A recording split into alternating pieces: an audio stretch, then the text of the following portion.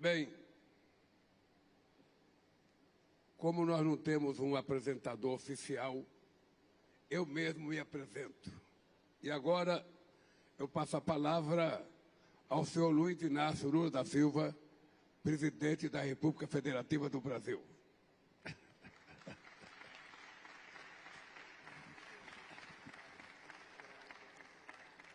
As decisões que tomarmos com relação ao setor energético definirão o nosso sucesso ou o nosso fracasso na batalha contra a mudança do clima. Foram necessárias 28 COPs do clima para nos comprometermos em Dubai com uma transição energética justa, ordenada e equitativa.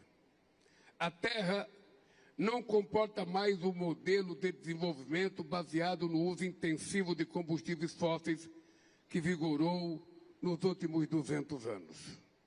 75% das emissões de gases do efeito estufa têm origem na produção e no consumo de energia. Não podemos nos omitir ou intimidar diante da magnitude desses dados. Já sabemos que não é preciso desligar as máquinas e motores, nem fechar fábricas ao redor do mundo de um dia para o outro. A ciência e a tecnologia nos permitem evoluir de forma segura para um modelo centrado nas energias limpas. Essa transformação já está em curso. O uso de renováveis triplicou nos últimos 10 anos.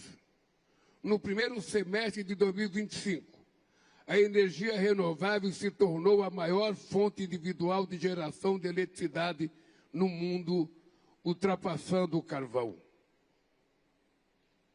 Em muitas regiões, as energias solar e eólica já são mais baratas do que a gerada por combustíveis fósseis. O preço das baterias caíram 90%. O Brasil não tem medo de discutir a transição energética. Somos líderes nessa área há décadas. Ainda nos anos 70, fomos o primeiro país a investir em larga escala em alternativas renováveis. 90% da matriz elétrica nacional provém de fontes limpas. Também somos pioneiros no desenvolvimento de motores flexíveis e o segundo maior produtor mundial de biocombustíveis. Nossa gasolina tem 30% de etanol em sua composição e nosso diesel conta com 15% de biodiesel. O etanol é uma alternativa eficaz e imediatamente disponível para a adoção nos setores mais desafiadores, como a indústria e o transporte. É lamentável que pressões e ameaças tenham levado a Organização Marítima Internacional a adiar esse passo. A transição energética representa um novo paradigma de desenvolvimento e uma grande oportunidade para promover transformações estruturais na sociedade e na economia. Em 2023, o setor foi responsável por 10% do crescimento do PIB global e empregou 35 milhões de pessoas. É impossível discutir a transição energética sem falar dos minerais críticos essenciais para a confecção de baterias, painéis solares e sistemas de energia. Para gerar emprego e renda e gozar de segurança energética, os países em desenvolvimento precisam participar de todas as etapas dessa cadeia global de valor. Senhoras e senhores, apesar dos avanços, 2024 registrou um novo recorde de emissões de carbono do setor energético, o maior índice desde 1957.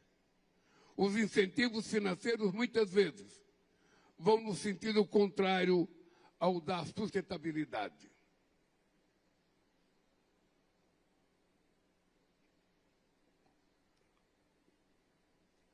No ano passado,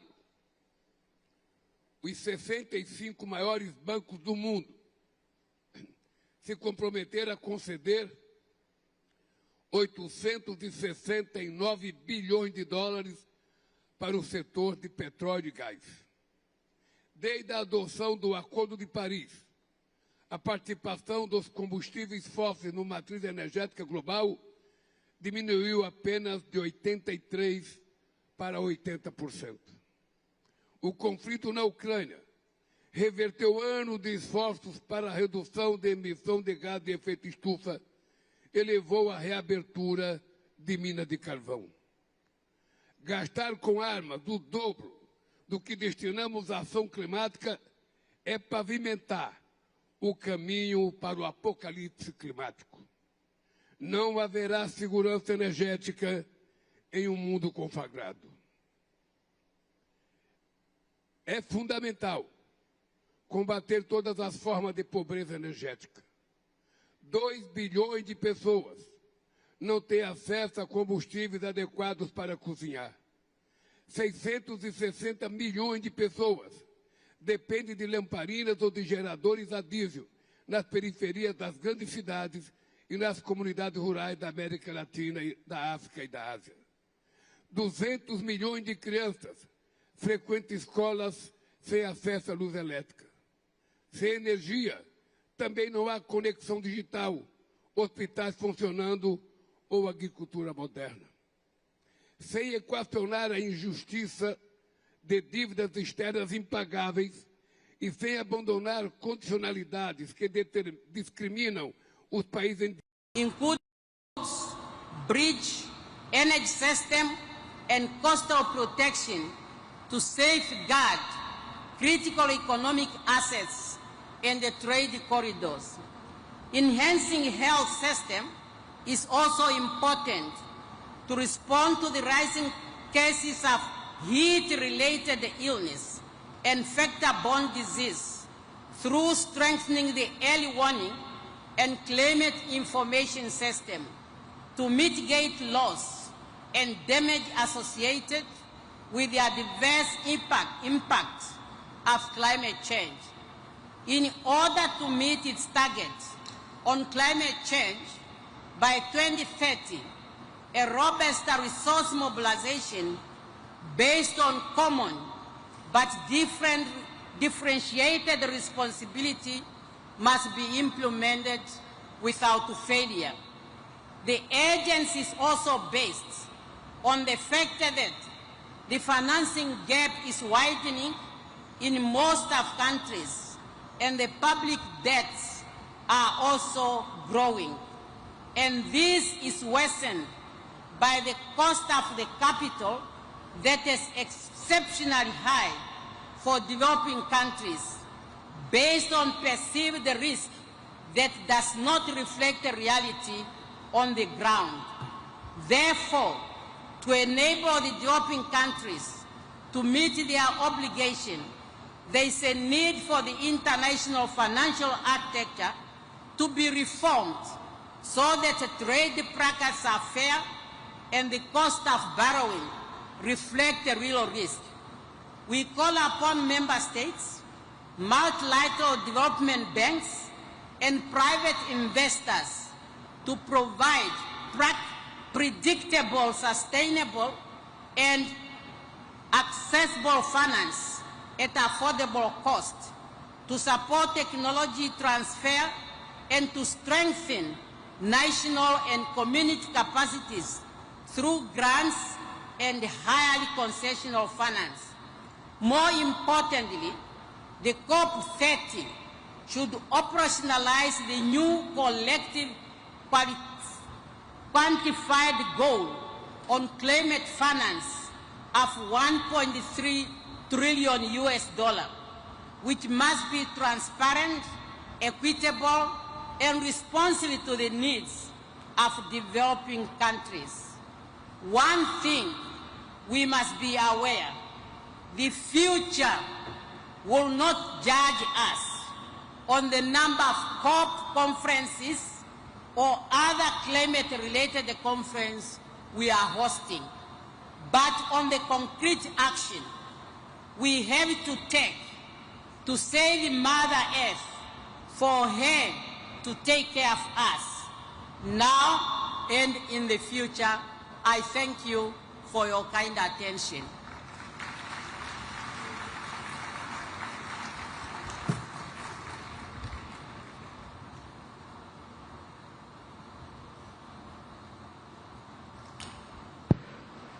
Neste momento, convidamos o membro do Conselho Presidencial do Haiti, Augustin Smith.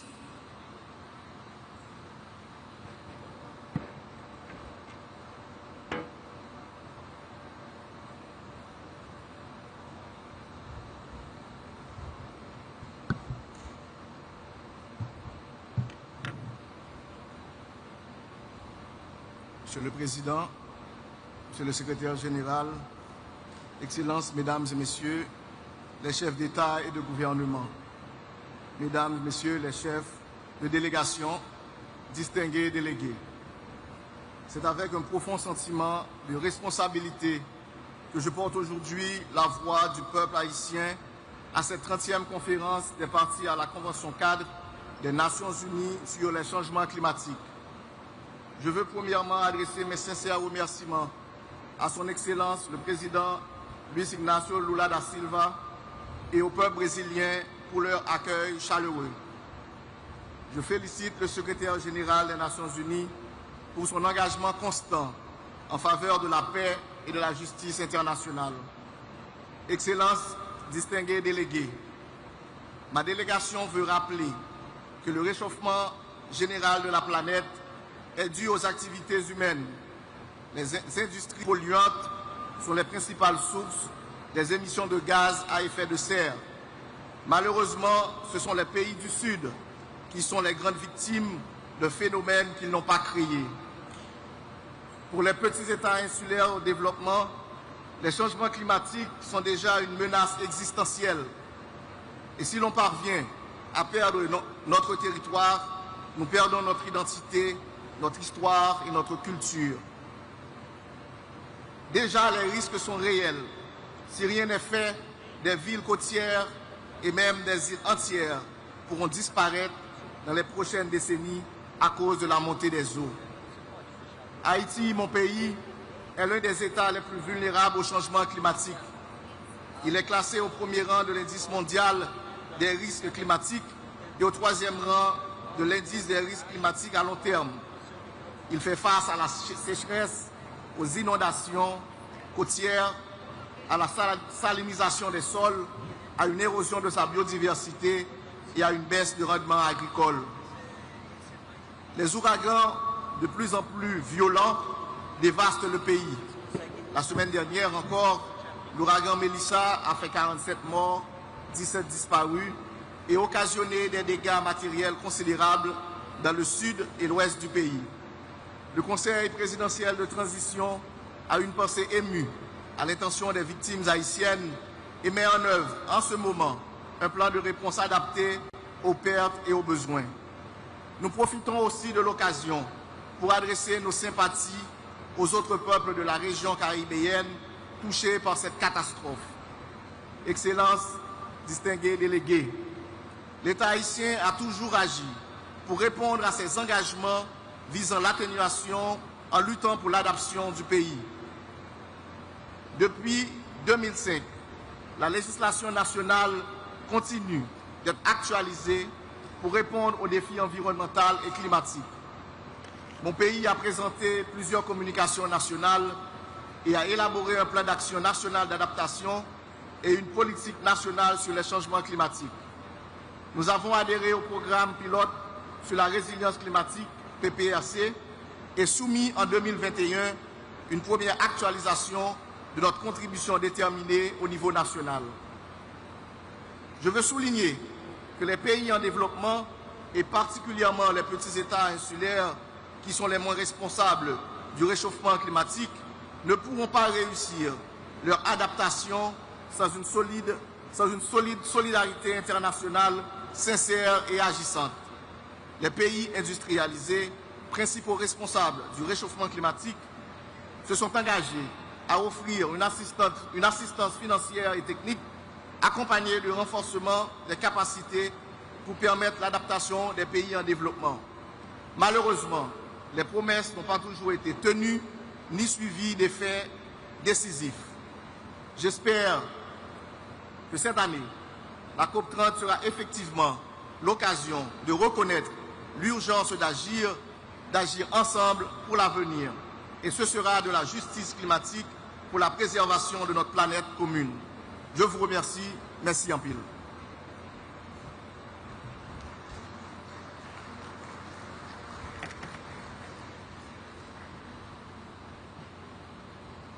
Temos agora a manifestação do representante da Somália, vice-primeiro-ministro Salah Ahmed Jama.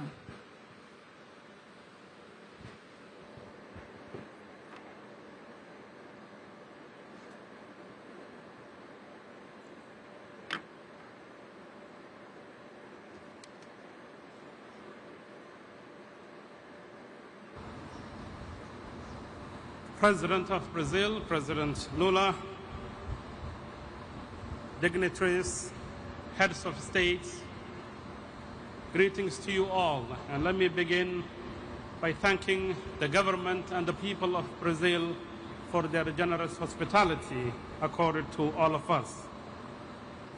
Ladies and gentlemen, from the Amazon rainforest to the Congo Basin, from the savannas of Africa to the prairies of North America, the beautiful coast of Rio de Janeiro, all the way to the Sahel coast and the beaches of Mogadishu.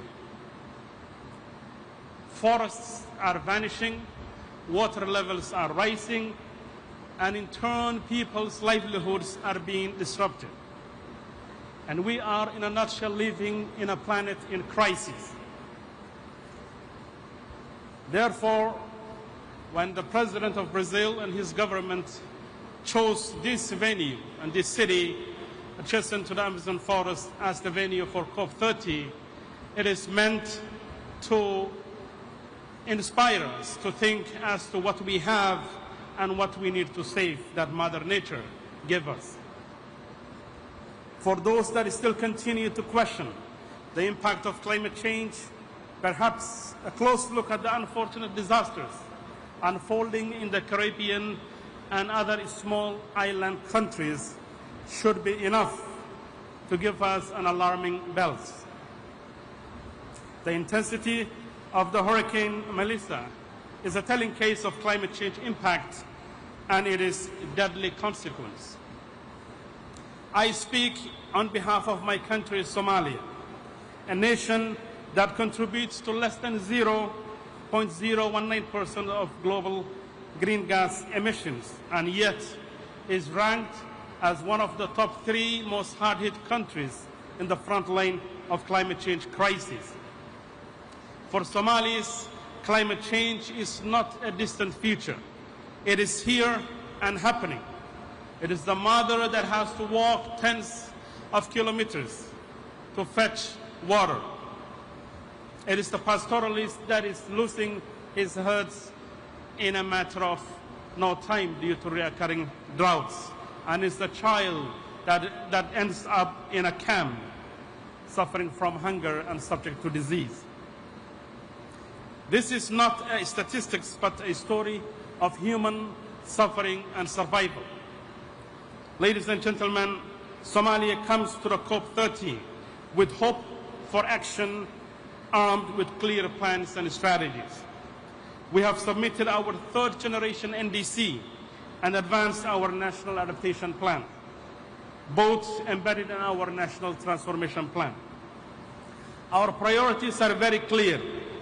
The first priority is adaptation and resilience at a large scale.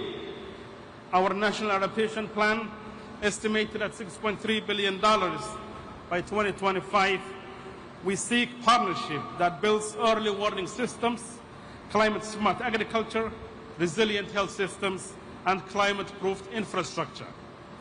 For Somalia, adaptation is not a charity but justice.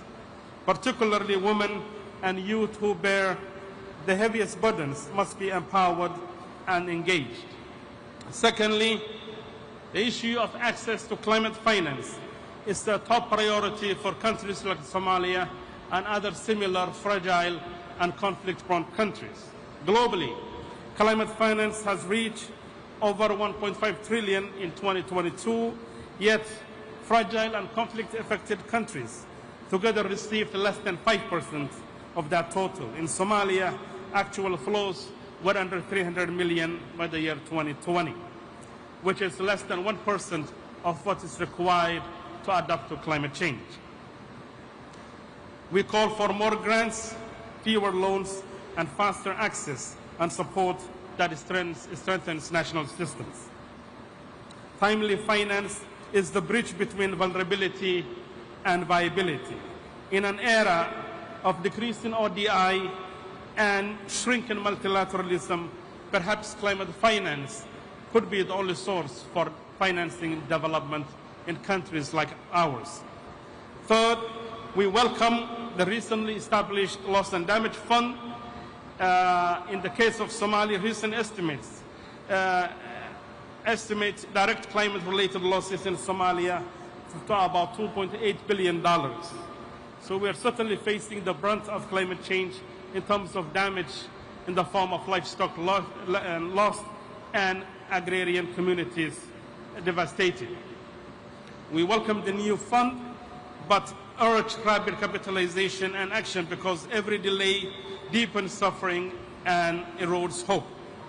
Fourth, the issue of energy transition is a priority for Somalia and Africa at large, with over 600 citizens in Africa that have never seen electricity.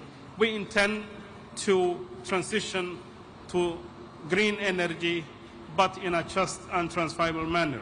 Somalia has a huge potential in solar and wind, but that needs a huge investment in the form of decentralized mini-grids, solar irrigation, and clean cooking solutions. And finally, climate impact and adaptation is intrinsically linked to peace, stability, and they are both inseparable. In Somalia, droughts and floods displace families, fuel conflict, and undermine stability. That's why climate action is peaceful action, an investment in security and dignity. Excellencies, the Paris Agreement promised equity, yet the gap between promise and practice continues to widen. Those least responsible must not bear the heaviest burden. Finance must be accessible, technology must be transferable, and decision-making must be inclusive, so that vulnerable nations can shape their own climate future. We aspire to a future where resilience drives peace, prosperity drives dignity, and a future where no child goes hungry because the rains have failed.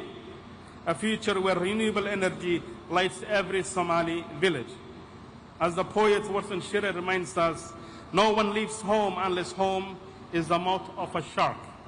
So when communities that are leading their normal lives in their normal habitat are struck again and again by impact of climate change in various forms and shapes, they end up becoming IDPs on the outskirts of big cities.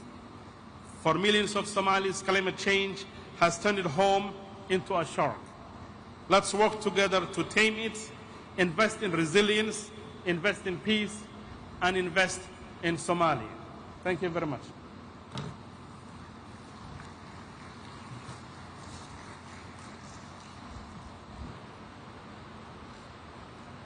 Chamamos agora para a manifestação o vice-presidente da Quênia, Kithure Kindiki.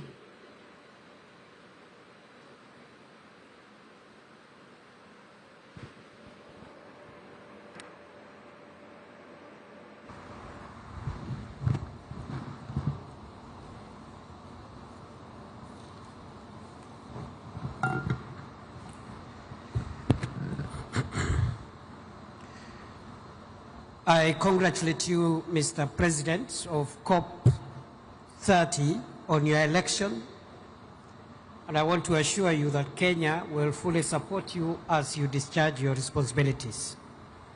Excellencies, the devastating effects of climate change continue to ravage our planet. This year, various parts of the world have witnessed alternately the twin crises of severe drought and deadly floods, in addition to record heat waves and wildfires in some parts of the world.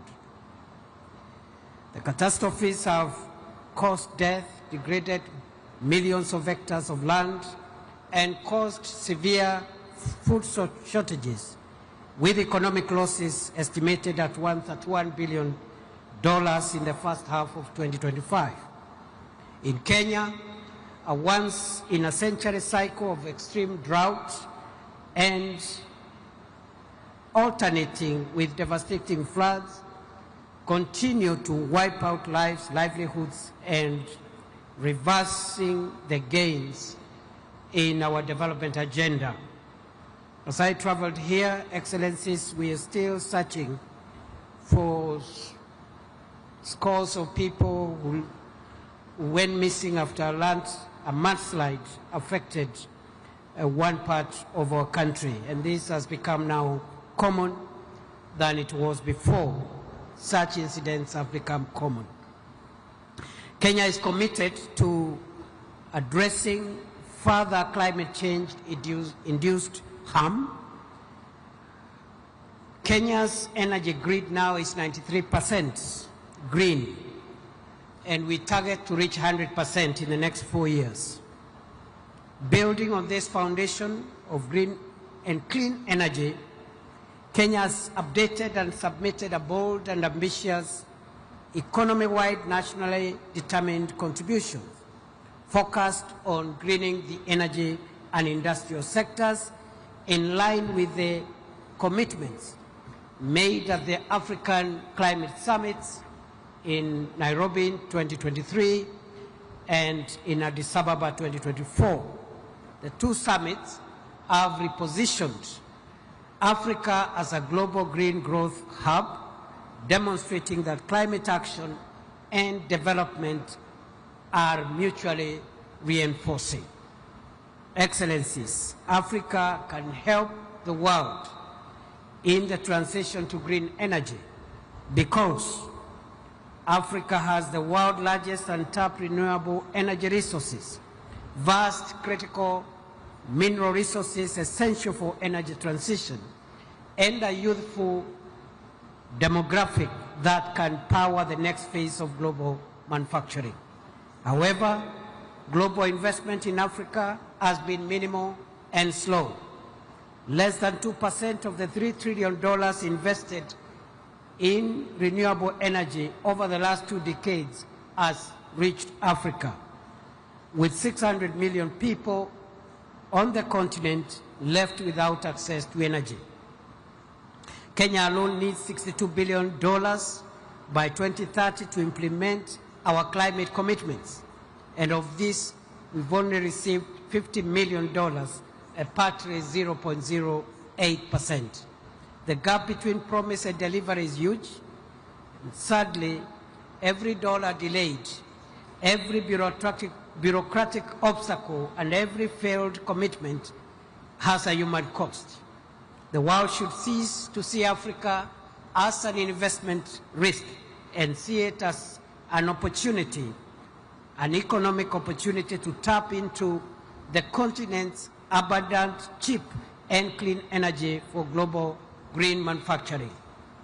The failure to honor commitments, bureaucratic delays, and the lengthy discussions at the COPs that prioritizes process over delivery are simply cruel and unjust to the millions suffering from the effects of harsh climate today. To achieve different results, 3 things needs to be done. 1, COP30 ought to be the COP which will dramatically change our climate financing architecture from incremental pledges in billions to actual disbursements of the trillions required to match the scale of the climate crisis. Thus, the new collective quantified goal must be set at a level commensurate with the trillions required to achieve the 1.5 degrees Celsius goal. We have to operationalize the Baku to Belém roadmap to $1.3 trillion as we have agreed in COP29 and have a clear path for mobilizing this finance for developing countries by 2035.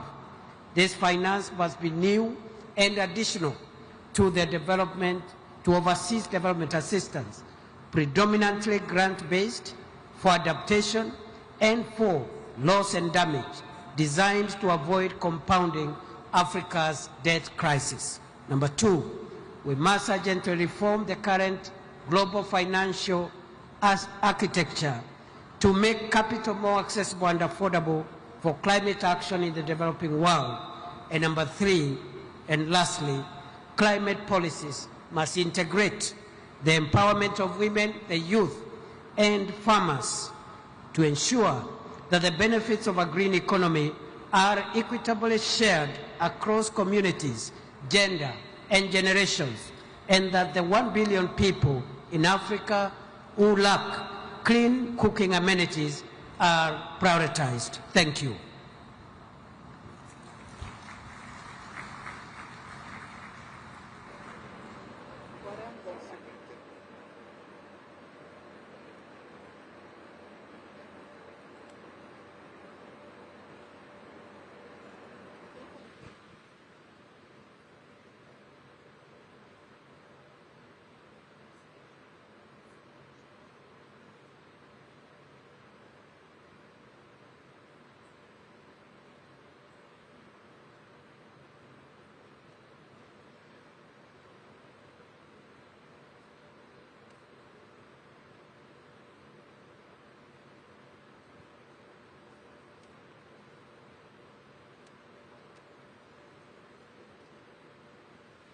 Neste momento, convidamos para a manifestação o presidente do Palau, Surangel Wips Júnior.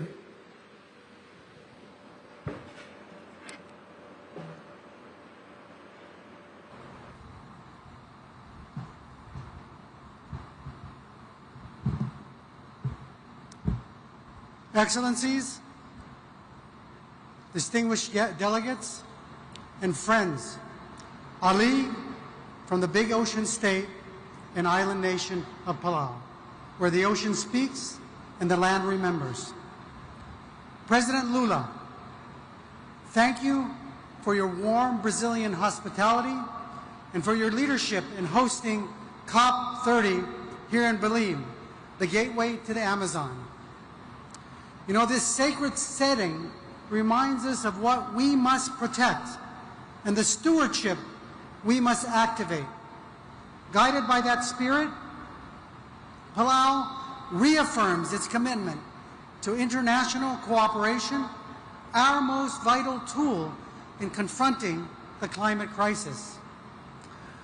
We express deep concern over the reversal by some long-standing climate commitments and the chronic shortfall in our collective ambition.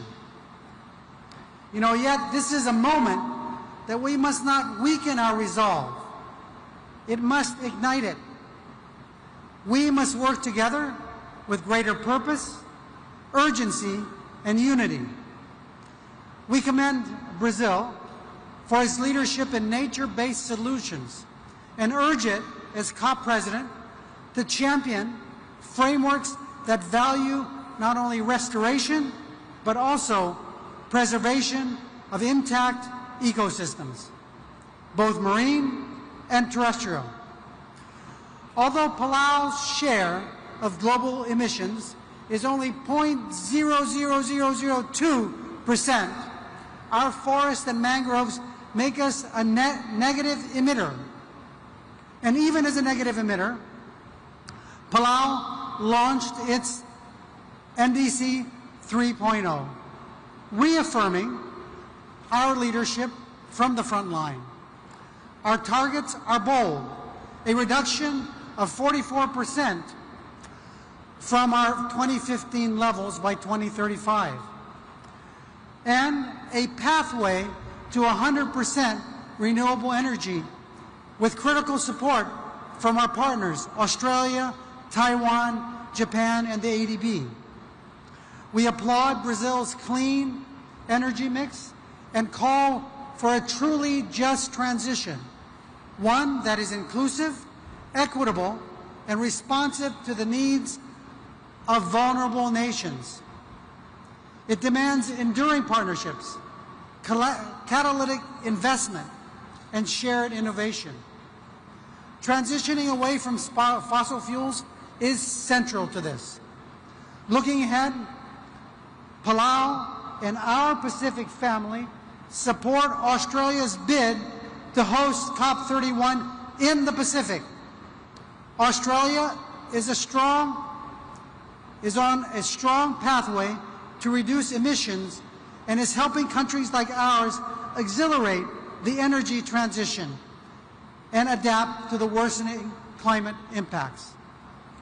Like our presence here in the Amazon, our COPs must reflect the geographic diversity of our shared challenges, both green and blue. The Pacific has long served as the world's moral compass on climate justice, fighting for the 1.5-degree goal, and advancing loss and the damage mechanism, and leading the landmark ICJ advisory opinion. It is now the Pacific's turn, and we look to our host and all of you here to help find a pathway to a successful Pacific COP31 with Australia. It's time. As next year's chair of the Pacific Islands Forum, Palau looks forward to advancing the Blue Pacific's Unlocking Blue Pacific Prosperity Initiative and the Pacific Resilience Facility. These two funds invest in the ocean's role of tackling warming and our vision of becoming the first 100% renewables-powered region in the world. This will help us in reallocating the $6 billion the Pacific spends annually on fossil fuels, and will transform livelihoods and prosperity for our people.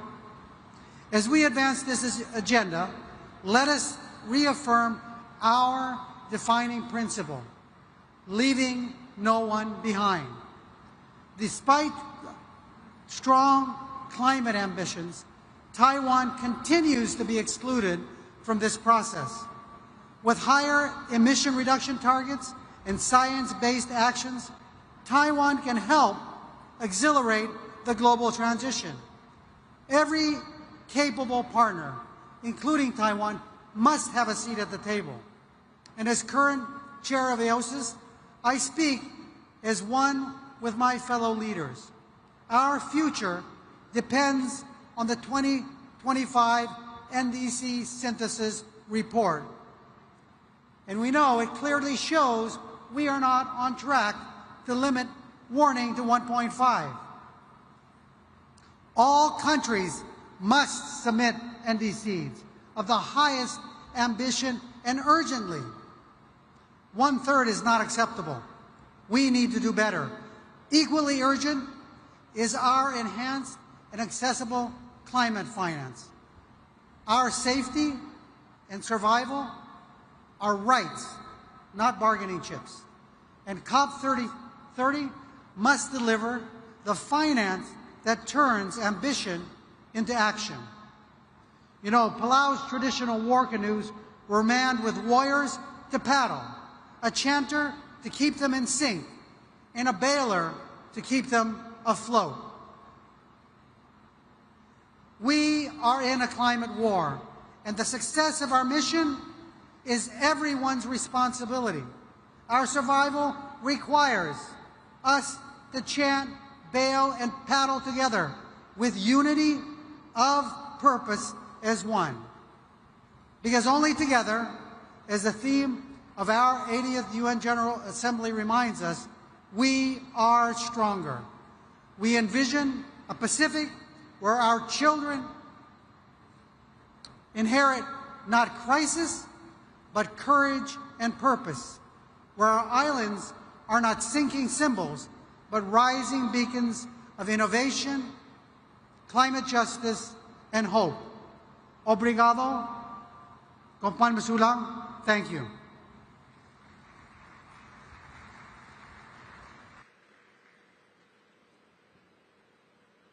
Nesse momento, convido para a manifestação a ministra do Meio Ambiente de Angola, Ana Paula de Carvalho. Good morning.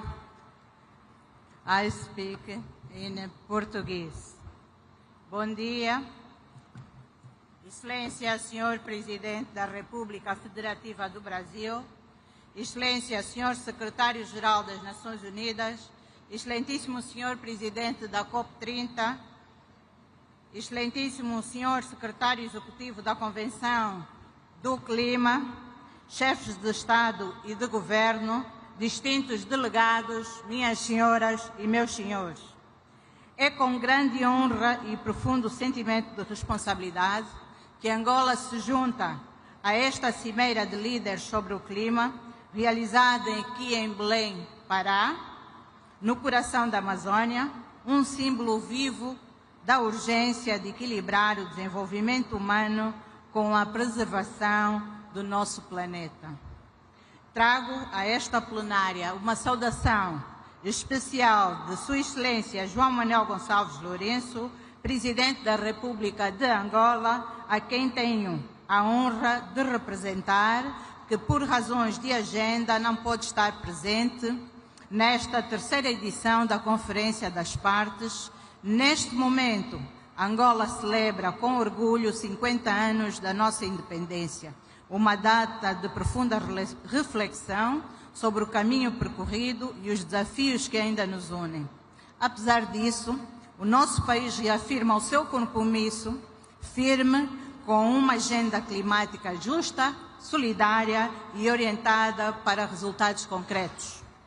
Angola reafirma a sua determinação em contribuir para limitar o aquecimento global a 1,5 graus, bem como o fortalecimento das comunidades vulneráveis para se adaptarem às alterações climáticas.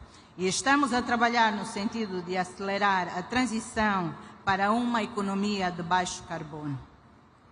Temos avanços consideráveis no que diz respeito às energias limpas, tendo sido registrado um aumento na nossa eficiência energética, quer por via de fontes de abastecimento hídrico, solares e até mesmo ciclos combinados.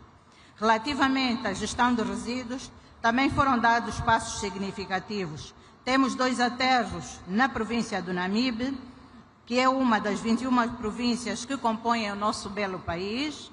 Para o OGE 2025 foram previstos 2 centros de valorização de resíduos, um para a conclusão na província do Ambo e outro de raiz na província do Bengo, que atenderá as províncias de Luanda, Bengo e Colibengo. Excelências, minhas senhoras e meus senhores, permitam-me partilhar que Angola é um país rico em recursos naturais, mas também vulnerável aos impactos das alterações climáticas, onde a variedade climática já afeta setores críticos, como a agricultura, os recursos hídricos, a energia e as populações rurais que necessitam de respostas estruturadas e eficientes. Por isso, reconhecemos que a COP30 não deverá ser apenas uma conferência, mas um marco moral e político para definir o rumo da humanidade perante o maior desafio do nosso tempo, isto é, a tripla crise planetária. onde vivemos diariamente efeitos das alterações climáticas, a perda da biodiversidade e a crescente problemática dos resíduos.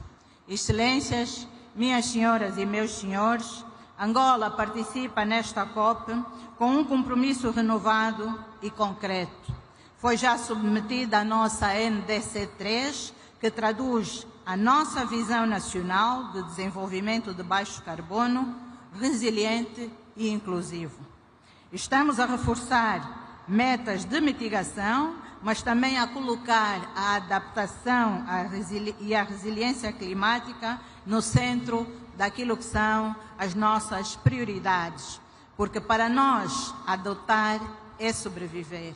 E sobreviver é um ato de dignidade. Acreditamos que a transição energética justa representa uma oportunidade histórica para o continente africano e, em particular, para Angola.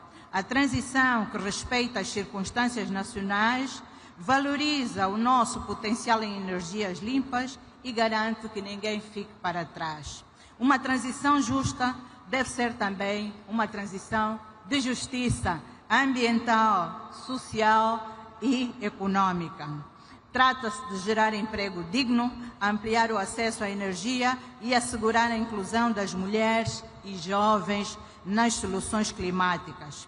Estamos igualmente a finalizar o nosso primeiro Plano Nacional de Adaptação, que será submetido a esta COP30. Este plano integra o clima nas políticas de desenvolvimento, visando proteger os recursos hídricos, agrícolas, reforçar infraestruturas e construir comunidades mais resilientes face à seca, cheias, incêndios florestais que se intensificam a cada ano. A conservação da biodiversidade e a gestão sustentável dos recursos naturais são fundamentais para a nossa soberania ambiental, econômica e social. Mas sabemos que não é possível haver adaptação sem financiamento previsível, acessível e justo. É por isso que nos juntamos à voz dos outros países menos avançados que continuam a enfrentar barreiras desproporcionais para aceder aos fundos que lhes permitem agir. Assim sendo, esperamos que a COP30 seja o início da transformação das promessas em ações reais de financiamento e compromissos em soluções concretas. Excelências, minhas senhoras, meus senhores, nenhum país vencerá esse trabalho sozinho. É por isso que Angola defende firmemente a cooperação Sul-Sul como um dos pilares mais importantes para uma resposta global mais equitativa e, por isso, acreditamos no poder da partilha de conhecimento e na solidariedade entre as nações.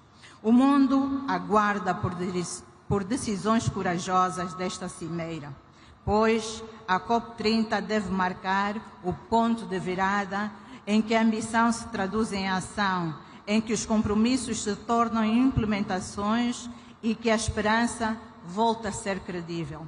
Angola reafirma o seu compromisso em ser parte ativa da solução, transferindo resiliência, promovendo uma economia verde e inclusiva e defendendo uma agenda climática africana forte e solidária. Termino a minha intervenção com uma frase que alguém escreveu, mas que nós apoiamos. O desafio climático é, antes de tudo, um teste à nossa capacidade de cooperar e de acreditar que o destino da humanidade é comum. Thank you, merci beaucoup, muito obrigada.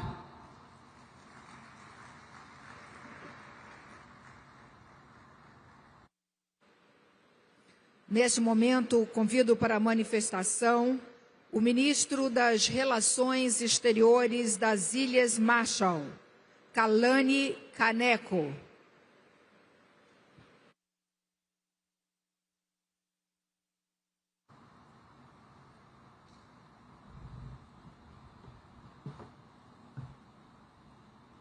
Madam President, Excellencies, I want to start by stating my sorrow at the devastation wrought by Hurricane Melissa in the Caribbean.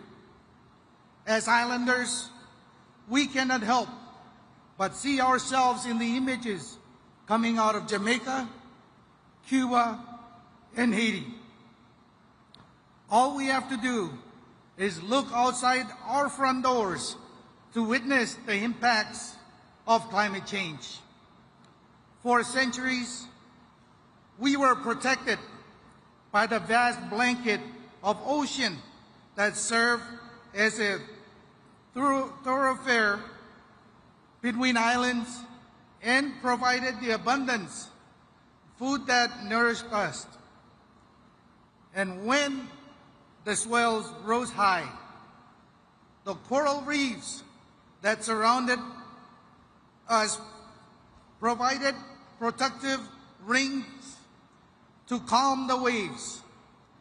But now the sea rises, the coral dies, and the fish stock leaves our shores for cooler waters. What will happen when the next storm comes to us? If this is a COP of truth, then to answer this question, as the President of Chile said, we must begin with the science.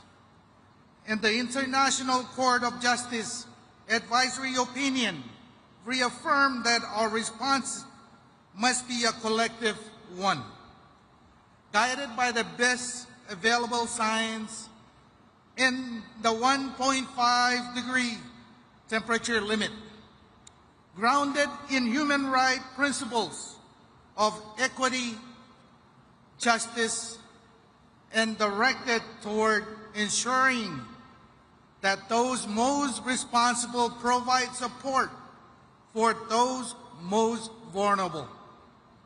We put our faith in the Paris Agreement 10 years ago, and we have worked tirelessly to live up to its commitment. The Marshall Islands delivered the NDC in February, and we submitted our National Adaptation Plan 2 years ago.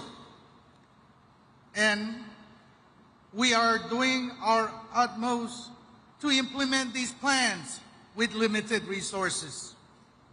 We know that the Paris Agreement has moved the needle on climate action. We have expanded clean energy and slowed warming. But the future of my country depends on each and every party coming together to do more faster. Whether leaders are here or not, the largest emitters must show up on paper with higher ambition, NDCs, and more finance. This COP needs to agree on an adaptation package with a new finance goal at its heart, with concessional terms and direct access to small island states.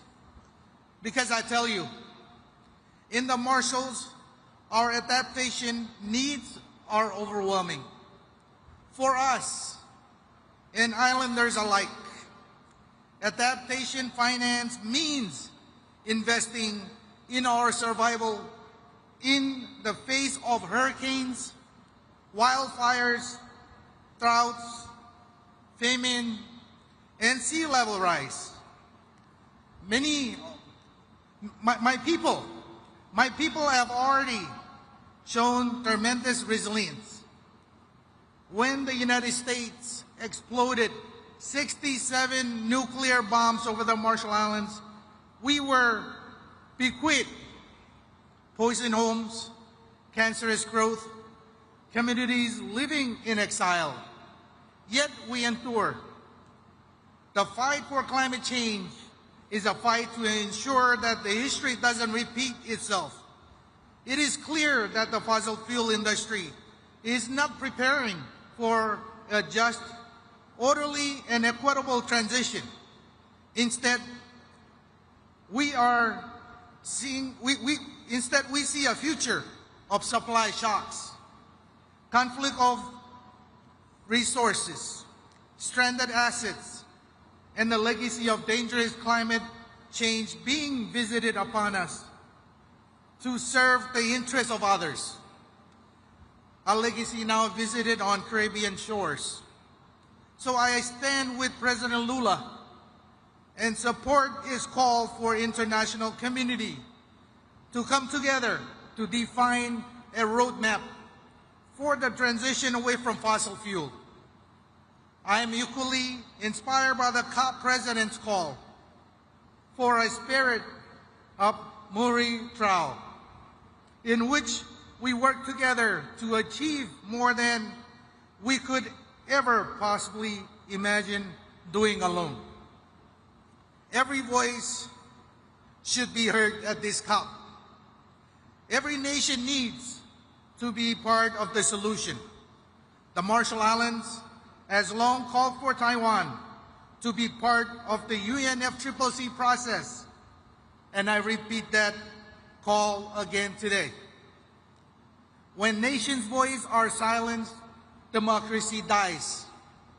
The behavior last month around the International Maritime Organization was shocking. It cannot happen again. It is time for those of us who believe in cooperation to stand together in this fight to tackle climate change. It is the spirit of Mutirao that we must employ to find the emitters, or to find the emissions reductions that we have to make to get 1.5 back within reach. No government wants to be told that they didn't do enough, that they must go home and try harder. But that's what I'm asking us all to do. But this time, let's work together. Let's help one another. Learn from each other. Support one another and be ready for the next storm. Comoldada, obrigado. Thank you.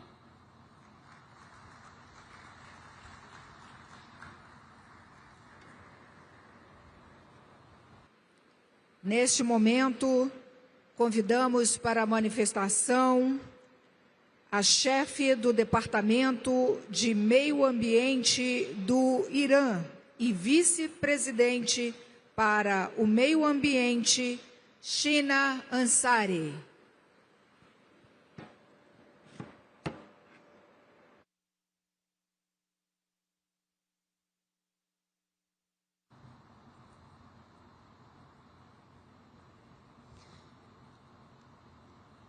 In the name of God, Mr. President, distinguished heads of state and representatives, ladies and gentlemen, at the outset, I wish to express my sincere appreciation to the government and people of Brazil for hosting the COP30 emblem. This gathering could provide nations with an invaluable opportunity to take realistic, equitable and inclusive actions to address the environmental crisis and challenges facing our planet. In recent years, all countries present at this conference have pledged to protect the environment by reducing greenhouse gas emissions, adapting to climate change, and moving toward the use of renewable energy sources. Despite facing unilateral coercive measures as well as imposed restrictions on access to modern technologies, knowledge, financial support, and foreign investment, the Islamic Republic of Iran has achieved remarkable progress while considering further steps to take in the coming years. Over the past year alone, Iran has increased its solar energy capacity by 75%, expanded wind power generation being added to a previous target to increase nuclear power capacity, join the BRICS carbon market, and reduce carbon emissions through efficient flare management in its oil and gas fields, such as a 10 billion cubic meters reduction and a further 12 billion cubic meter reduction plan for the next 4 years. Accordingly, transitional fuels and enhanced energy efficiency management projects are underway to enhance the country's resilience to the adverse impacts of climate change. These measures demonstrate Iran's firm commitment to environmental protection. It also emphasizes that despite the mentioned challenges, the Islamic Republic of Iran continues to strive to uphold the right of its people and others to a clean and healthy environment. This does not mean that we overlook major environmental challenges such as prolonged drought and rising temperature, approximately 1.8 centigrade, and a 50 millimeter decline in precipitation over the 50-year period. Rather, it emphasizes that despite all obstacles and being deprived of technology transfers envisioned in the Convention, the Islamic Republic of Iran continues its efforts. Mr. President, the United States, in coordination with its regional proxy, the Zionist regime, has launched military aggression against the Islamic Republic of Iran. This act not only violates international law and constitutes war crimes, but has also caused extensive and lasting environmental destruction. Among the most serious consequences was the release of over 50,000 tons of carbon emissions in Tehran alone. The reckless attacks on Iran's peaceful nuclear energy facilities represent a blatant and deliberate crime that could have led to one of the world's largest environmental catastrophes. This act of aggression is alongside with the 2 years ecocide and a variety of war crimes committed by this outlaw regime in Gaza. These crimes were not only a massacre of innocent people, women and children, but also caused deep environmental damage. Ladies and gentlemen, the Islamic Republic of Iran, while firmly recognizing the inherent environmental and humanitarian threats, continues to believe in the power of international cooperation. Iran stands ready to share its local knowledge and experiences and to engage constructively with other nations and international institutions in advancing our common environmental goals. We are heirs to one earth and one destiny. May we act with respect and justice so that we may pass on a sustainable legacy to future generations. Thank you.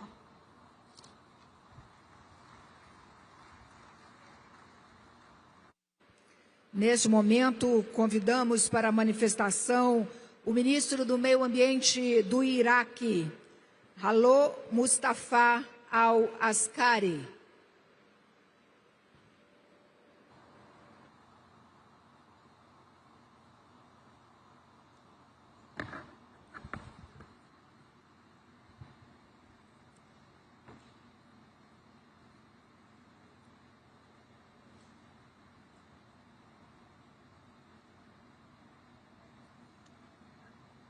Mr. President, Your Excellencies, distinguished esteemed participants, good afternoon. From Mesopotamia, the land of Iraq, we extend our greetings to you, to Brazil, the home of the Amazon, the lung of the earth, and an active contributor to climate equilibrium throughout the Holocene epoch.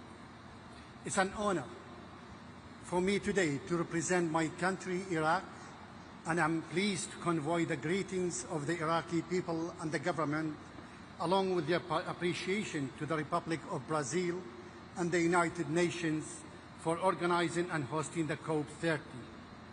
This conference is being held in amid of growing global environmental challenges and the increasing impacts of climate change, reminding us that the destinies of our water and air are one, and that the environment knows no borders. And between the Tigris and Euphrates, Iraqi marshes, mountains and deserts, and the Amazon, there is a historical and continuous solidarity.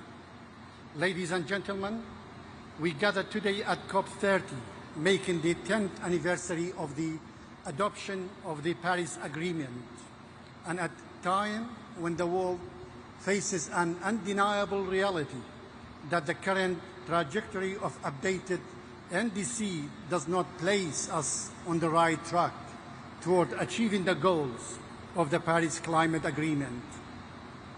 In the context, we call at the conference for a clear and measurable commitment to climate finance and for the equitable support to be directed toward vulnerable countries and communities with limited adaptive capacity as a fundamental human right.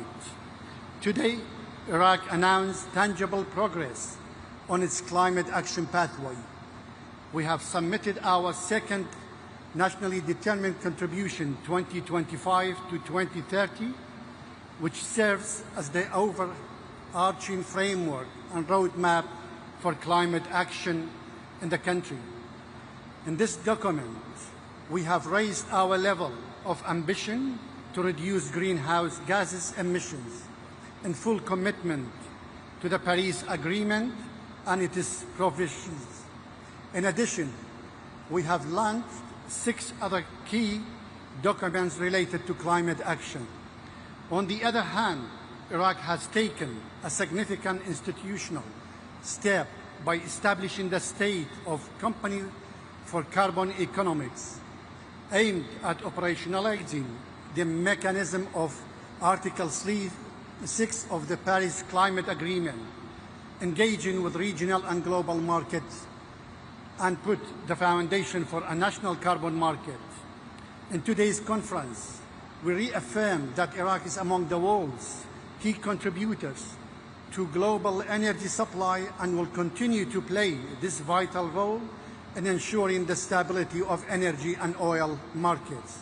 However, in parallel, Iraq is advancing the implementation of clear and comprehensive plan to reduce carbon footprint of the energy and of oil industry, as well as to reduce methane emissions. This plan includes ending routine flaring of associated gas by 2028 and improving the efficiency of oil industry operations, expanding renewable energy capacity to reach 12,000 megawatts. In terms of exposure to climate change and the challenges of adaptation and environmental resilience, water scarcity has become an extensional challenge in Iraq, alongside waves of drought, desertification, and sand and dust storms are intensifying. The marshes of the southern of Iraq are experiencing frequent droughts that have affected more than 90% of their historical area. Similarly, the mountains and forests of Kurdistan region, as well as the natural ecosystem in eastern and western Iraq, face the same problem. The crisis threatens biodiversity, agriculture, undermines the livelihoods of local communities, increases displacement and migration, and disrupts the routes of the migratory birds. In recognizing the needs of our people, after decades of suffering and to increase greater resilience, the government of Iraq placed climate action at the core of its national development plans. It also placed youth, women, academic researchers, civil society, and the private sector at the heart of decision-making and implementation. Because climate action requires the participation of all, and because local knowledge and innovation are the driving forces of sustainable solutions. Iraq is also working to open doors and opportunities for cooperation with the neighboring countries to adopt joint regional adaptation plans and cross-border mega projects in the fields of water, agriculture, nature-based solutions, energy, and sustainable transport within the framework of the Paris Agreement. Regional cooperation remains the most effective path to maximize impact, reduce cost, and strengthen stability and integration among the people of the region in the face of climate change. In conclusion, we confirm that our message today present a roadmap framed by clear timelines, measurable actions, and partnerships built on trust and transparency. What we have outlined in second nationally determined contribution, along with the institutional reforms and implementation projects we have launched, from ending routine gas flaring to expanding solar energy, representing a genuine commitment by Iraq that deserves recognition and support through financing, technology, and expertise. The success of this conference and the acceleration of the Paris Climate Agreement's implementation depends on strengthening climate funds and facilitating access to affordable and sustainable finance, supporting carbon markets with fair pricing mechanisms that stimulate and sustain green investment, and upholding commitments with the framework of common but differentiated responsibility. I thank you.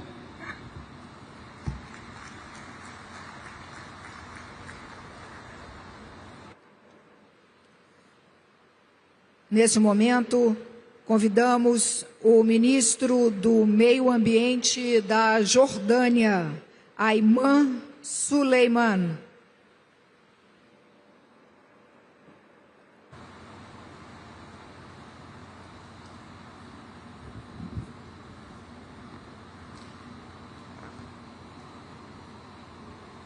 Bismillah ar-Rahman ar-Rahim. Mr. President Lola, Mr. Secretary General, Mr. President of COP30, Excellencies, distinguished guests, good afternoon. On behalf of His Majesty King Abdullah II and the Hashemite Kingdom of Jordan, I extend our sincere appreciation to the Republic of Brazil and to the people of Belém for hosting this important gathering in the heart of the Amazon, an emblem of nature's richness and fragile alike. We convene once again as soon as the global family, united by the shared duty of safeguarding the planet and to protect the generations that will inherit it. In our region, the Middle East, climate change is not a distant threat. Rising temperatures, shrinking water resources, and degraded systems threaten lives and livelihoods across the borders. Conflict only magnifies these risks, destroying land, marine life, and vital water resources, and displacing millions of people. Jordan has long carried the human consequences of regional crisis. This reality places the pressure on our scarce resources, particularly water, and intensifies our vulnerability to climate shocks. Yet, despite these challenges, Jordan has chosen a path of a proactive action and unwavering commitment. At COP27, His Majesty launched the Climate Refugees Nexus initiative, a call to link climate action with the realities of forced displacement of people. Today, That initiative continues to gain commitment, with dozens of nations joining to ensure that refugee hosting countries receives the recognition and the support they deserve. Jordan continues to advance ambitious climate policies anchored in justice and resilience. We are expanding renewable energies, supplying more than a quarter of our electricity from solar and wind. We are expanding water reuse and sustainable agriculture, and restoring ecosystems degraded by the drought and overuse. We are developing green hydrogen projects and regional partnerships to drive a just transition for our people. These efforts form the backbone of our updated nationally determined contributions, reflecting our vision for a climate resilience and low-carbon future. But ambition without solidarity will not suffice. We urge this COP to ensure that the new collective quantified goals on climate finance reflects the principles of fairness, transparency and accountability, and addresses the priority of the vulnerable, including host nations like Jordan, to carry a disproportionate share of global responsibility. The displacement and environmental degradation demand a holistic, inclusive approach, one that unites our efforts for climate peace and humanity dignity. Excellencies, Jordan stands ready to work with all partners on both regional and global levels to advocate practical, evidence-based solutions that empower communities, protect ecosystems, and secure a livable future for all. We call for renewed trust in a multilateral trust built on tangible results, equitable financing, and shared responsibilities. Because in the end, the fight against climate change is a fight for a life itself. And in that fight, no country can stand alone. Thank you.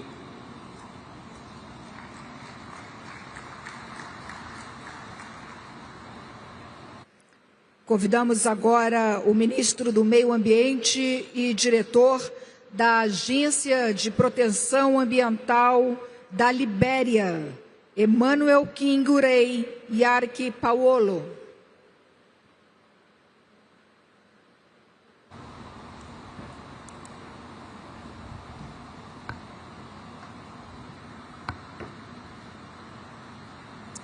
Mr. President, Excellencies, distinguished ladies and gentlemen, on behalf of His Excellency Joseph Yuma Boakai, Senior President of the Republic of Liberia and the resilient, peace-loving people of Liberia, I extend our deepest appreciation to the government and people of Brazil for their hospitality and for hosting this landmark COP30 in Belém, the heart of the Amazon.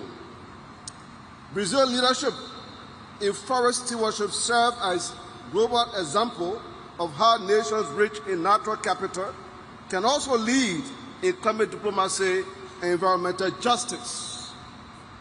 The setting of Belém, where the Amazon breathes the planet, is a fitting reminder that tropical forests everywhere must be preserved if humanity is to sustain its future.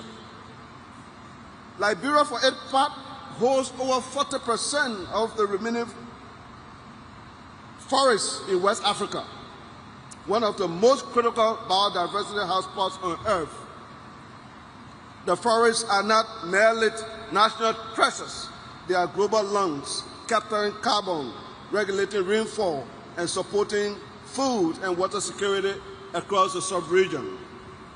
Within their canopy lies a network of life that binds rural communities, sustains endangered species, and provides ecological services vital to regional and global stability.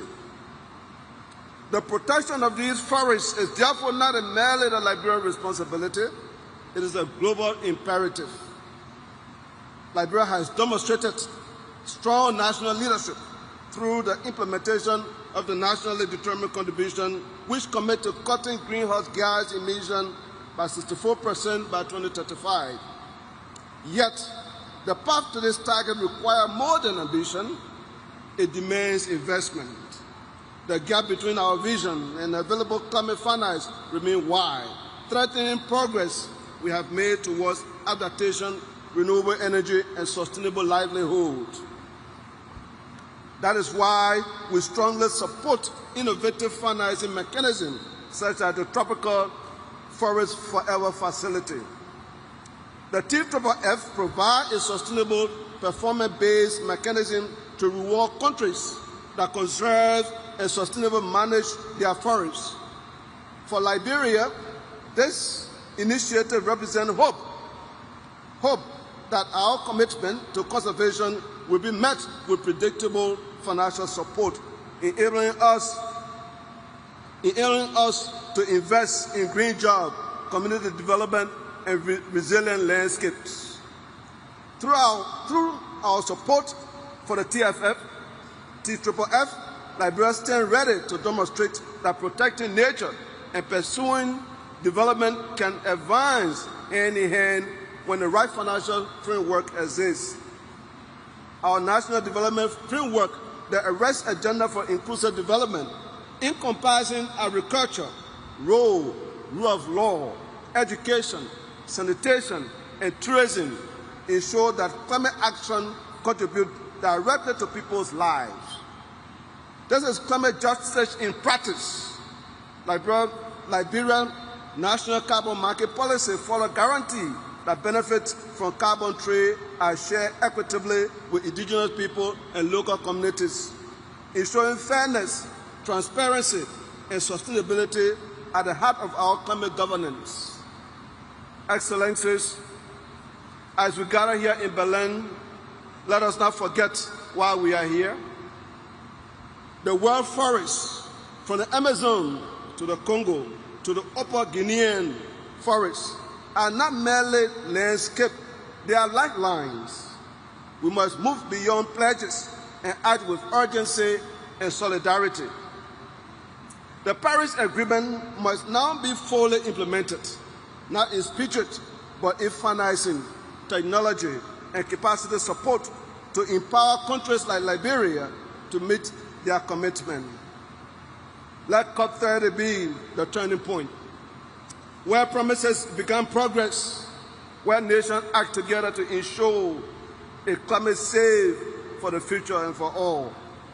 Liberia stands ready to lead with integrity, to protect our forests, to partner with the world in building a more just and resilient and sustainable future. Ladies and gentlemen, thank you.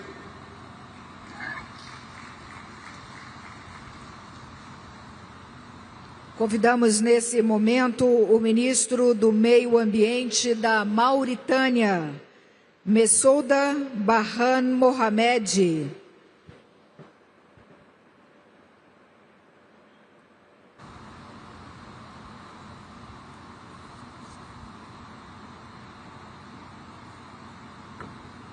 بسم الله والصلاة والسلام على رسول الله.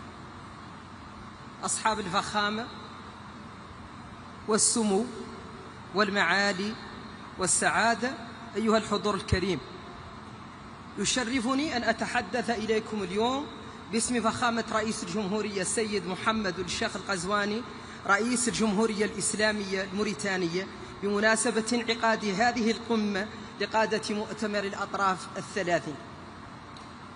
اسمحوا لي في البداية أن أعبر عن خالص امتناننا لفخامة الرئيس لولا دا سيلفا ولحكومة والشعب البرازيل الصديق على حفاوة الاستقبال وكرم الضيافة الأخوية.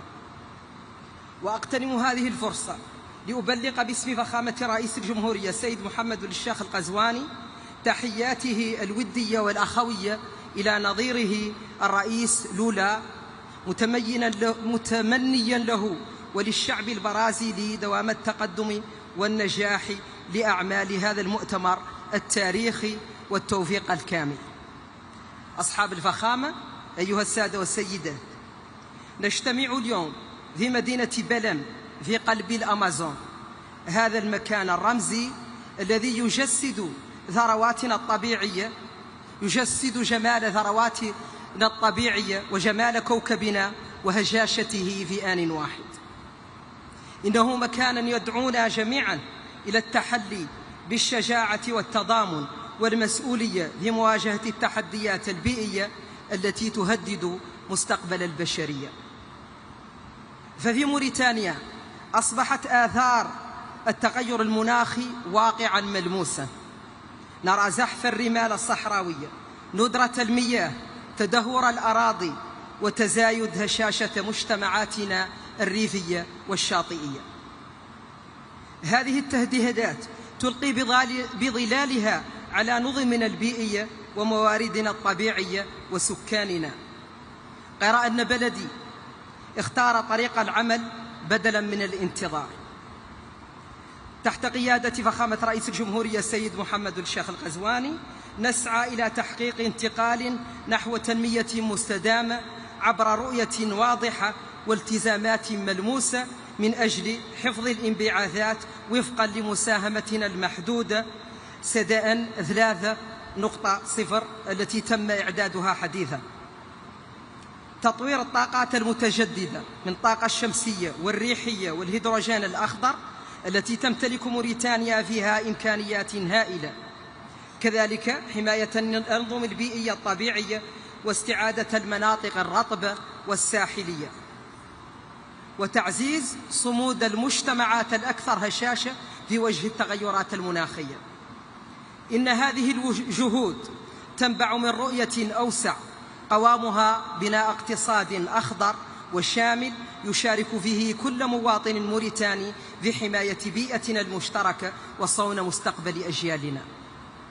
أصحاب الفخامة، أيها السادة والسيدات، لا يمكن لأي دولة أن تواجه أزمة المناخ بمفردها، فالدول النامية رغم مساهمتها المحدودة في الانبعاثات العالمية هي الأكثر تضرراً من آثار التغير المناخي. ومن هذا المنطلق تجدد موريتانيا دعوتها إلى تعزيز التضامن الدولي على أساس الإنصاف والعدالة، وندعو إلى تيسير الوصول العادل إلى التمويل المناخي والتنفيذ الفعال لصندوق الخسائر والأضرار ونقل التكنولوجيا الخضراء وتعزيز القدرات الوطنية في مجال التكيف والمواجهة. أصحاب الفخامة، أيها السادة والسيدات، لم يعد أمام العلم طرف للانتظار، فالعمل المناخي لم يعد خياراً، بل هو واجب أخلاقي ومسؤولية جماعية. وباسم فخامة الرئيس محمد الشيخ القزواني أؤكد التزام موريتانيا الراسخ بالعمل يداً في يد مع جميع الشركاء لبناء مستقبل مستدام مرن وعادل لكوكبنا. فلنجعل من هذه القمة COP30 نقطة تحول نحو الأمل والعدالة والمسؤولية المشتركة، وأشكركم لحسن إصغائكم والسلام عليكم.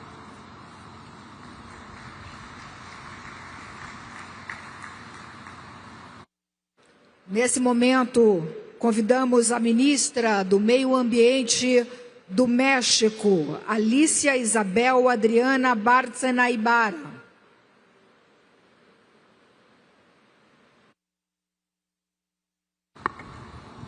Excelencias, agradezco al Gobierno de Brasil y felicito al presidente Ignacio Lula da Silva por la organización de este evento.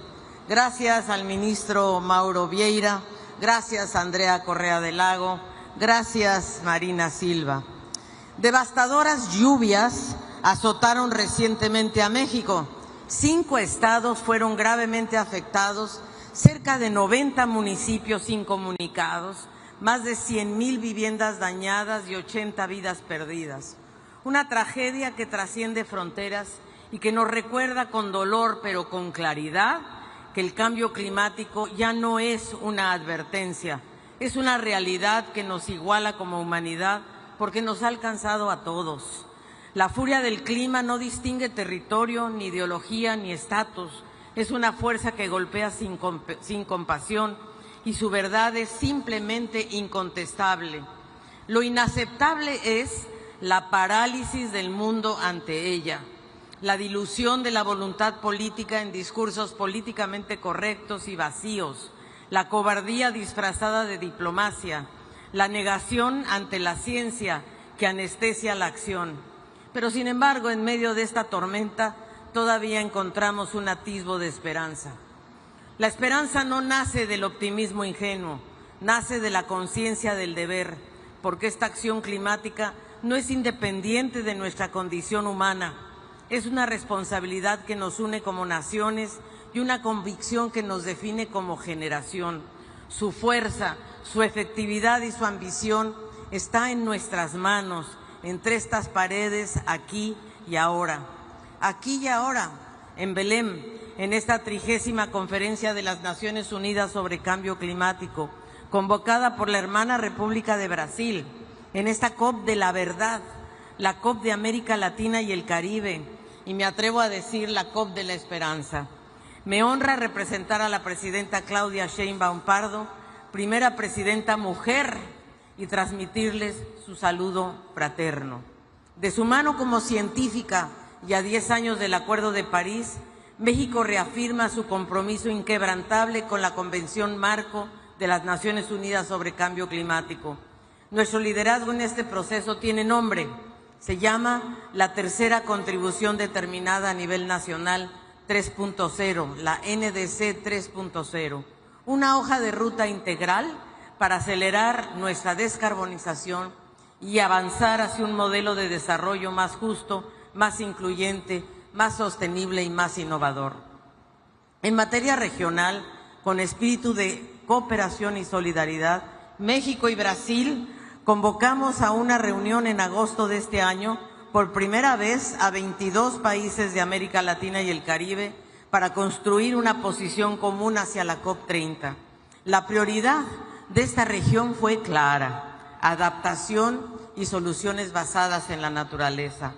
Una de las estrategias ya efectivas en nuestra región, porque nuestra región es responsable tan solo de 11% de las emisiones globales de gases de efecto invernadero, y sin embargo es una de las más vulnerables y además es una de las que tiene la mayor biodiversidad, tanto marina como terrestre.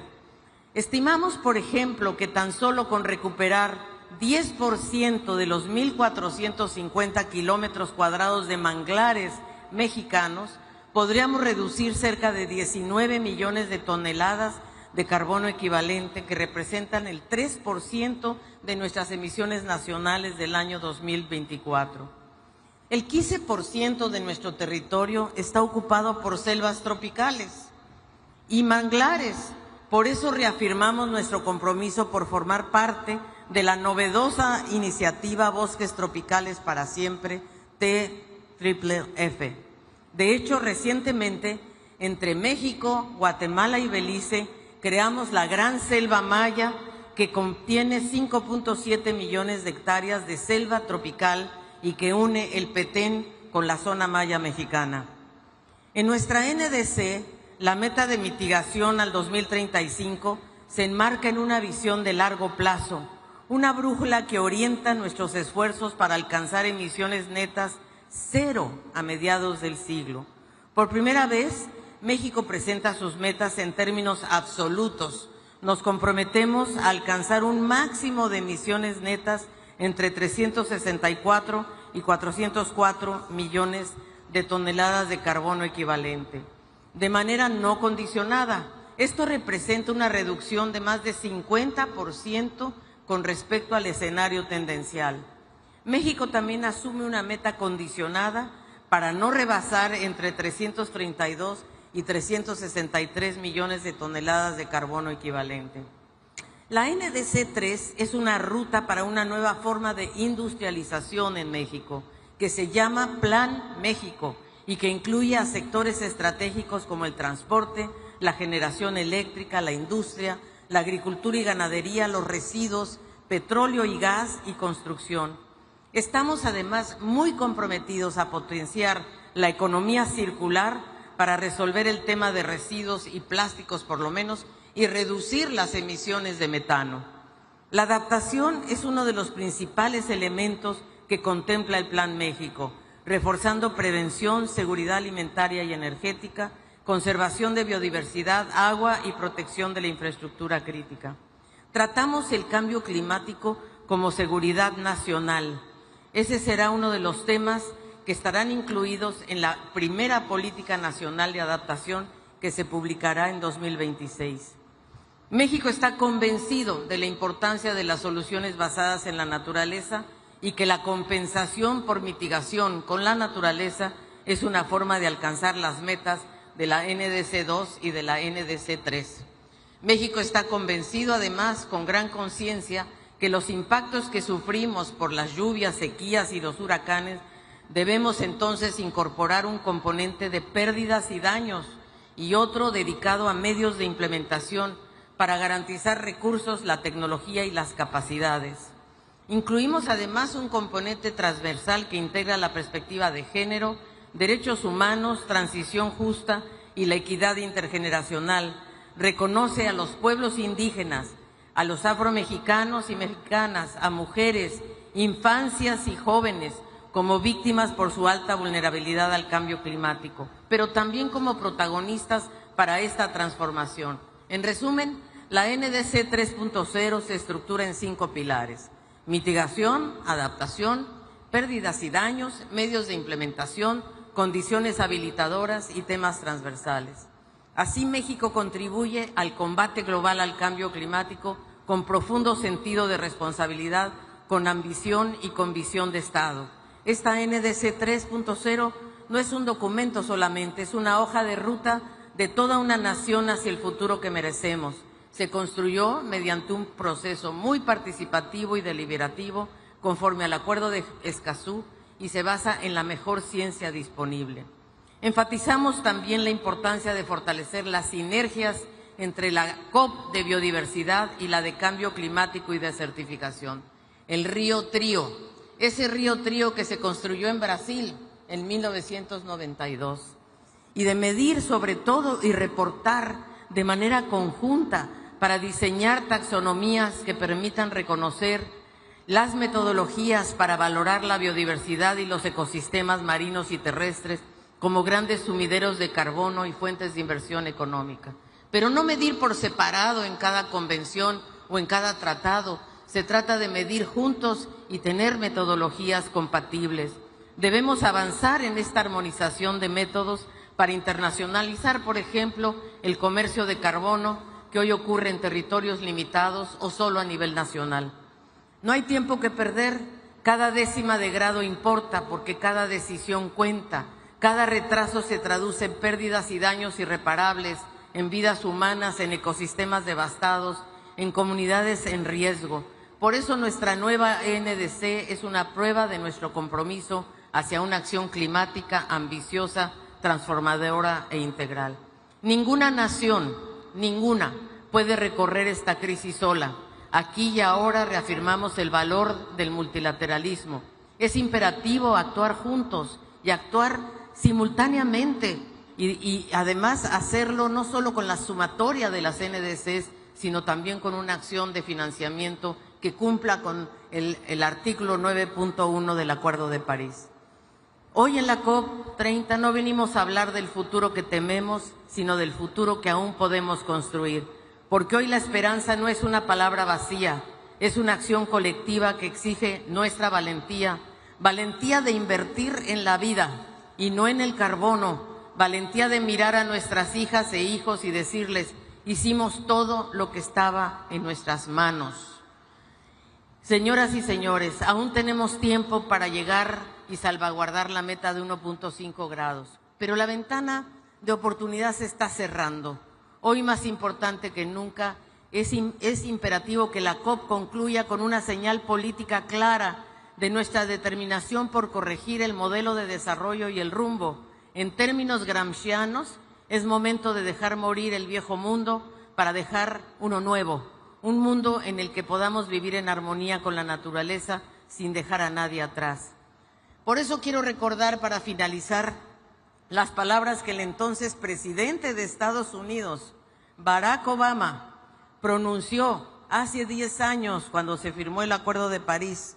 Y Obama dijo: somos la primera generación en experimentar los efectos del cambio climático y la última que tendrá la oportunidad de revertirlos. Muchas gracias.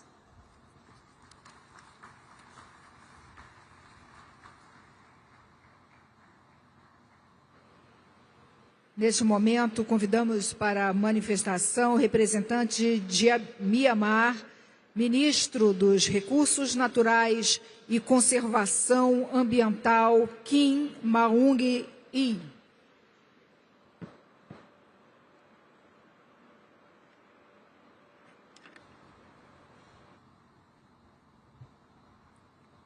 Mr. President, Excellency, distinguished delegates, it is my distinct honor to deliver these statements on behalf of the government of the Republic of the Union of Myanmar.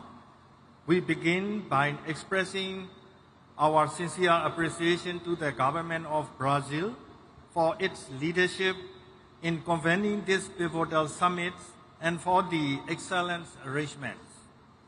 Myanmar is a Southeast Asian nation bordered by India, Bangladesh, China, Laos, and Thailand, with a coastline along the Andaman Sea and the Bay of Bengal.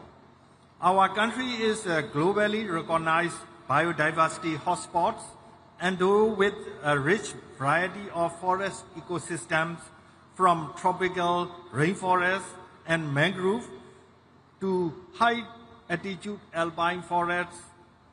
These invaluable natural resources are national priorities, with forests covering approximately 42.19% of our land area. Excellency, ladies and gentlemen, the gravity of the climate crisis is felt acutely in Myanmar.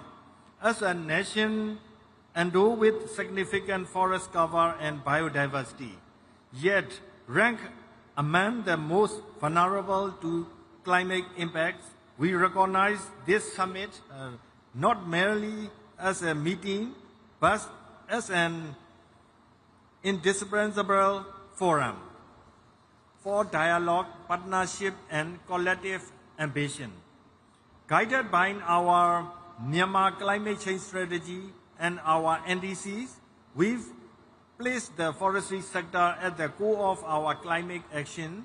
We are actively implementing measures to promote renewable energy, enhance energy efficiency, and advance climate-smart agriculture. Furthermore, we are scaling up adaptation activities across sectors, accelerating and scaling up climate finance, assessing pathway for technology transfer, and supporting robust capacity building are the crucial importance for the success of these endeavors, national ambitions, and implementations. It is this context of shared responsibility and opportunity that we warmly commend the President and Government of Brazil for the visionary initiative launched at this summit.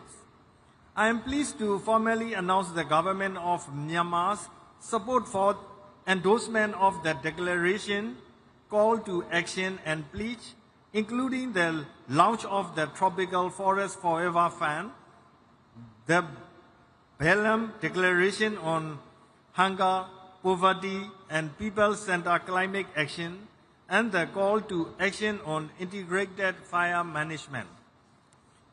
To conclude, climate change mitigation is a global issue that concerns all people on Earth, and it requires everyone to be involved, leaving no one behind.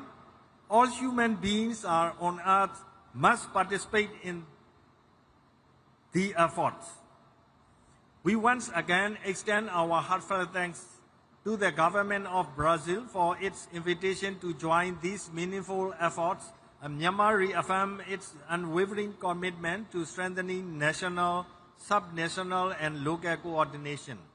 We will continue to work in closely partnership with the international community to realize our vision of a sustainable, inclusive, and climate resilient future for generations to come. Thank you, Mr. President.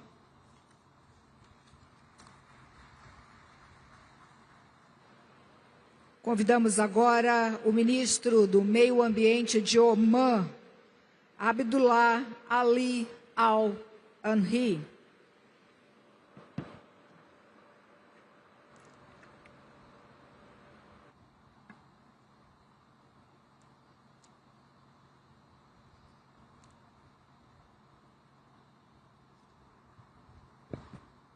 بسم الله الرحمن الرحيم.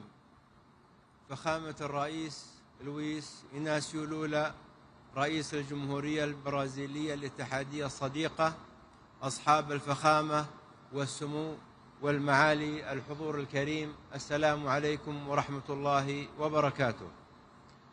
يشرفني بداية أن أنقل لكم تحايا جلالة السلطان هيثم بن طارق المعظم سلطان عمان حفظه الله ورعاه، وخالص تمنياته لأعمال هذه القمة بالتوفيق والنجاح. كما يطيب لي أن أتوجه بخالص الشكر والامتنان لجمهورية البرازيل الاتحادية الصديقة حكومة وشعبا على حسن الاستقبال ورقي التنظيم لمؤتمر الأطراف الثلاثين. كما أود التعبير عن بالغ التقدير للأمانة التنفيذية للأمم المتحدة بشأن تغير المناخ على جهودها الكبيرة في توجيه العمل المناخي العالمي نحو التنفيذ. أيها الحضور الكريم، نجتمع اليوم على ضفاف الأمازون رئة الكوكب وشريانه. يحيطنا قلق كبير من تأثير التغير المناخي على النظام البيئي برمته، وبالنتيجة على الحضارة البشرية. وإن ما يشهده الكوكب من ظواهر ارتفاع درجات الحرارة وذوبان الجليد وفقدان التنوع الحيوي وحرائق الغابات لم تترك مجالا للشك من أن التغير المناخي حقيقة لا يمكن تجاهلها. الأمر الذي يضعنا جميعا أمام مسؤوليات وطنية وعالمية لتسريع وتيرة العمل المناخي وتضافر الجهود، خاصة بعد مخرجات التقرير التجميعي للمساهمات المحددة وطنيا الصادر بنهاية أكتوبر الماضي، والذي أظهرت نتائجه بأن العمل المناخي لا يزال دون طموح. أيها الحضور الكريم، إن وراء هذا الأداء المتواضع عدة تحديات رئيسية، أهمها الحوكمة العتيقة لمؤسسات النظام البيئي العالمية والإجراءات البطيئة والمعقدة لمنظومات التمويل، إذ أن العالم قد أصبح مشتتا بين القمم والمؤتمرات البيئية والمناخية، وأصبح منغمسا في إعداد التقارير الفنية العديدة، وكل ذلك على حساب الوقت والجهد والموارد، وبالنتيجة على حساب التنفيذ. وعلى الضفة الأخرى فإن تعهدات التمويل كثيرة جدا والمتحقق منها قليل، بل وأن المتحقق منها لا تتمكن الدول المستحقة من الوصول إليه، وإن وصلت تصل بعد جهد وعناء، وهذا أمر طبيعي في ظل غياب المعايير وضبابية الإجراءات. أيها الحضور الكريم، طالما النظام البيئي للكوكب نظام واحد لا يتجزأ، وطالما الاتفاقيات البيئية الثلاثة التي أقرت هنا في البرازيل تعالج قضية واحدة وهي قضية النظام البيئي، فمن الضروري مراجعة المنظومة المؤسسية البيئية العالمية التي نعمل من خلالها، والتي تدير ملفات الحاضر والمستقبل بحوكمة الماضي، مما أدى إلى تشتت الجهود وبطء الإجراءات. فالحوكمة المؤسسية الكفءة هي الأساس في نجاح منظومات العمل وتوحيد الجهود ومجابهة التحديات. أيها الحضور الكريم، إن بلدي سلطنة عمان يمضي بثبات وإصرار نحو تحقيق أهدافه البيئية والمناخية، إيمانا منه بأن التحول المناخي ليس عبئا بل فرصة اقتصادية وتنموية كبرى، إذ أن الاستثمارات في الطاقة النظيفة والبنية التحتية المستدامة والذكاء المناخي قد أصبحت محركات النمو في القرن ال21. ولذا فقد وضعت رؤيتنا الوطنية عمان 2040 متطلبات الاتفاقيات البيئية الثلاثة كأجندة وطنية رئيسية، ومضت قدما في تطبيق الاستراتيجية الوطنية للحياد الصفري وتفعيل السجل الوطني للكربون وتطوير سياسات المادة 6 من اتفاق باريس. كما تعمل سلطنة عمان على تنفيذ العديد من مشاريع التكيف مع التغيرات المناخية، ومنها نظام الإنذار المبكر ومنظومات الحماية من الفيضانات وتشييد المدن المرنة والمستدامة، إضافة إلى التوسع في تبني الحلول القائمة على الطبيعة. ومن هذا المنطلق تؤكد سلطنة عمان على أن التنمية والاستدامة مساران متكاملان لا متعارضان، وأن تحقيق انتقال عادل ومنصف هو الطريق لضمان مستقبل آمن واقتصاد مزدهر ومستدام، وأن صون البيئة هو الاستثمار الأمثل في مستقبل الأجيال القادمة والركيزة الحقيقية لرفاه الشعوب. شكرا لكم والسلام عليكم ورحمة الله وبركاته.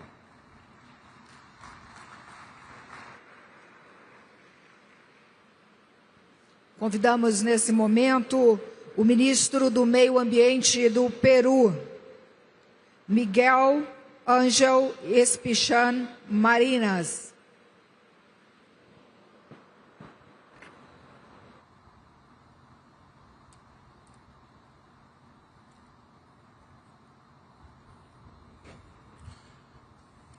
Señor Presidente de la República Federativa de Brasil, Excelencias, distinguidos jefes de delegación, ministras y ministros, traigo el saludo de nuestro presidente José Gerí Oré. Somos el cuarto país con mayor superficie de bosques tropicales del mundo, con más de 68 millones de hectáreas de bosque amazónico, que cubre casi el 60% del territorio nacional. En esta área viven 51 pueblos indígenas que gestionan el bosque, demostrando que la conservación y el desarrollo de la Amazonía pueden y deben avanzar juntos. Si bien el Perú aporta menos del 0.5% de las emisiones globales, somos un país altamente vulnerable a los impactos del cambio climático, lo cual representa para nosotros un gran desafío. El Perú, como país andino-amazónico, llega a Belén a la COP30 implementando soluciones efectivas desde su territorio y con líneas de acción concretas, con recursos públicos y de los países socios. Desde el 2011 se han entregado a 370 comunidades nativas y campesinas un incentivo económico denominado transferencias directas condicionadas, por un monto total de más de $30 millones. Este apoyo ha logrado reforzar nuestro compromiso con la conservación de cerca de 5 millones de hectáreas de bosques, en beneficio de más de 30.000 familias amazónicas.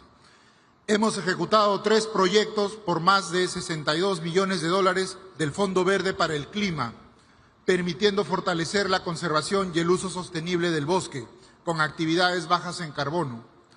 Trabajamos con varios socios y lo hacemos porque creemos y tenemos una firme convicción en el multilateralismo y en la cooperación internacional.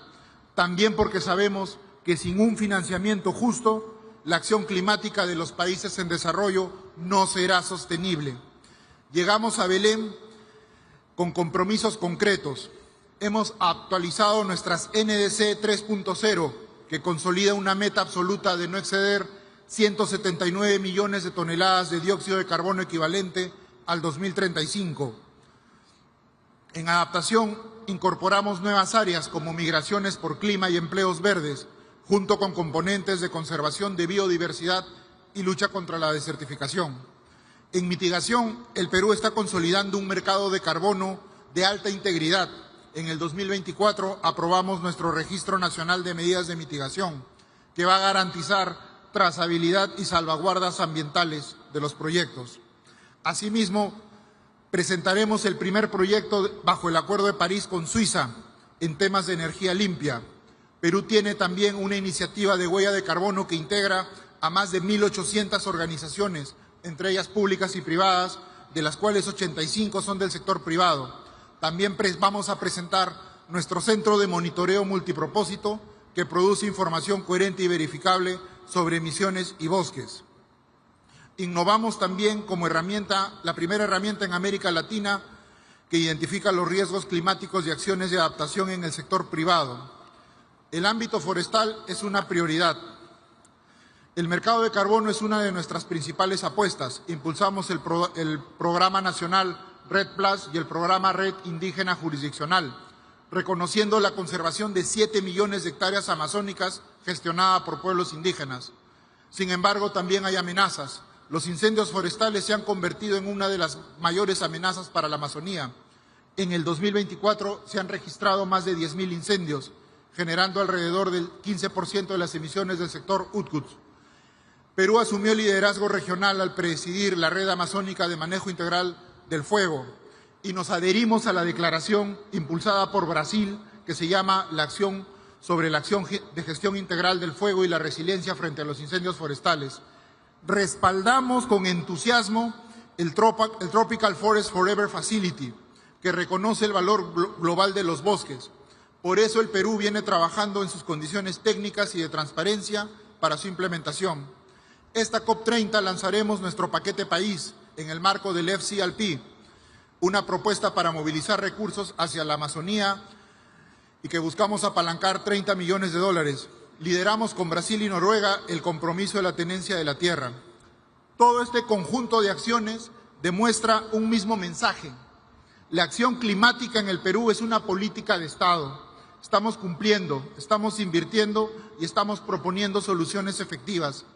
Pero necesitamos socios que crean en esta visión y nos ayuden o sigan ayudando a escalarla. Invertir en el Perú es invertir en la Amazonía, en su biodiversidad de ecosistemas, de especies y de genes y sin duda en la estabilidad climática del planeta. Muchas gracias.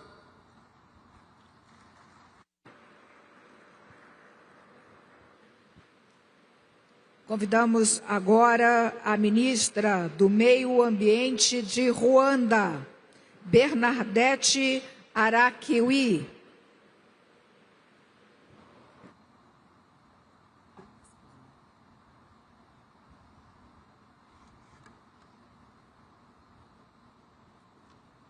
His Excellency, President Luiz Inácio Lula da Silva, distinguished heads of state and government, Your Excellencies, esteemed delegates, fellow leaders. I take this moment to convey greetings from His Excellency Paul Kagame, the President of Rwanda, whom I have the honor of representing at this summit. And we express our gratitude to the Federative Republic of Brazil and the State of Para for a warm hospitality. Ladies and gentlemen, Rwanda arrives in Belém with both resolve and hope. We commend Brazil for centering COP30 on implementation, inclusion, and forests, and these are principles that mirror our own journey of turning vulnerability to action. In May 2023, devastating floods across Rwanda claimed more than 130 lives and resulted in almost $200 million in damage, all in just 24 hours. Sadly, this was not an isolated tragedy, but another example of how much damage can be done in one single climatic event. However, Rwanda refuses to be defined solely by its vulnerability. Our climate action is coupled with economic empowerment while also placing women, youth, and children at the forefront. Through our landscape restoration initiatives, Rwanda is on its way to restoring 2 million hectares of degraded land, transforming barren hills into thriving forests and farmlands. Our forest cover has also grown to 30%, a testament to our commitment to restoring ecosystems. In Kigali, we are restoring 5 major wetlands into natural flood buffers to protect our capital while creating green spaces for the city's residents and visitors to enjoy. What was once seen as wastelands is becoming a living shield against climate shocks. With less than a decade to keep the 1.5 degrees Celsius goal within reach, Rwanda's updated nationally determined contributions, our NDC 3.0, has an economy-wide target of reducing emissions by 53% by 2035, while also strengthening resilience across every sector of our economy. Through this ambition, we aim to demonstrate that climate action and economic development are not opposing forces, but rather mutually reinforcing imperatives. As we move from Baku to Belém, Rwanda looks forward to agreeing on a clear roadmap to deliver the $3 billion annual commitment agreed up at COP29, while charting a path towards the more realistic goal of at least $1.3 trillion per year by 2030. Rwanda advocates for accessible, predictable, and equitable climate finance, as well as a loss and damage fund that meets the needs of the most vulnerable. Capacity building and technology transfer that empowers domestic climate action must also be prioritized. Rwanda will continue to work with partners to ensure the global goal on adaptation achieves its potential through indicators that measure both adaptation progress and the adequacy of adaptation finance. We commend Brazil for placing forests at the core of COP30, not merely as carbon sinks, but as living ecosystems that sustain biodiversity, livelihoods, and climate resilience. And yesterday's launch of the Tropical Forest Forever facility offers a transformative model for rewarding conservation at scale. Rwanda also supports Brazil's call for COP30 to be a moment to deliver real action and for all parties to submit enhanced NDCs that are aligned with the 1.5 degrees Celsius target. Your Excellencies, the choice before us is clear. We can continue with incremental progress while the planet burns, or we can rise to meet the scale of this crisis. The fossil fuel era is drawing to a close. We must now ensure the transition is just, inclusive, and equitable. Rwanda's message is clear. Climate vulnerability must not dictate our future.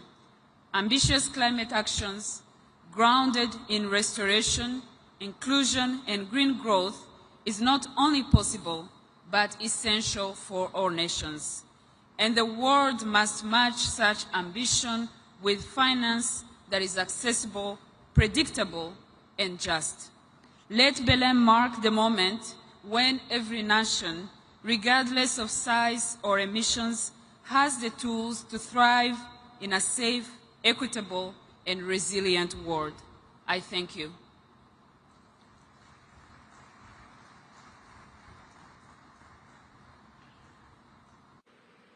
Nesse momento, convidamos para a manifestação o representante de São Tomé e Príncipe, ministra dos Negócios Estrangeiros, Cooperação e Comunidade, Ilza Maria dos Santos Amado Vaz.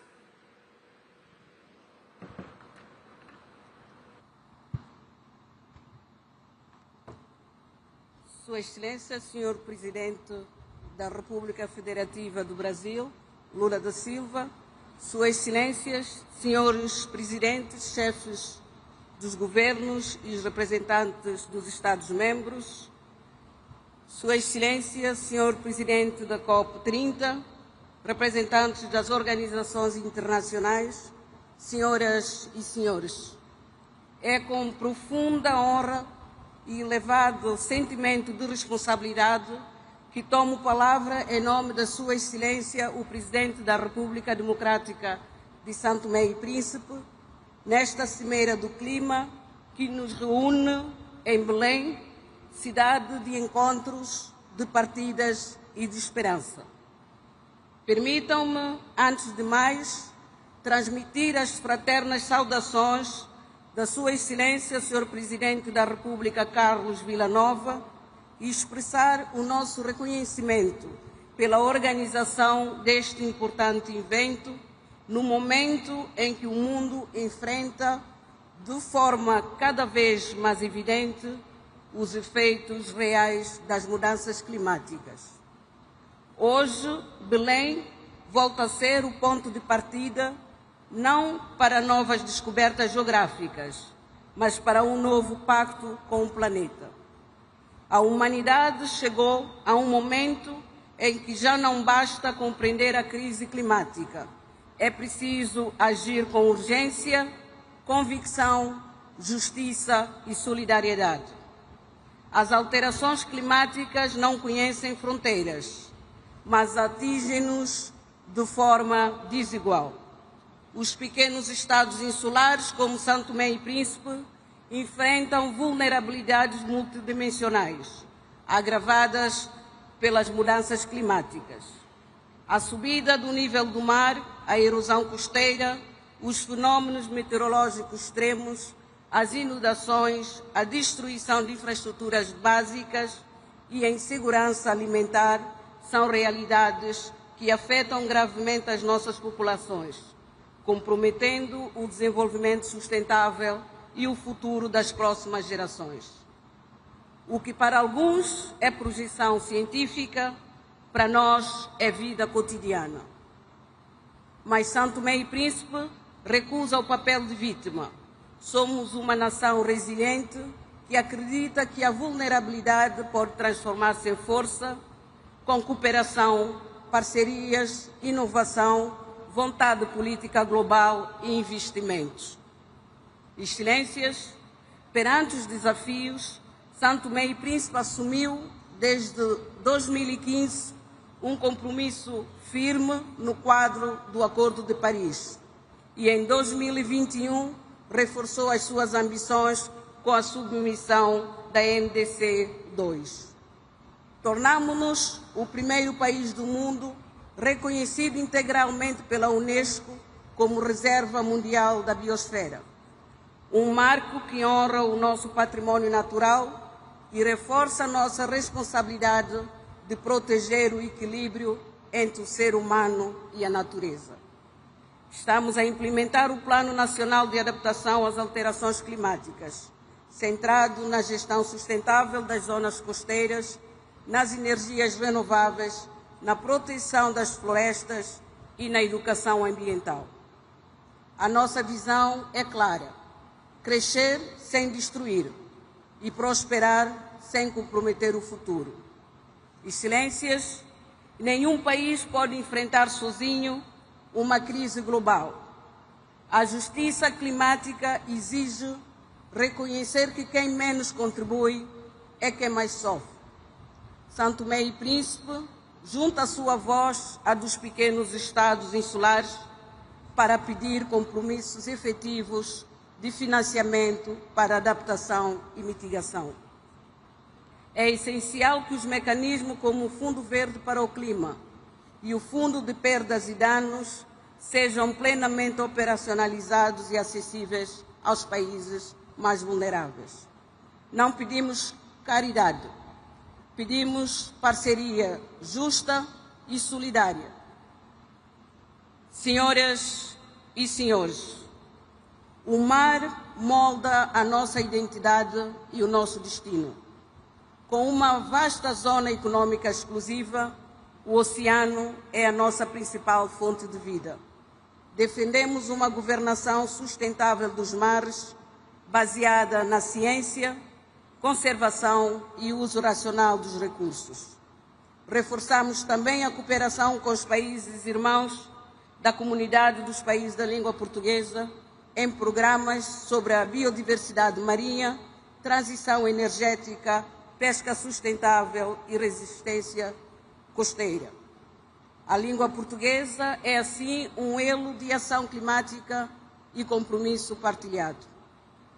Excelências, a nossa responsabilidade climática também é geracional. A juventude de São Tomé está envolvida em projetos de reciclagem, agricultura sustentável e educação ambiental. Investir nos jovens é investir na soberania do futuro, porque eles não pedem discurso, pedem ações concretas. E têm razão. São Tomé e Príncipe acredita no multilateralismo e na cooperação Sul-Sul. Destacamos as parcerias, iniciativas e mecanismos promovidos pelo Brasil, país anfitrião desta cimeira, com resultados concretos em agricultura sustentável, inovação ambiental, proteção florestal. Um exemplo de solidariedade e de laços transformadores em soluções reais. Belém foi ponto de partida de grandes viagens. Hoje deve ser o ponto de partida de uma nova jornada da humanidade de reconciliação com a natureza e de justiça climática.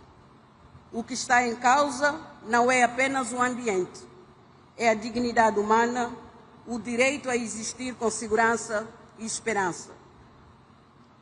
Senhoras e senhores, que façamos do combate às alterações climáticas um território de união. Que façamos da palavra compromisso um verbo de ação. No presente, implementamos. São Tomé e Príncipe reafirma com convicção o compromisso com o Acordo de Paris e com os Objetivos de Desenvolvimento Sustentável. Muito obrigada.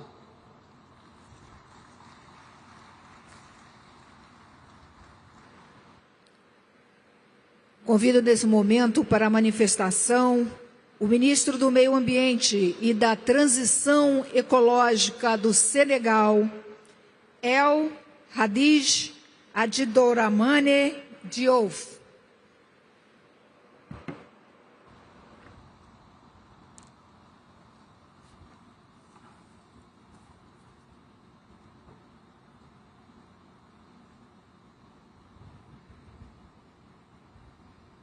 Monsieur le Président de la République fédérative du Brésil, Mesdames et Messieurs les chefs d'État et de gouvernement, Mesdames et Messieurs les ministres, Monsieur le Secrétaire général des Nations Unies, Monsieur le Président de la Conférence des partis, Monsieur le Secrétaire exécutif de la Convention cadre des Nations Unies sur les changements climatiques, Mesdames et Messieurs, Excellences, Monsieur le Président de la République fédérative du Brésil, Monsieur Luiz Ignacio Lula da Silva, je voudrais tout d'abord vous transmettre les salutations amicales de son Excellence, Monsieur Bassirou Diomaye Diakhar Faye, Président de la République du Sénégal.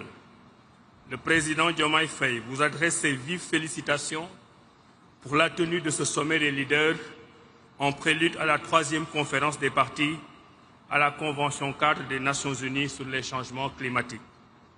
Cette rencontre démontre, une fois de plus, l'urgence d'une action collective face à la crise écologique.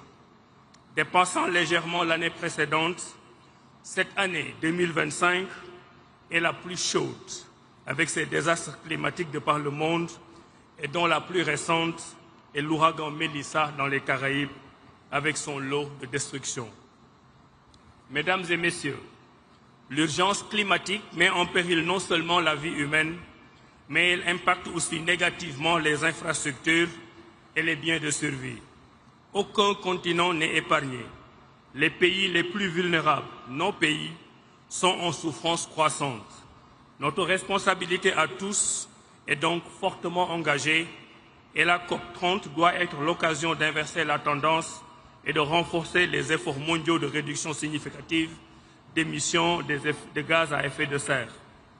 Nous devons, par notre solidarité commune, construire cette trajectoire globale de neutralité carbone d'ici 2050 car chaque dixième de degré compte afin de limiter la hausse de température à 1,5 degré Celsius. Mesdames et messieurs, à l'instar des autres pays, le Sénégal est également touché par les changements climatiques, exposant ainsi la vulnérabilité de nos populations.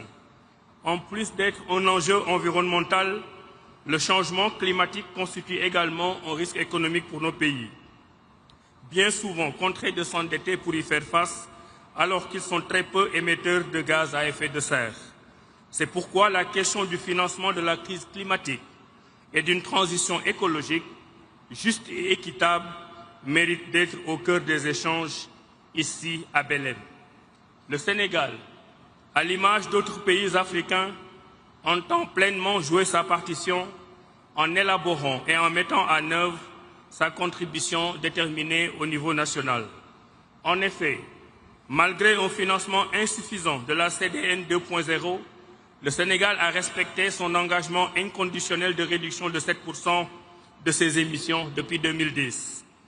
Plus de 4,5 milliards de dollars américains ont été investis dans 300 projets, à la fois d'atténuation et d'adaptation, et cela avec 40% du budget national.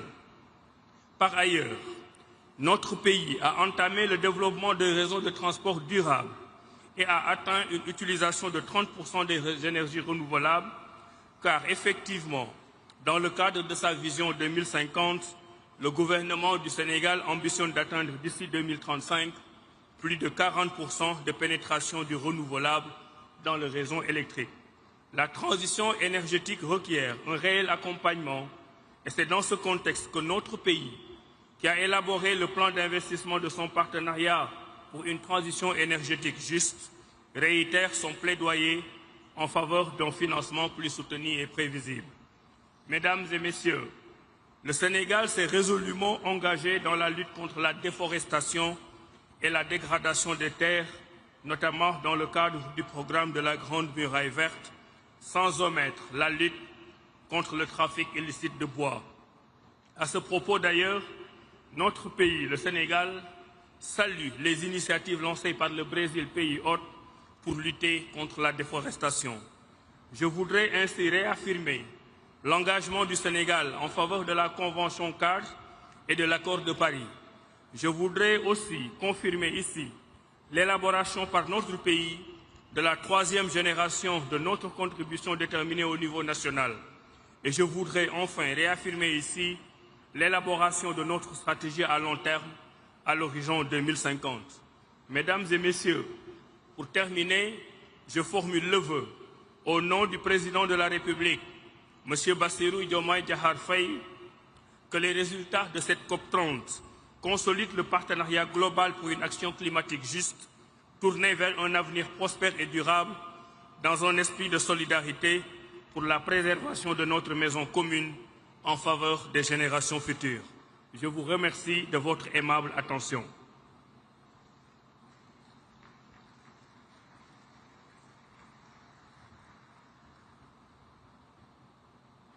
Agora chamamos para a manifestação o representante de Serra Leoa, ministro do Meio Ambiente e Mudança do Clima, João Emanuel Abdullahi.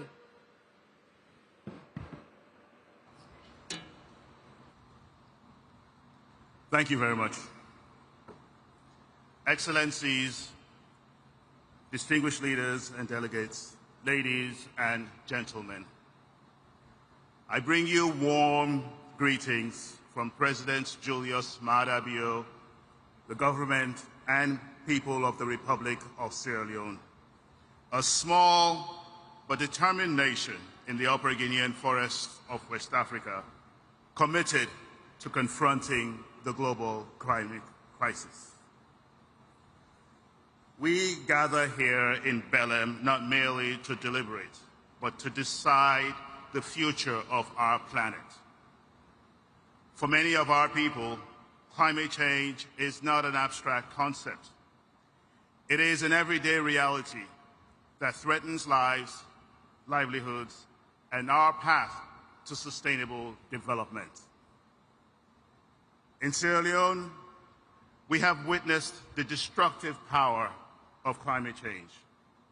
Severe floods and landslides have taken lives and displaced families. Rising seas continue to consume our islands and erode our coastlines, while extreme heat endangers lives and unpredictable rainfall disrupts our agriculture, which is the foundation of our rural economy. Nature reminds us that the climate crisis is not about tomorrow, but it's already here upon us.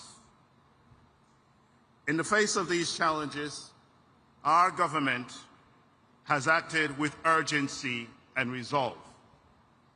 We have strengthened our national disaster management systems and improved early warning capabilities. Beyond immediate response, we are building long-term resilience by restoring degraded ecosystems, investing in climate-smart agriculture, and empowering local economies to adapt and thrive in a changing climate. Sierra Leone has also made significant progress in advancing our climate governance framework, and we aim to enact a new climate legislation in the first quarter of 2026. Our third-generation national determined contribution articulates our ambition to reduce emissions, strengthen adaptation, and protect our people from the worst impacts of climate change. These commitments are being translated into real action, promoting renewable energy to power rural homes and schools, restoring mangrove forests and protecting our coast, and mainstreaming climate-smart practices into agriculture and water management. By 2030, we aim to cut our socioeconomic vulnerability index by half. This is a measurable target, supported by actions across agriculture, water, coastal protection, health, and disaster management. We have designed this effort to be inclusive.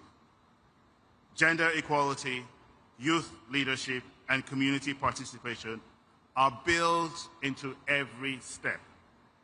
We are showing that adaptation is not separate from development, but essential to it.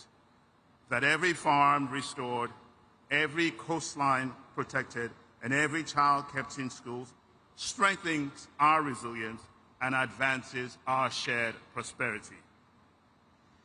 We recognize that climate change affects every sector of our society. That is why we have taken deliberate steps to mainstream climate action into our national planning and budgeting systems. Climate action is no longer a side issue. It is now a central pillar in Sierra Leone's national development agenda. While our efforts are strong, they are not sufficient on their own. The fight against climate change demands collective and global response. Science tells us that to keep the planet safe, we must limit global warming to 1.5 degrees Celsius.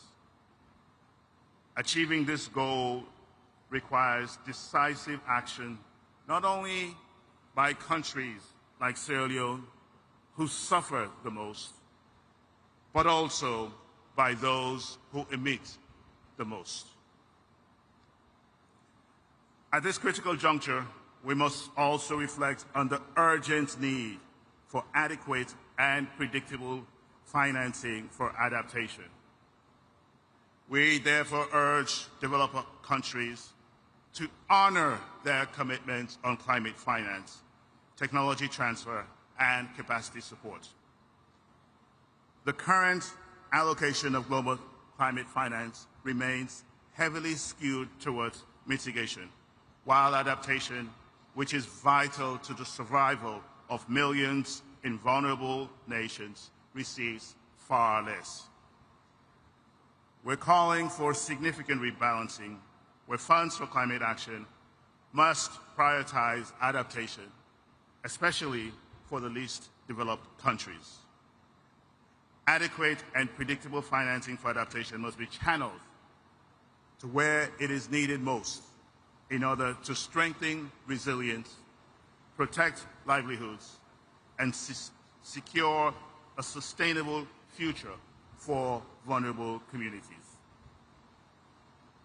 Technology transfer and capacity building must be greatly enhanced for LDCs, which contribute the least to global emissions, but bear the greatest burden of its impacts. Adequate provision of adaptation finance must not only be pledged, but also tracked and verified on the ground, ensuring that resources reach the communities most affected by extreme heat, floods, droughts, and rising seas.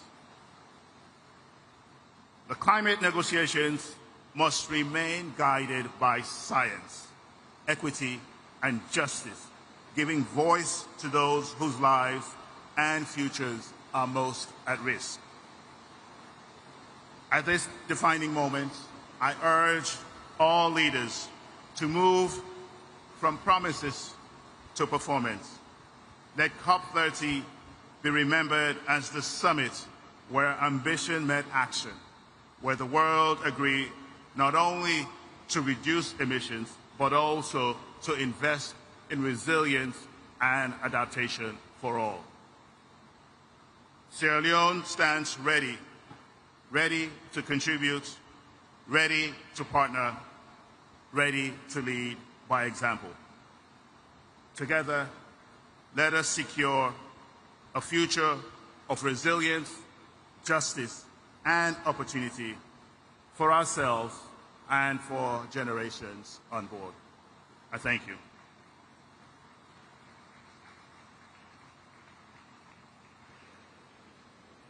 Convidamos nesse momento o ministro de Meio Ambiente e Florestas do Sudão do Sul, Josephine Napuon Cosmos.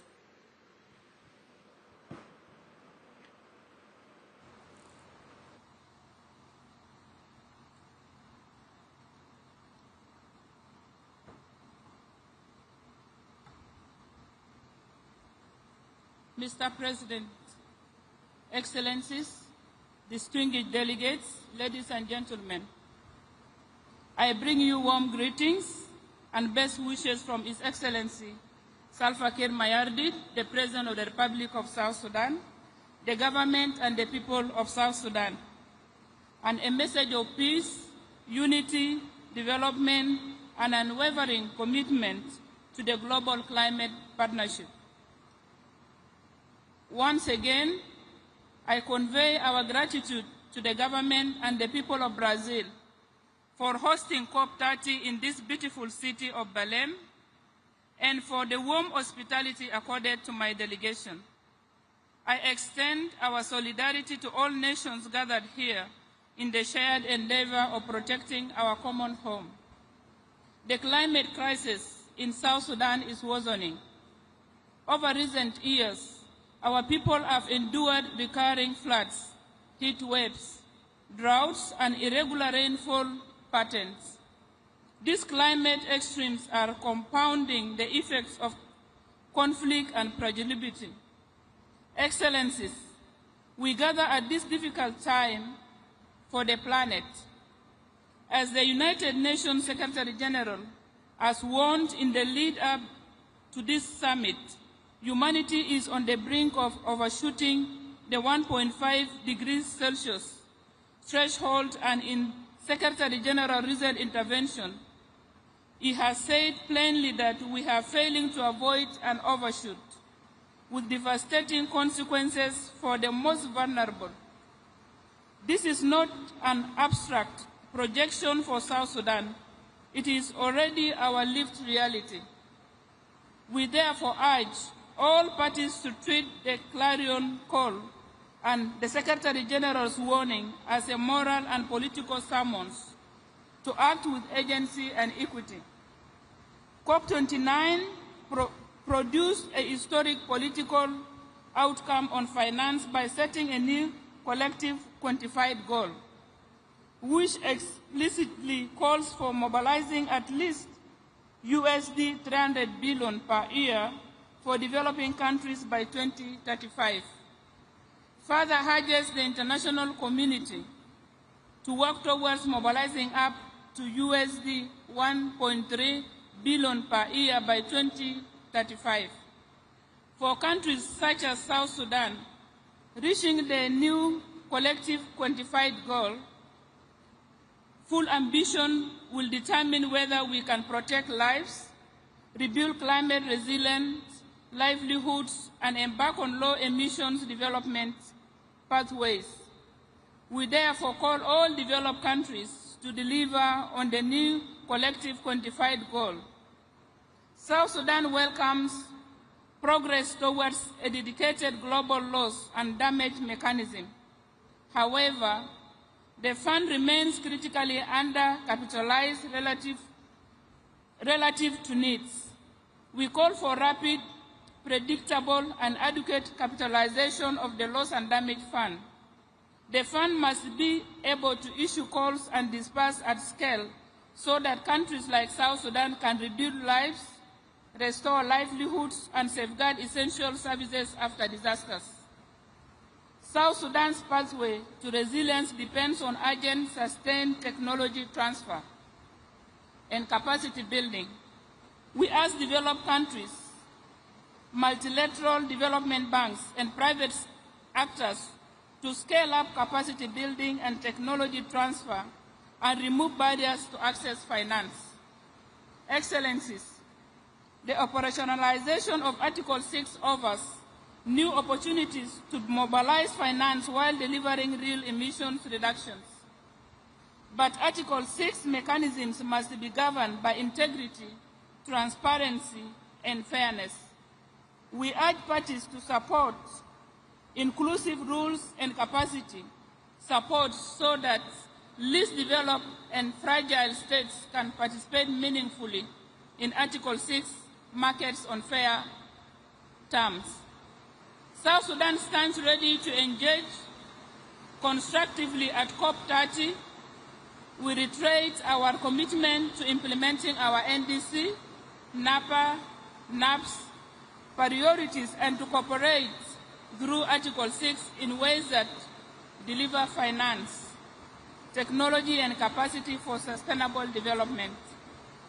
We conclude with an urgent appeal to deliver on the new collective quantified goal and the path to mobilize USD 1.3 trillion, fully capitalize the loss and damage fund, operationalize Article 6 and commit to technology transfer and capacity building that empower countries like South Sudan to protect their people and environment.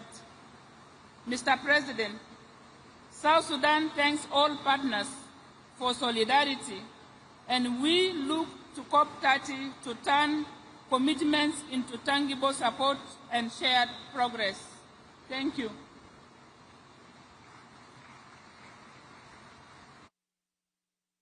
Convidamos agora representante do Tajiquistão, o senhor ministro do Meio Ambiente, Bahadur Sheralizada.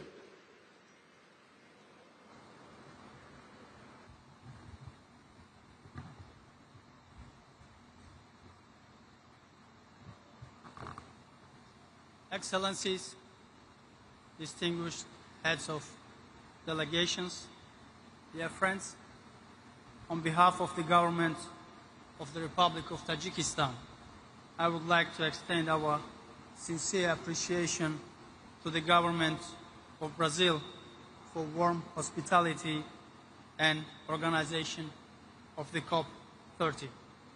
We commend Brazil's leadership in hosting this important global gathering here in Belém, a city that symbolizes both the richness and the fragility of our planet's ecosystem. Excellencies, climate change is no longer a distant concern. It is a present an escalating crisis that threatens the very foundation of life on Earth. Its devastating consequences, rising temperatures, melting glaciers, desertification, and the loss of biodiversity are affecting every community, the most vulnerable who have contributed least to global emissions continue to suffer the most. For Tajikistan, a mountainous and landlocked country located in the heart of Central Asia, climate change poses a particular grave threat to our water resources and to the livelihoods of our people. Our glaciers, which serve as a primary source of fresh water for the entire Central Asian region, are retreating at an alarming rate. Over the past several decades, we have lost more than 1/3 of our glacier area, a trend that endangers regional water issues, agriculture, energy production, and ecosystems across our shared basins. At the same time, Tajikistan's vast water resources hold enormous potential for clean and renewable hydropower generation. With over 60% of Central Asia's water resource and significant untapped hydropower potential, Tajikistan is well positioned to become a key producer and exporter of green energy. The development of renewable energy potential, particularly hydropower, serves as a main instrument to achieve our national climate ambitions and commitments under the Paris Agreement, while contributing to a low-carbon future for our neighboring countries by increasing the share of green energy in their economies. Excellencies, recognizing the urgency of preserving glaciers and protecting mountain ecosystems, the government of Tajikistan hosted the first international high-level conference on glacier preservation in Dushanbe earlier this year. The conference brought together heads of states, ministers, scientists, societies, and experts from around the world to discuss joint measures for preserving glaciers and strengthening resilience in mountainous regions. Distinguished delegates, in recognition of Tajikistan's long-standing global advocacy for water and climate issues, the United Nations General Assembly has declared 2025 as the International Year of Glaciers Preservation. One of the most significant elements of this resolution is the establishment of a trust fund for glacier preservation under the management of the United Nations. Tajikistan made its initial financial contribution to this trust fund, demonstrating our commitment to collective global action. We take this opportunity to invite all UN member states, international and financial organizations, and other partners to make financial contributions to this fund and support global initiatives dedicated to glacier research, monitoring, and preservation. Furthermore, Tajikistan, together with France, has co-initiated United Nations Decade of Action for Cryospheric Sciences, aimed at enhancing global understanding and cooperation in cryospheric research and policy. We invite all countries, research institutions, and development partners to contribute to its successful implementation. Excellencies, as we meet here in Belém at a decisive moment for our planet, Tajikistan wishes to underscore several key priorities for the global climate agenda. First, urgent action to limit global temperature rise. We must to redouble our collective efforts to keep the global temperature rise below 1.5 degrees Celsius. This requires ambitious science-based indices, the acceleration of renewable energy transition and global commitment to the production and use of green energy. Second, strengthen the global adaptation framework. Adaptation must receive equal priority with mitigation. Greater support and including predictable climate finance, technology transfer and capacity building is essential for countries most affected by climate impacts, particularly landlocked and mountainous developing countries. Third, protecting the world's water and cryosphere systems. Glaciers, snow covers, and permafrost are crucial components of the global water cycle and climate systems. Their preservation must be integrated into all future COP decisions, the global stocktake process, and the implementation of the Paris Agreement. Excellencies, the conclusion, Tajikistan remains firmly committed to working with all partners towards the goals of the Paris Agreement and ensure that our collective action today safeguard the well-being of future generations. The challenges before us are immense, but through solidarity, scientific cooperation, and shared responsibility, we can still shape a resilient and sustainable future for our planet. Obrigado. Thank you.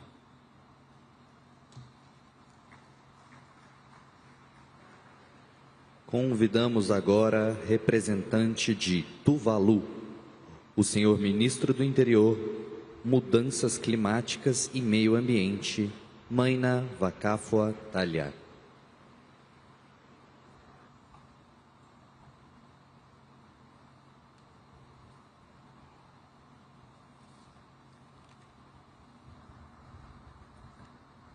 Honorable President, UN Secretary General, distinguished leaders, ministers, ladies and gentlemen. I have the honor to speak on behalf of the government and the people of Tuvalu. Tuvalu was very active in formulating the Paris Agreement.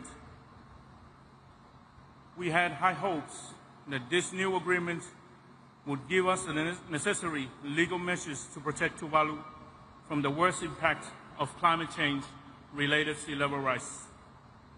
10 years on from Paris, we have greatly and gravely concerned about the slow progress in delivering significant emissions reductions to ensure our survival. The recent released UNEP Emission Gap Report 2025 off target informs us that about a third of the parties to the Paris Agreement have submitted newly their nationally determined contributions. Based on current projections, we are heading towards 2.3, 2.5 global average temperature by the end of the century. We are clearly not on track to keep the Paris Agreement's promise of stabilizing global temperature at 1.5 degrees Celsius relative to pre-industrial levels. Tragically, the world's largest historical emitter of greenhouse gas emission has withdrawn from the Paris Agreement. I was at the UN General Assembly when President Trump spent a considerable amount of his address to world leaders disparaging renewable energy sources and challenging the scientific consensus on climate change. Mr. President, this is a shameful disregard for the rest of the world.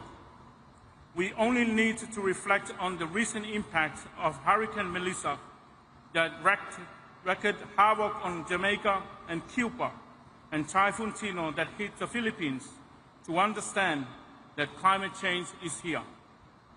The more we warm our oceans, the more intense these severe weather events are becoming. There is no time in human history where the world has faced such an enormous threat to our future. We must act now, and we must do it urgently. Mr. President, there are clear messages that can be found in the International Court of Justice advisory opinion on climate change. It says, every state has an obligation to act with stringent due diligence and to use all the means at disposal to prevent harm to the climate system. All states, even those not party to one or more of the climate agreements, are bound to take actions and have a duty to prevent significant harm to the environment and a duty to cooperate for the protection of the environment in line with the principle of good faith and due diligence.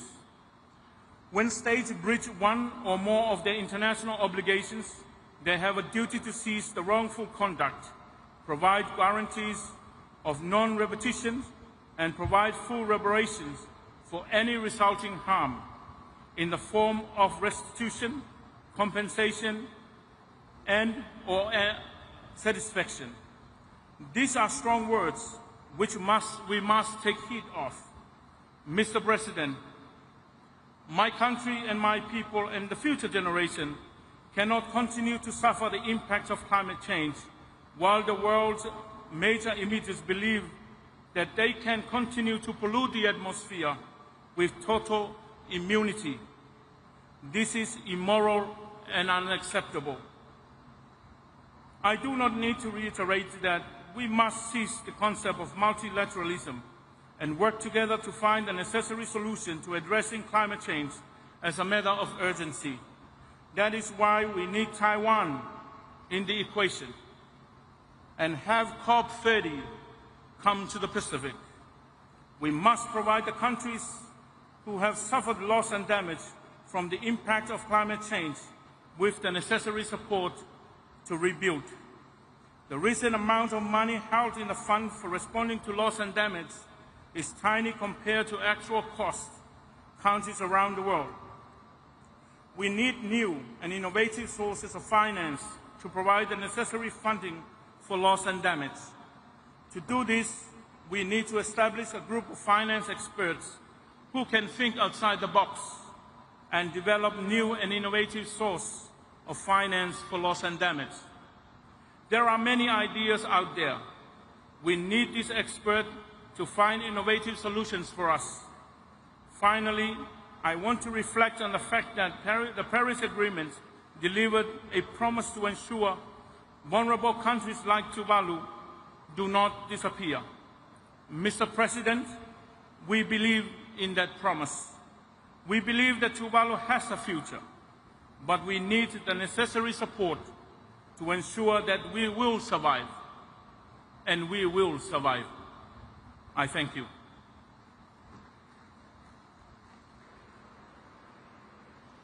Convidamos agora representante da Venezuela, o senhor ministro de Relações Exteriores, Ivan Gil.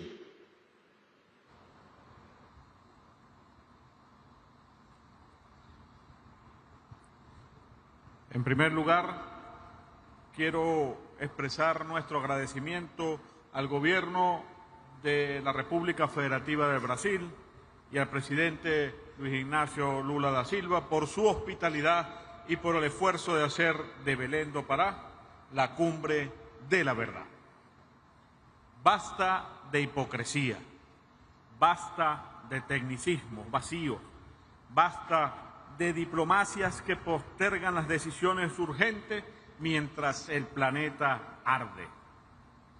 Lo que hace falta es compromiso real, acción concreta y cambios revolucionarios del sistema global, antes de que nuestra especie desaparezca, como lo advirtió el comandante Fidel Castro Ruz en el año 1992 en la conferencia de Río de Janeiro. Hoy, 3 décadas después de aquella alerta, no estamos ante una amenaza futura, estamos viviendo el colapso ambiental en tiempo presente. Ya no hablamos de un aumento determinado, de un determinado número de grados en la temperatura promedio global.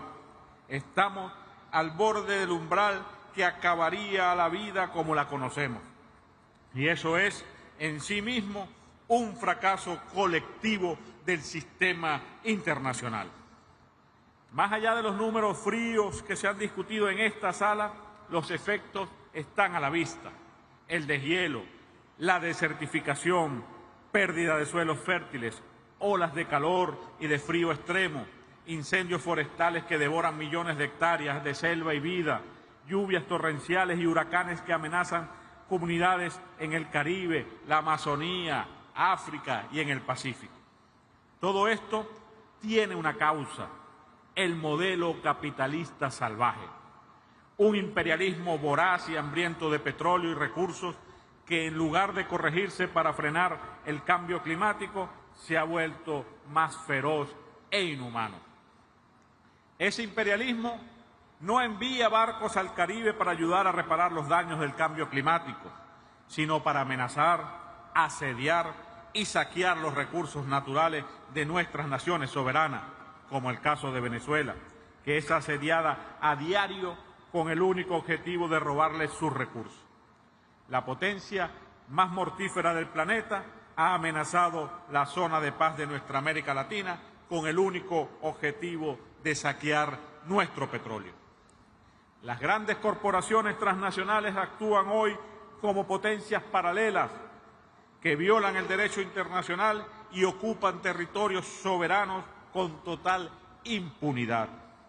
Ahí está el caso de la ExxonMobil, que opera de manera ilegal en un mar que no ha sido delimitado, explotando recursos que no le pertenecen, sin respeto alguno por la soberanía ni por la justicia internacional.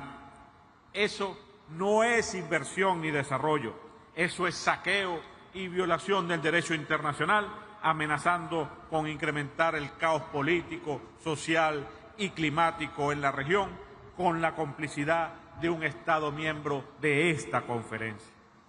Señor presidente, el discurso de la transición energética promovido por las potencias occidentales es una farsa. No se trata de una transición hacia la sostenibilidad, sino hacia una nueva forma de dominación. Una transición que concentra el control de la tecnología y excluye a los países del sur global, que les arrebata su conocimiento, su soberanía energética y su derecho al desarrollo. Porque en realidad esta transición no consume menos energía, sino más. El balance energético global es hoy más negativo que hace una década. Cada unidad de energía que se produce bajo este nuevo modelo demanda más energía fósil que antes y al mismo tiempo se imponen sanciones y restricciones tecnológicas a los países que no se someten a ese esquema de dependencia. Eso no es justicia climática, eso es neocolonialismo energético. Y si a esto le sumamos la manipulación del sistema financiero internacional, donde los fondos para la mitigación del cambio climático nunca llegan a los pueblos que más los necesitan, entonces debemos decirlo con claridad: la política ambiental multilateral ha fracasado.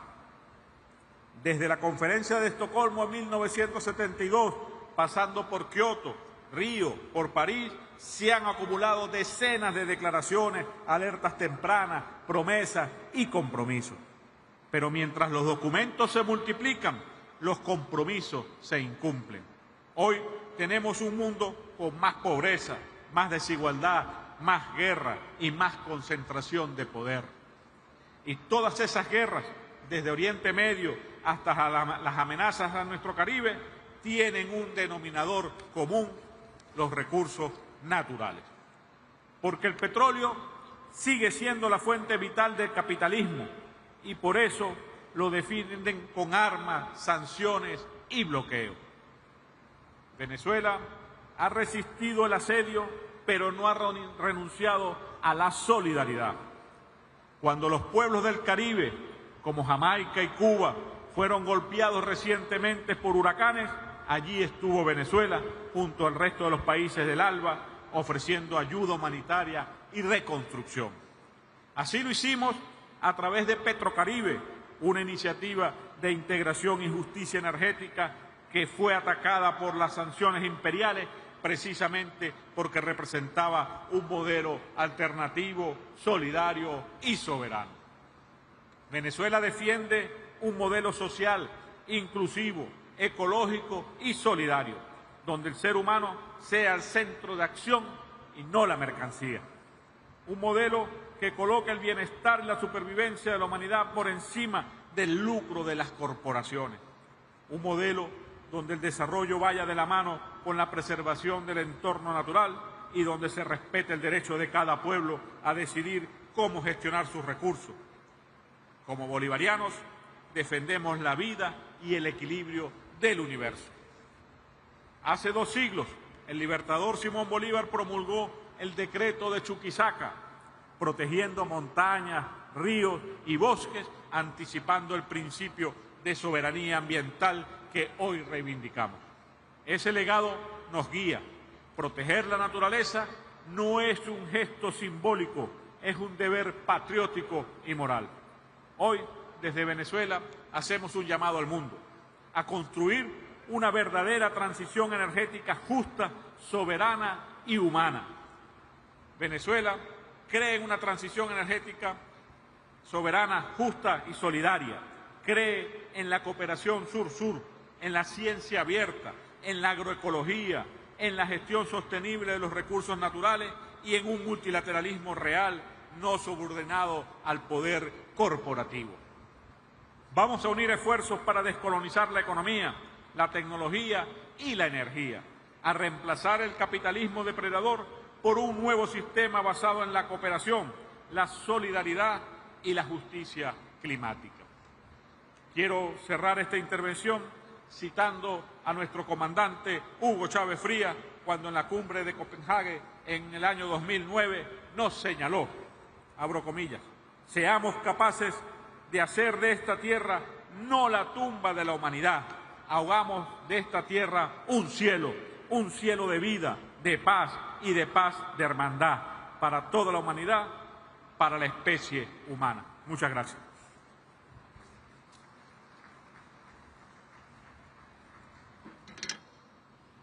Convidamos agora representante da Zâmbia, o senhor ministro da Economia Verde e do Meio Ambiente, Mike Bosch.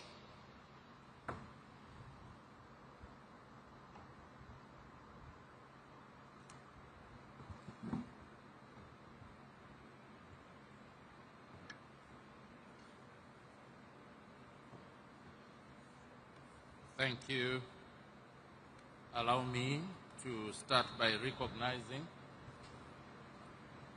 the presence of the representative of His Excellency, the President of the Federal Republic of Brazil, Your Excellency, the COP30 President-designate, Your Excellencies, Head of State and Government, here present, and those being represented, the representative of the Secretary General of the United Nations, the representative of the Executive Secretary of the UNFCCC Secretariat, members of the press, distinguished ladies and gentlemen, boa tarde. Your Excellencies, allow me to convey warm greetings from Mr. Hakainde Hichilema, the President of the Republic of Zambia, who sends his best wishes to this conference. Further, I wish to convey my deep gratitude and appreciation to the government and the people of Brazil for the warm hospitality accorded to me and my delegation since our arrival in this beautiful city of Belém. Allow me to also congratulate you, Your Excellency Ambassador André Correa do Lago, on your appointment as President and Chair of COP30. As Zambia, we have confidence in your leadership and we are looking forward to your formal election on Monday. Your Excellencies, we are gathered here once again, as we have done each year in the last 3 decades, to apply our collective efforts and wisdom to address the existing threat of climate change. But let me remind all of you that for the least developed countries, most of which are in Africa, including Zambia, climate change is no longer a threat, but our daily lived reality as we grapple with its multiple impacts. Therefore, for us, these gatherings are not to be seen or taken as routine annual rituals, but we regard them as essential platforms to forge common solutions to this global challenge. Therefore, failure should not be an option.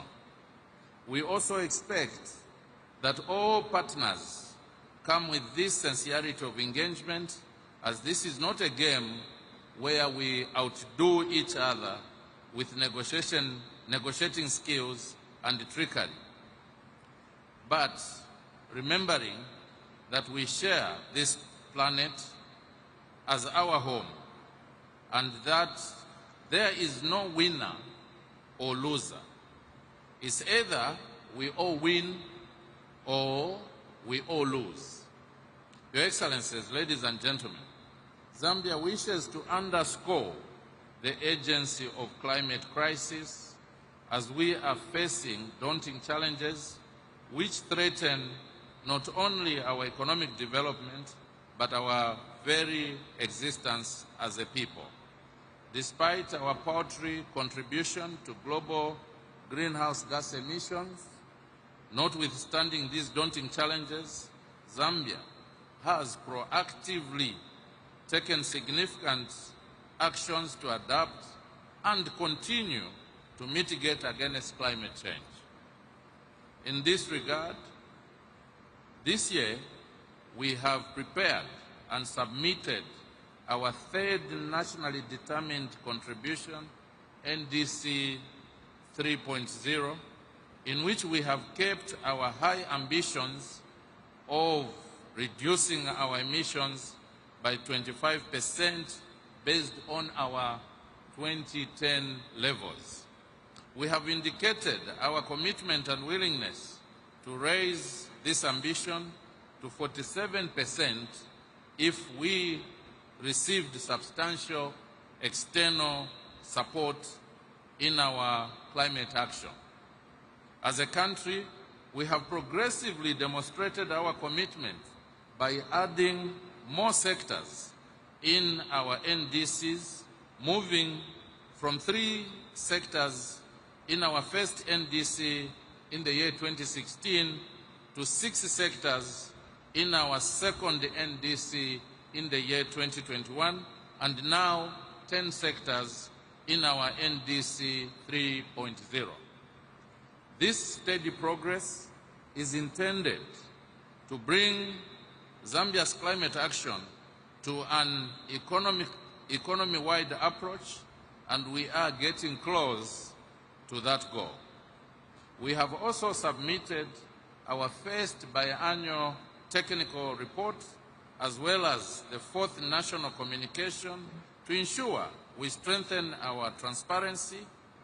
We thus expect nothing less from our partners, especially those who are more privileged economically than we are. Your Excellencies, on the negotiations front, adaptation remains a top priority for Zambia, like other vulnerable countries. The country places significant importance and priority on adaptation, actions to address the effects of climate change in order to enhance the resilience of its population, ecosystems, infrastructure, productive and health systems. Regrettably, there has been very little progress made on adaptation-related agenda items in the last few years, and it is important that these matters are taken seriously, as adaptation provides the only lifeline to the most vulnerable countries and peoples.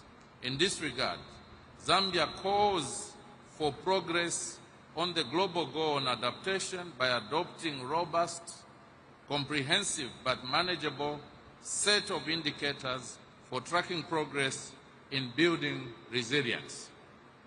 I am delighted to share with you, Your Excellencies, that Zambia was privileged to host the 2025 Global NAP Expo in Lusaka in August this year, and it was very clear to us from the experiences shared by multiple countries that there is a gap for resources for the implementation of NAPs, and this gap needs to be addressed as a matter of urgency.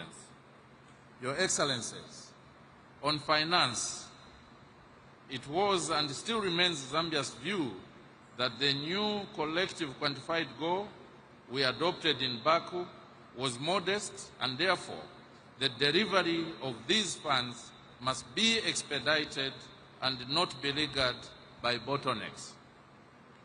The just transition must recognize the importance of differentiated pathways and different national circumstances and starting points for countries to transition towards net zero.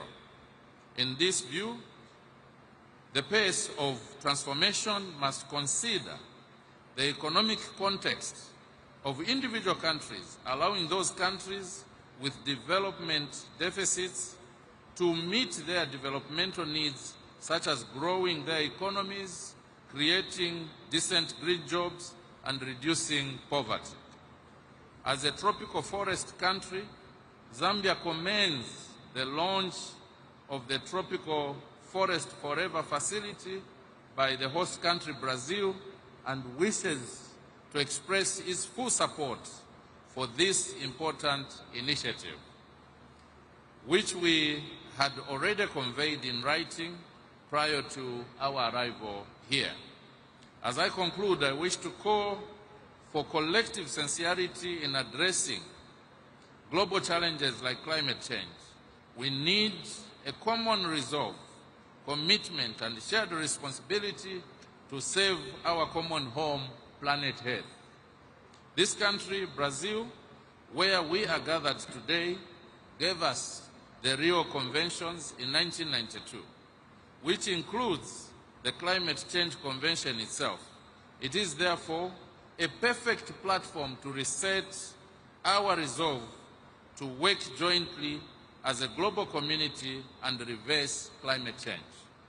Finally, I wish to thank the government and the good people of Brazil for a well-organized COP30 and wish you all the best deliberations and best outcomes. Muito obrigado. Thank you very much.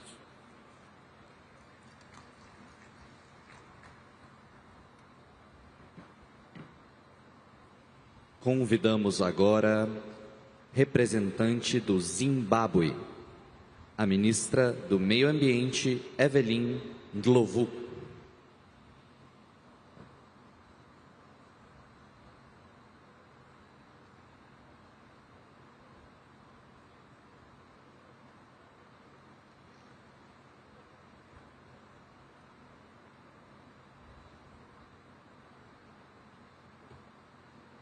Your Excellencies,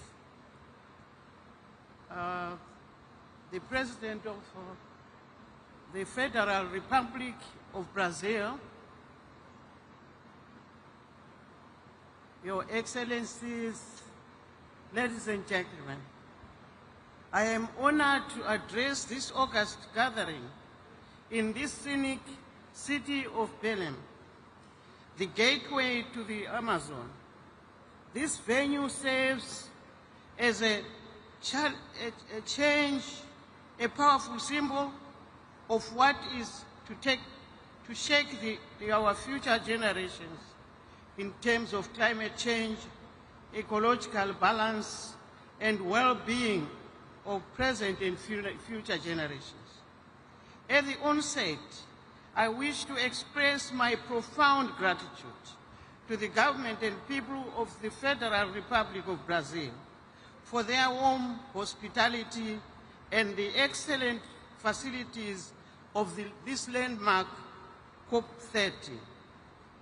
Due to other pressing national commitments, my president His Excellency Dr. E.D. Mnangagwa regretfully could not be here and appointed me to represent him. Therefore, in this regard, I will read his statement to the summit as follows. Your Excellencies and distinguished delegates, Zimbabwe commends the government of Brazil for its exemplary leadership on the global climate agenda. As a country endowed with vast initiatives such as the Tropical Forest Forever Facility, Zimbabwe welcomes this effort and looks forward to its operationalization as a significant contribution to the global forest conservation. The climate crisis has already reached alarming levels, with 2024 recording as the hottest year in history, and projections indicating that 2025 may follow this same dangerous pattern. Developing countries continue to endure the heaviest impacts despite bearing the least responsibility. Droughts, floods, cyclones, and other extreme weather events continue to erode development gains, threatening food security, damaging infrastructure, and destroying livelihoods. For small islands developing states, this crisis poses an existential threat.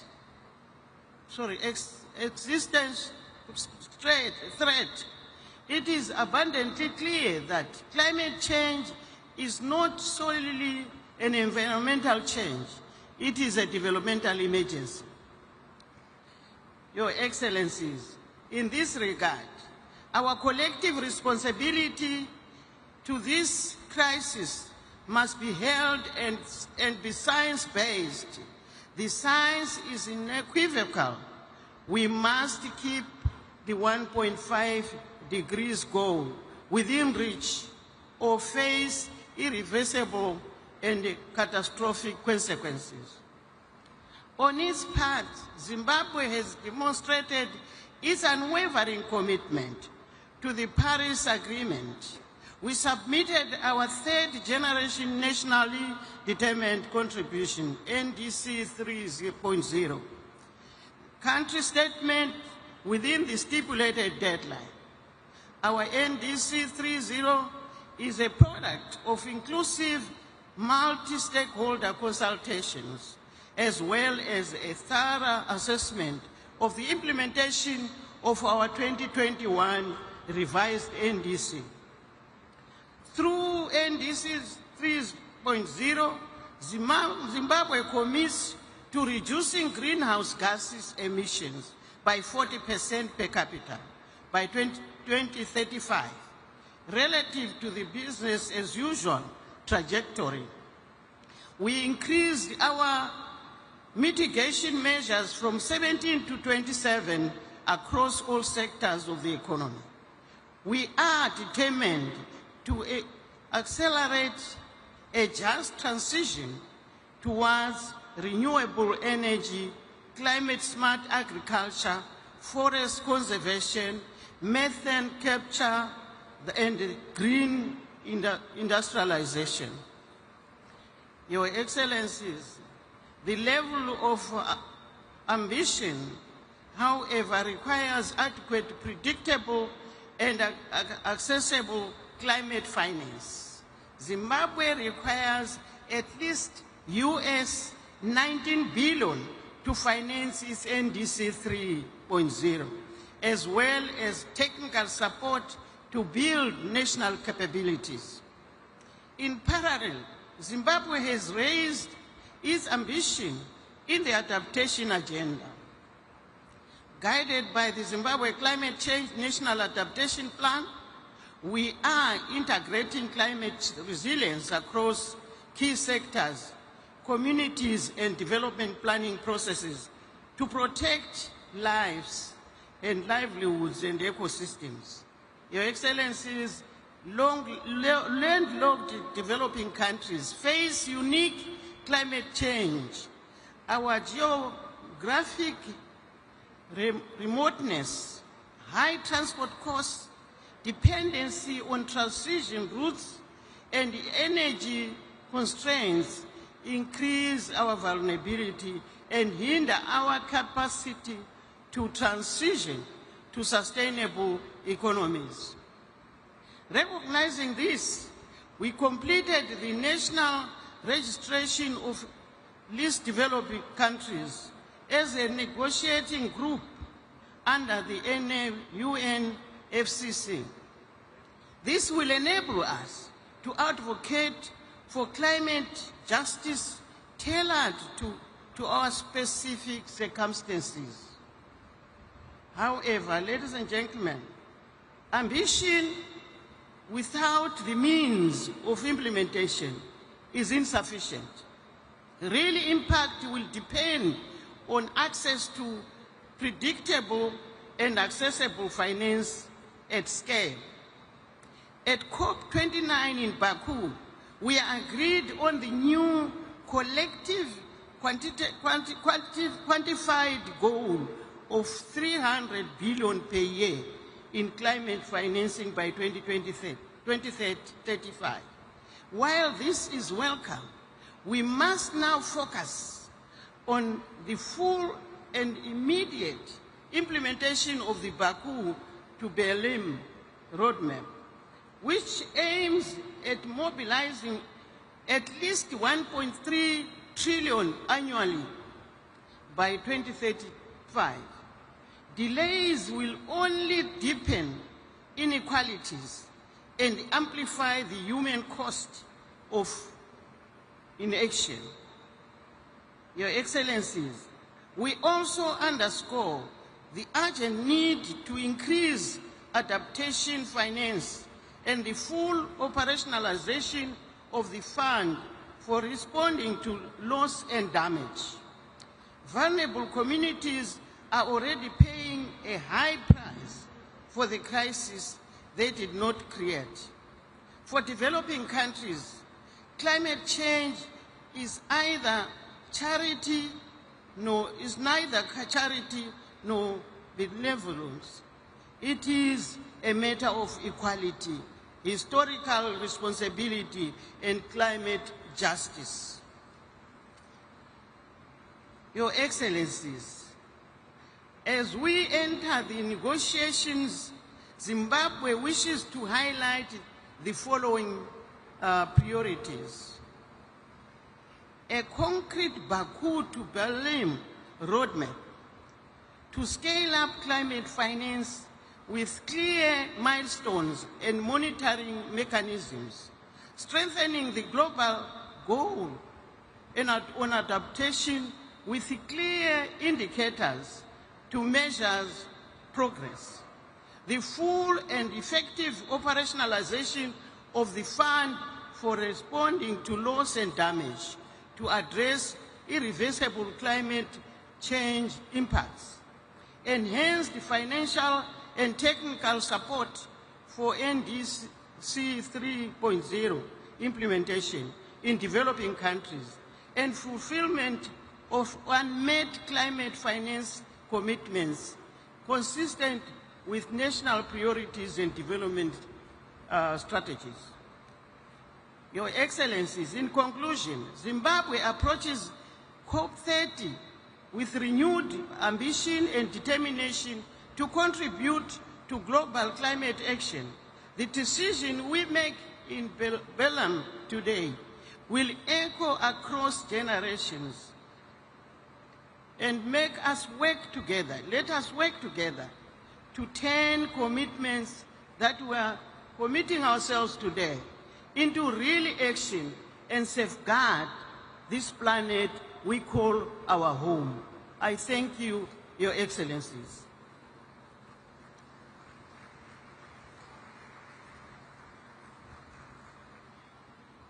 Convidamos agora representante da Palestina, o senhor embaixador do Estado da Palestina no Brasil, Ibrahim Al-Zeben.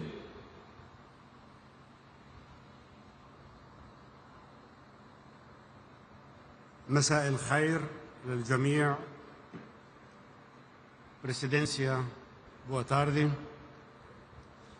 معالي السيد أندريه كوريا دولاغو رئيس الدورة 30 لكوب 30، معالي السيد أنطونيو غوتيريس الأمين العام للأمم المتحدة، أصحاب المعالي والسعادة، السيدات والسادة، بالنيابة عن دولة فلسطين قيادتها الشرعية وشعبها، أود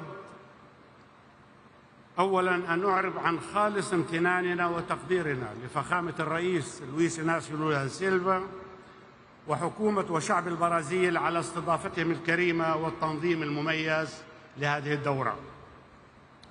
كما أعبر عن تقديرنا الكبير لفخامة ولسيادة الأمين العام للأمم المتحدة السيد أنطونيو غوتيريس على التزامه الثابت بمواجهة الآثار السلبية لتغير المناخ، وعلى دفاعه أيضاً عن قضايا البشرية العادلة. السيد الرئيس، الحضور الكريم، إن أزمة المناخ ليست أمراً نظرياً أو مفهوماً مجرداً، إنها واقع ملموس ومترابط يؤثر مباشرة على حياة ومستقبل شعوبنا ونظمنا البيئية. وفي ظل هذا الواقع نجد أنفسنا في لحظة حاسمة تتطلب تعبئة عاجلة لمسؤولياتنا المشتركة والعمل الجماعي لتخفيض ثم وقف انبعاثات الغازات الدفيئة وتأمين التمويل المناخي وتعزيز التضامن العالمي، لا سيما اتجاه الدول ذات الأوضاع الخاصة بمن فيها دولة فلسطين، حيث يزيد تغير المناخ من وطأة واقع كارثي فرضه علينا الاحتلال العسكري الاستيطاني الإسرائيلي منذ 58 عاماً. إن دولة فلسطين شأنها شأن العديد من الدول الأكثر تضرراً لم تسهم إلا بقدر ضئيل في الانبعاثات العالمية، ومع ذلك فهي تواجه بشكل متزايد نتائج مناخية قاسية تفاقمت بسبب الاحتلال الذي حرم الشعب الفلسطيني لعقود من حقه غير قابل للتصرف في السيطرة على أراضيه وممارسة سيادته على موارده الطبيعية.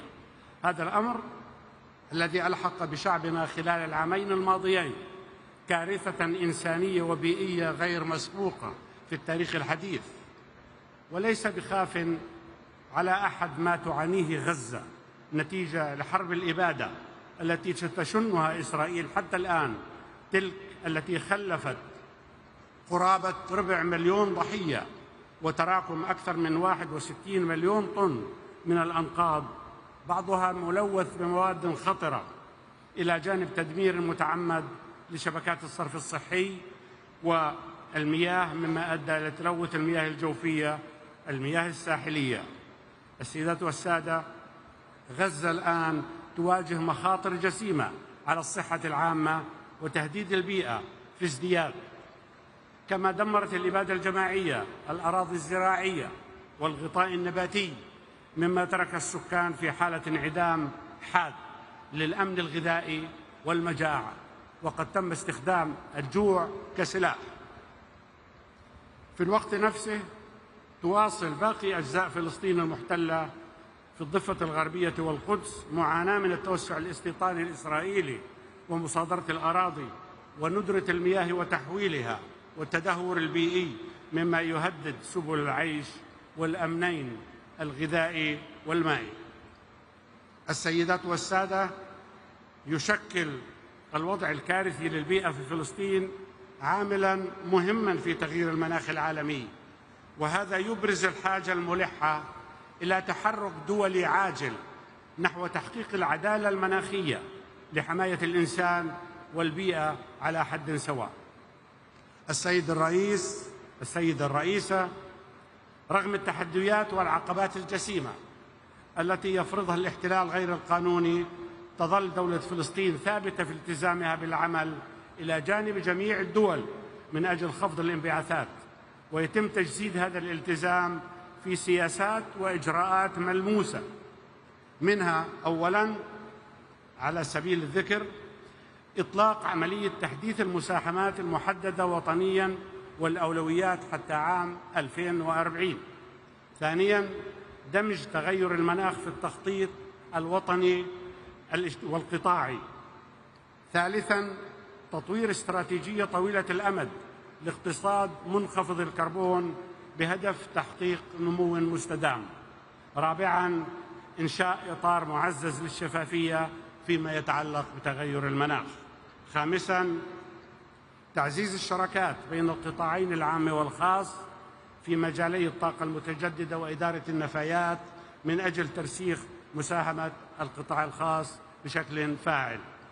سادساً تعزيز الزراعة الذكية مناخياً وتوسيع الموارد المائية عبر إعادة استخدام ومعالجة المياه العادمة.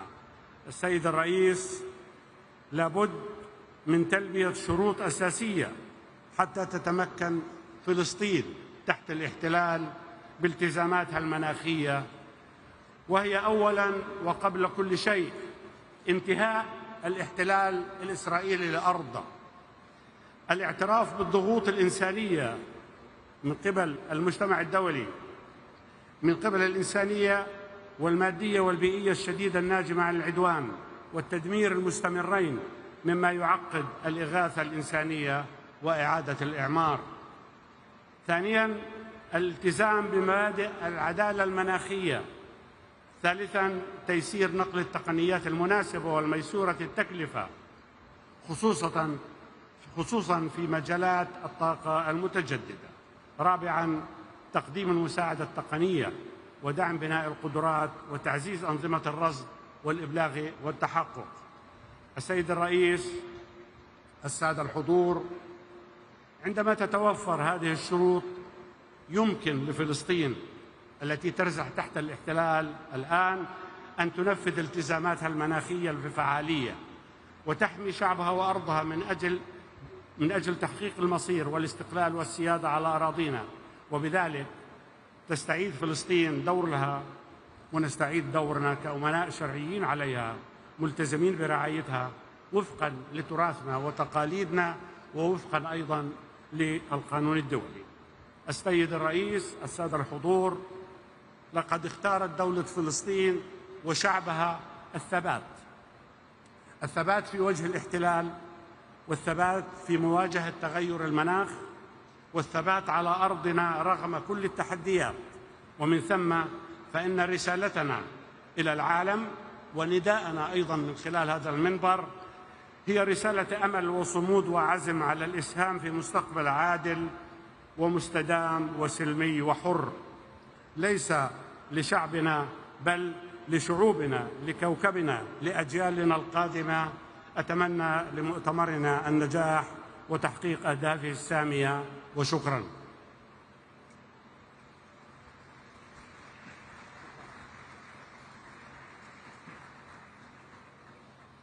Convidamos agora representante da Rússia, o enviado especial da Presidência para a Mudança do Clima, Ruslan Edelgeriev. Уважаемый председатель, уважаемые дамы и коллеги, последствия изменения климата уже ощущаются во всем мире, но особенно остро в развивающихся странах. Мы видим опасный перекос, когда глобальная повестка почти полностью сфокусирована на митигации. Адаптация – это не второстепенная задача, а наша общая необходимость. Мы должны восстановить баланс между адаптацией и митигацией, в том числе в вопросах финансирования данных мер. Именно поэтому на предстоящей 30-й сессии конференции сторон в Белене нам критически важно согласовать набор показателей для глобальной цели по адаптации. Мы предлагаем прагматичный подход, давайте согласуем тот минимальный набор, который устраивает всех сейчас, и зафиксируем план по доработке остальных показателей. Это позволит нам начать их апробацию и получить ценные данные уже для второго глобального подведения итогов. И, конечно, любой прогресс в адаптации невозможен без адекватных средств осуществления, прежде всего, финансирования. Подчеркну, что путь каждой страны к низкоуглеродному будущему уникален, По этой причине рабочая программа по справедливому переходу должна оставаться площадкой для диалога и обмена опытом, а не инструментом для навязывания новых обязательств. Нам нужны практические результаты, развитие навыков, передача технологий, доступное финансирование для переходных проектов, а не новые цели, которые могут подорвать социально-экономическое развитие. На КС-28 мы достигли исторического результата, завершили первое глобальное подведение итогов. Его выводы должны стать основой для обновления наших национальных вкладов и развития международного сотрудничества. Они должны служить ориентиром, а не директивой. Мы считаем недопустимым выборочный подход по итогам ГПИ и попытки навязать странам конкретные технологии или виды топлива. Право выбирать свой путь декарбонизации должно оставаться незыблемым. Нам необходимо как можно скорее уже на КС-30 запустить диалог ОАЭ по имплементации итогов ГПИ. Этот диалог должен быть конструктивным, не предписывающим и крайне важно должен уделить внимание односторонним мерам, которые подрывают международное сотрудничество и дух Парижского соглашения. В этом контексте особенно символично, что предстоящая КС пройдет в городе Белене в самом сердце Амазонии. Само место проведения конференции задает тон нашей работе, напоминая фундаментальную роль лесных экосистем в стабилизации глобального климата. Леса Амазонии не просто национальное достояние Бразилии, а важнейший компонент планетарной климатической системы, регулирующий водные циклы и поглощающий колоссальные объемы углерода. Тема сохранения лесов близка и понятна Российской Федерации. Наши леса простираются от субтропиков до арктических пустынь и занимают свыше 1 миллиарда гектаров, что составляет более 20% от глобальной площади лесных экосистем. Научные данные, полученные с использованием современных технологий дистанционного зондирования, подтверждают их колоссальный вклад. Средний годовой объем поглощения парниковых газов российскими экосистемами в секторе землепользования и лесного хозяйства превышает 1 миллиард тонн СО2 эквивалента. Однако этот важнейший ресурс находится под угрозой, и изменение климата ставит перед нами новые вызовы, прежде всего рост числа и интенсивности природных пожаров. В России работа по борьбе с лесными пожарами ведется на системной основе. В рамках национального проекта по обеспечению технологического лидерства беспилотной авиационной системы мы активно внедряем технологии дистанционного зондирования Земли и беспилотные летательные аппараты для оперативного мониторинга и ликвидации очагов возгорания пожаров. Таким образом, в Российской Федерации задача охраны лесов от пожаров является одним из национальных приоритетов развития. Именно поэтому, исходя из собственного опыта, мы полностью поддерживаем призыв к действиям в отношении комплексного управления огнем и наращивания устойчивости к природным пожарам. Мы с удовлетворением отмечаем, что предложенная концепция является логичным продолжением решений, принятых в ходе межправительственных процессов форума ООН по лесам, ФАО и ЮНЕП, в которых Россия также принимает активное участие. Благодарим бразильское председательство за акцентирование внимания на этой глобальной задаче и выражаем надежду, что призыв будет способствовать укреплению международного сотрудничества для защиты людей, биоразнообразия и природных экосистем в целом. Добавлю, что комплексный подход к охране лесов от пожаров невозможен без восстановления пострадавших экосистем. Сохранение и приумножение поглотительной способности лесов является приоритетом нашей национальной климатической доктрины. Политики. В России налажена система, при которой площадь восстановления лесов устойчиво превышает площадь их выбытия, а также создана основа для реализации лесоклиматических проектов с общим потенциалом поглощения до 100 миллионов тонн СО2 эквивалента в год. Без достаточных и доступных финансовых ресурсов все наши цели останутся на бумаге. Мы поддерживаем широкий подход к климатическому финансированию, которое должно направляться на весь спектр решений от возобновляемых источников до ядерной энергетики и технологий улавливания. Так называемое переходное финансирование является ключевым инструментом для быстрого снижения выбросов в краткосрочной перспективе без ущерба для энергобезопасности и экономического роста. Путь от Баку до Белема должен стать дорогой к укреплению доверия и мобилизации ресурсов, а не к созданию новых барьеров. Уважаемые коллеги, только через сбалансированный, справедливый и уважительный диалог мы можем выстроить устойчивое и безопасное будущее для всех. Благодарю за внимание.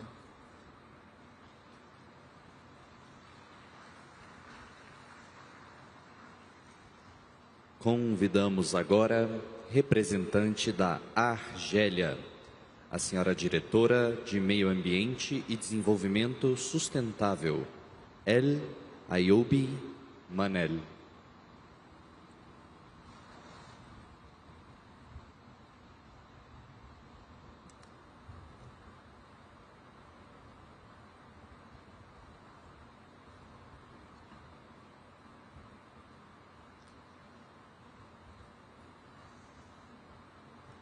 بسم الله الرحمن الرحيم. السلام عليكم ورحمة الله. Boa tarde. Excellencies, ladies and gentlemen, Excellency Ambassador Andre Correa do Lago, President of the COP30. First, I would like to thank the Brazilian government for its warm welcome, for all the efforts made so that this global event is a success, and for the generosity with which we were hosted in this beautiful Amazonian city of Belém. Distinguished guest of the COP30, as a representative of His Excellency the President of the People's Democratic Republic of Algeria, His Excellency Abdelmajid Tebboune, I am honored to speak today at this critical gathering as we confront huge climate challenges that affect us all. Algeria is facing major environmental challenges, is engaged in an ambitious, dynamic, articulated, solid strategic plans such as the National Action Plan for Environment and Sustainable Development, the National Plan and the National Plan of Adaptation to Climate Change.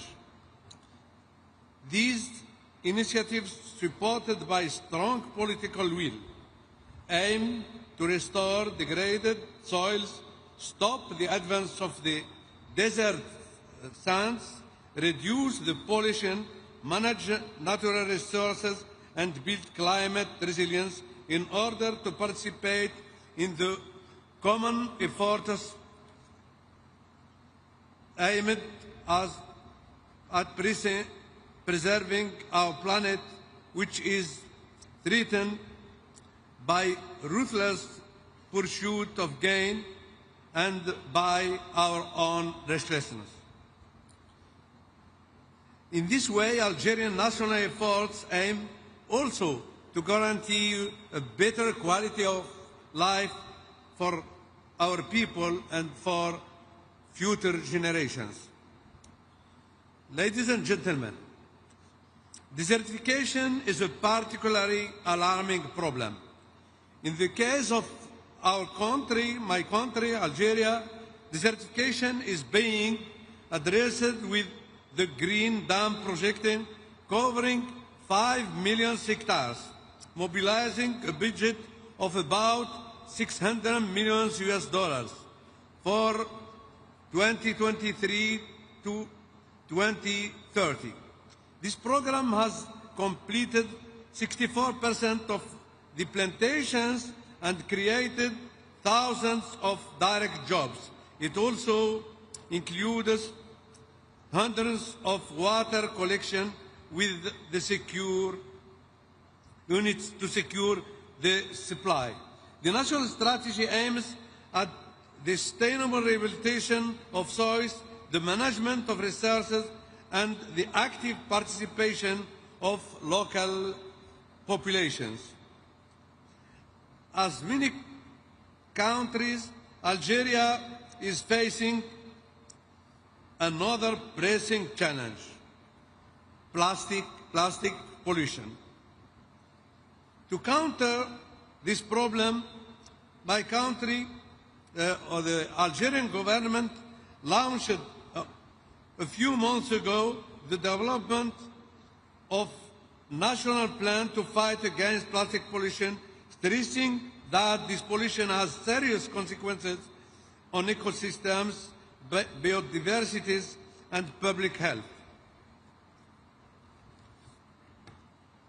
The plan is part of a broader strategy for integrated waste management reinforced by Law 2502 on waste management control and disposal.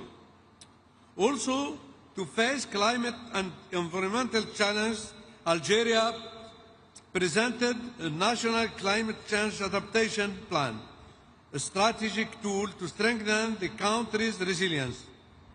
In the same time, we are developing a national hydrogen strategy to become a major global producer and exporter of both green and blue hydrogen, primarily targeting the international market. The plan includes producing 40 terawatt-hours of hydrogen by 2040, leveraging its existing gas export infrastructure and developing new pipelines and derivatives like ammonia and methanol. Key initiatives involve feasibility studies for large-scale projects and partnerships to build domestic expertise and infrastructure. The aim is to supply 10% of Europe's clean hydrogen demand by the year 2040. The strategy includes both blue hydrogen from natural gas with carbon capture and green hydrogen from renewable energy.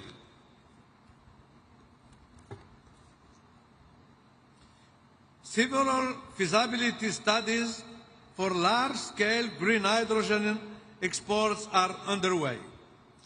We envision an Algeria that harnesses its formidable renewable energy potential, especially solar, to drive a diversified green economy, protects its land, combating desertification, rehabilitating degraded ecosystems, strengthening the great green dams legacy, empowers rural youth and women in climate-smart agriculture, water-efficient systems, and sustainable livelihoods, contributed constructively to global climate governance, sharing our experience, learning from others, building partnerships.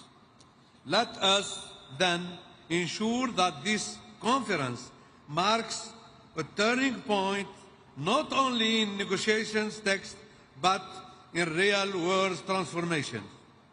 Excellencies, ladies and gentlemen, Algeria stands ready to partner and to examine with required care and due diligence the various initiatives related to the protection of the environment and climate and sustainable development. In this vein, my country has already acted and formalized its adherence to some of them. Thank you very much. Assalamu alaikum wa rahmatullah.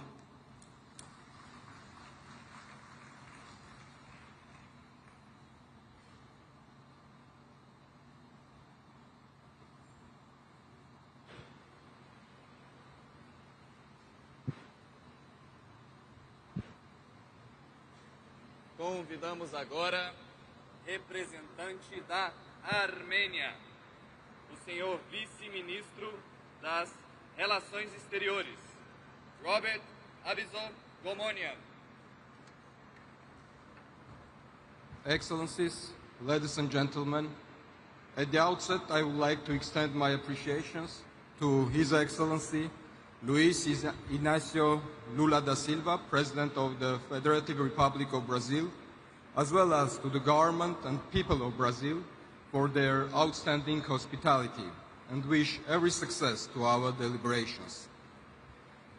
We are meeting here in Belém at the heart of Amazonia on the 10th anniversary of the adoption of the Paris Agreement, with a renewed sense of hope and optimism that we can turn the dangerous tide of climate change and achieve the agreement's objectives. As we enter the critical decade of implementation following the first global stocktake, the decisions we take here in Belém must chart a credible path towards climate resilience and climate justice.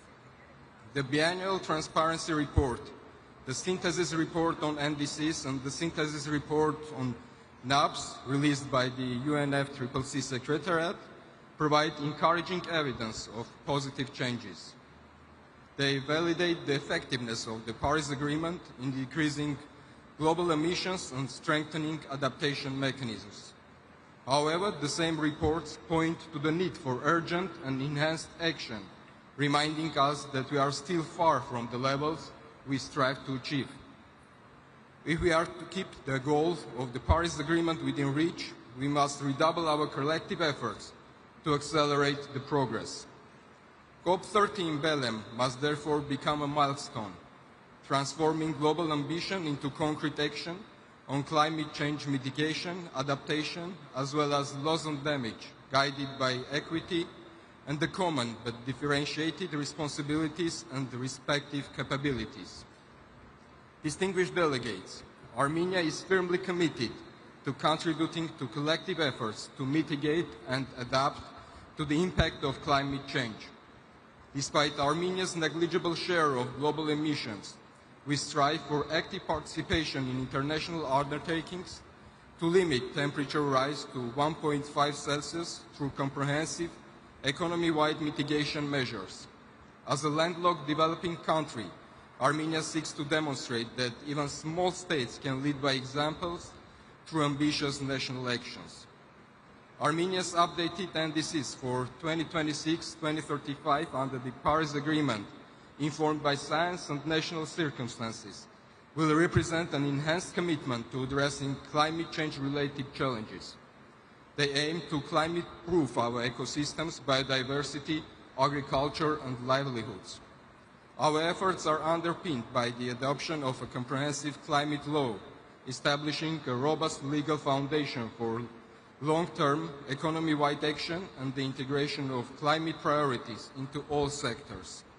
Our long-term low-emission development strategy, in turn, provides clear pathway towards a resilient, low-carbon economy in line with the Paris Agreement. Energy transformation lies at the core of our climate strategy. We are expanding renewable energy generation at an unprecedented pace to substantially increase the share of green energy in our national mix. At the same time, we continue to rely on nuclear energy as a safe and stable component of our clear energy mix, providing real carbon-neutral electricity and enhanced energy security. Excellencies, there is a growing recognition that nature, climate, and land are parts of our one indivisible system, while fragmented approaches are no longer sufficient. Responding to the scale of the crisis requires coherence, partnership, and trust. For Armenia, this is not an abstract concept.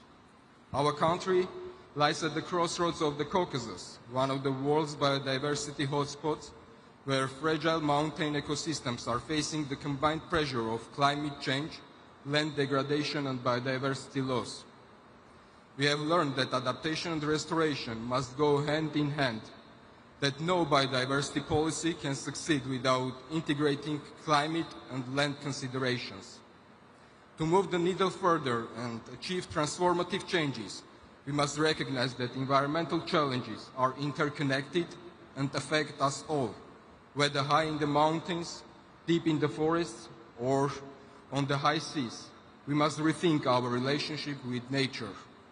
Recognizing the urgency of these interconnected challenges, Armenia, as the host of Biodiversity COP30, is taking active steps, together with other partners, to reinforce international collaboration and promote integrated approaches to climate change mitigation and biodiversity preservation, with a view to achieving a result-oriented outcome at COP30 in Belém on synergies that could be leveraged towards successful global review of the collective progress in implementing the Kunming-Montreal Global Biodiversity Framework at CBD COP17 in Yerevan next year.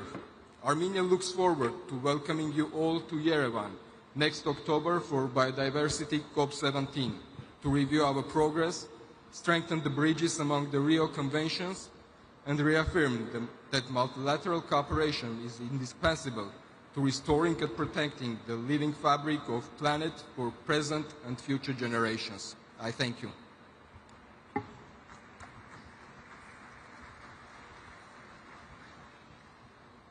Convidamos agora representante da Dinamarca, o senhor embaixador climático e subsecretário de Política de Desenvolvimento, Ole Tonke. Thank you so much. Excellencies, ladies and gentlemen, in a time of political competition, geopolitical competition, and economic uncertainty, it might seem tempting to postpone climate action, but that would be unwise. The consequences of climate changes are here, and they are very clear. It is reshaping lives for our citizens. Extreme weather, droughts, rising sea levels are no longer warnings of a distant future, but it's the reality of today. Climate change is disrupting lives and communities, fueling conflicts, and forcing people to leave their homes.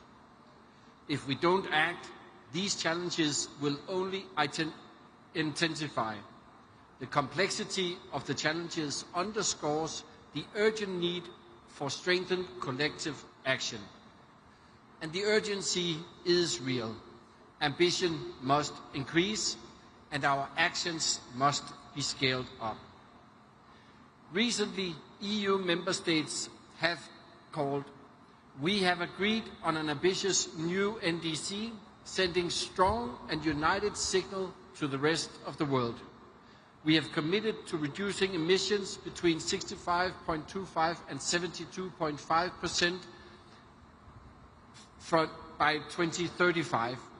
And more importantly, we agreed to a 90% net emission reduction by 2040, leading the way towards EU climate neutrality by 2050.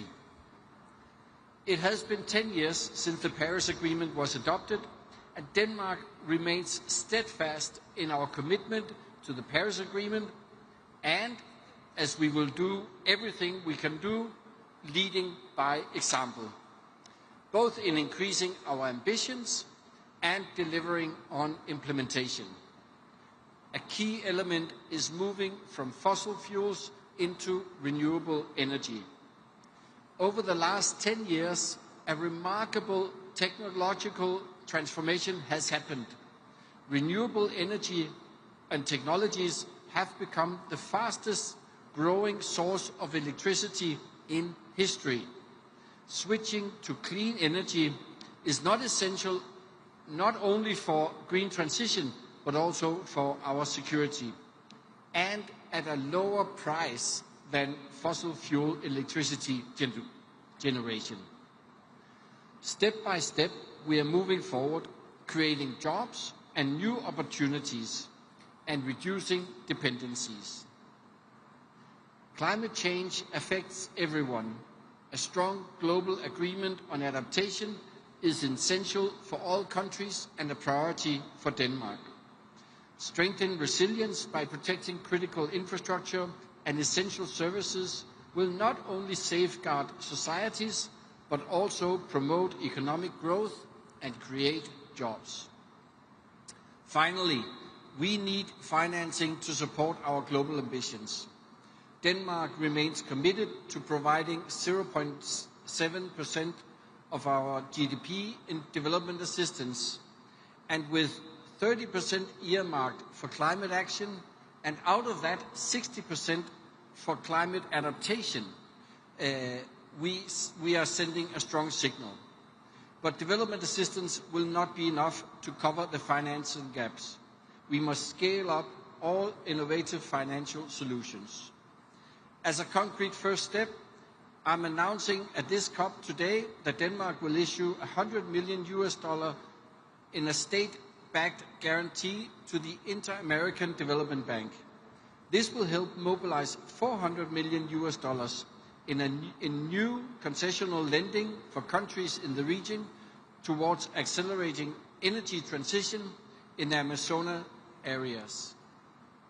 We cannot allow ourselves to do the easy thing alone, nor to postpone climate action. Denmark's ambitions and actions underline that we are determined to go the extra mile. Thank you.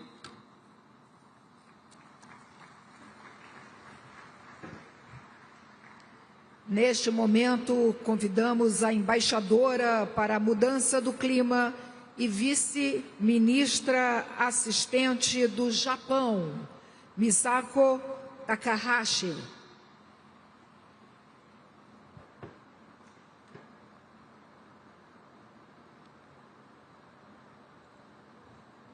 Distinguished guests, thank you for this opportunity to speak about Japan's climate actions at this excellently organized session today. Being committed to reducing greenhouse gas emission, or namely mitigation, is one of the most critical aspects of addressing climate change. Japan reaffirms its unwavering commitment to achieve net zero by 2050. To achieve the 1.5-degree goal under the Paris Agreement, which marks its 10th anniversary this year, international community, including not only developed countries, but also major emitting countries, must be united in our efforts. 2025 is the year for each party to submit our nationally determined contributions, NDCs. NDCs, together with the global stocktake and the biennial transparency report, are three critical elements for the ambition ratchet-up cycle under the Paris Agreement. In February this year, Japan submitted its NDC, which aims to reduce its greenhouse gas emissions by 60% in fiscal year 2035 and by 73% in 2014 compared to 2013 levels. Japan's reduction pathway is ambitious as it is consistent with the Paris Agreement 1.5-degree goal. In fact, we have already achieved approximately 27% reduction by fiscal year 2023, and Japan is committed to making steady progress. In this context, we welcome fellow countries that have submitted new NDCs this year toward achieving global net zero. At the same time, we call on parties that have not yet submitted NDCs to submit them as soon as possible with the highest possible level of ambition. In our view, it is crucial that all countries, regardless of being a developed or developing country, submit their NDCs with the highest possible ambition at the earliest opportunity and advance actions aligned with them. We need to keep the ambition ratchet-up cycle rolling in order to move forward with green gas emission reduction.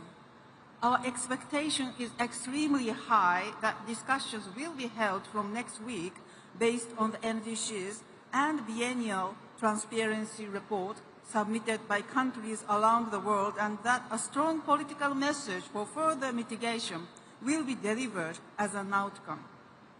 Strengthening adaptation efforts is urgently needed for developing countries, in particular LDCs and CIDs.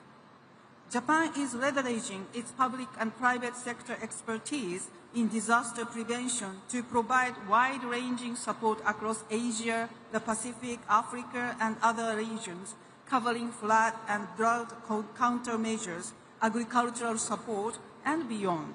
We will continue these efforts. Climate finance is also crucial for advancing developing countries' mitigation and adaptation efforts. Under the Paris Agreement, Japan will continue providing financial support as a developed country.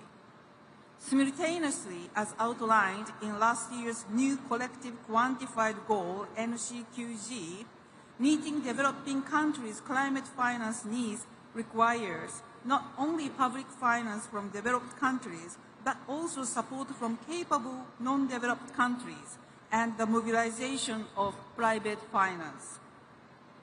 Whether for mitigation or adaptation, needs and circumstances of each country differ significantly. Last year, under Azerbaijan's highly appreciated presidency, the NCQG was agreed after difficult negotiations. Going forward, we should avoid repeating similar negotiations. What we wish to see is practical discussion and efforts grounded in reality, focusing on how to respond to the diverse needs of each country to advance their actions and achieve the objectives of the Paris Agreement. Japan has proposed the Asia Zero Emission Community, so-called AZEC platform, which promotes energy transition through various pathways, taking into account each country's circumstances. Tangible cooperation with Southeast Asian countries and Australia is well underway through this platform. Furthermore, we will actively contribute to reducing emissions in other countries, including working with Brazil to decarbonize the automotive sector by leveraging both nations' strength in biofuels and high-performance mobility. Japan supports the Belém 4X pledge on sustainable fuels launched in this COP and will continue to commit in expansion of sustainable fuels, including in the road transport sector. In addition, in order to promote private investment in the field of climate change and the environment in Latin America, which has the abundant Amazon rainforest and renewable energy, we will provide support through ODA loans and private sector investment finance by JICA. These are just a few examples of Japan's international efforts. We will continue to vigorously promote initiatives both domestically and internationally. Let me conclude that Japan will continue to be an engaged partner in the international community for the success of COP30 and for the implementation of climate actions. Thank you very much for your kind attention. Muito obrigada.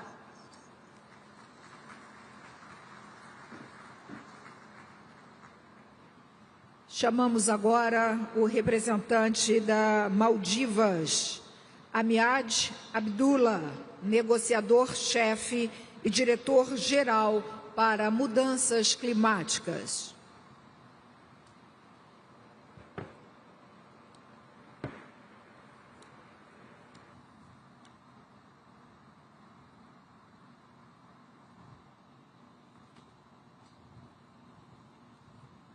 Presidency, Excellencies, friends, ladies and gentlemen, the Maldives extends its warm appreciation to the government of Brazil for its leadership in hosting COP30 here in Amazon, a reminder of the natural systems that sustains all life. We gather at a moment of deep geopolitical uncertainty, yet on the 10th anniversary of the Paris Agreement, we must demonstrate that multilateralism can and must still deliver. We also commend Azerbaijan for its leadership at COP29, express our full support in ensuring the success of this conference. Excellencies, science has never spoken more deeply. We are living through an accelerating crisis, and the gap between what must do and what we are doing continues to widen. The NDC 2.0 synthesis report exposed an ambition and implementation gap. Yet NDC 3 synthesis report reveals something more stark, that the gap is widening further and faster. We are not catching up with the climate change, we are falling behind it. For the Maldives and other seats, this is not a future scenario. The inequalities in climate impacts is already here. And every year that passes without action widens the injustice. Our communities are losing land, fresh water, heritage, dignity, and opportunity. For us, implementation is not a political aspiration. The gap we speak is not just financial. It is a gap in our survival. Excellencies, let's be honest about what this decade represents. The last 10 years, the first decade of the Paris Agreement, has left a climate debt owed to the most vulnerable. A debt defined not in accounting terms, but in lives, land, and livelihoods. Under the principle of common but differentiated responsibilities and respective capabilities, delivery must match responsibility.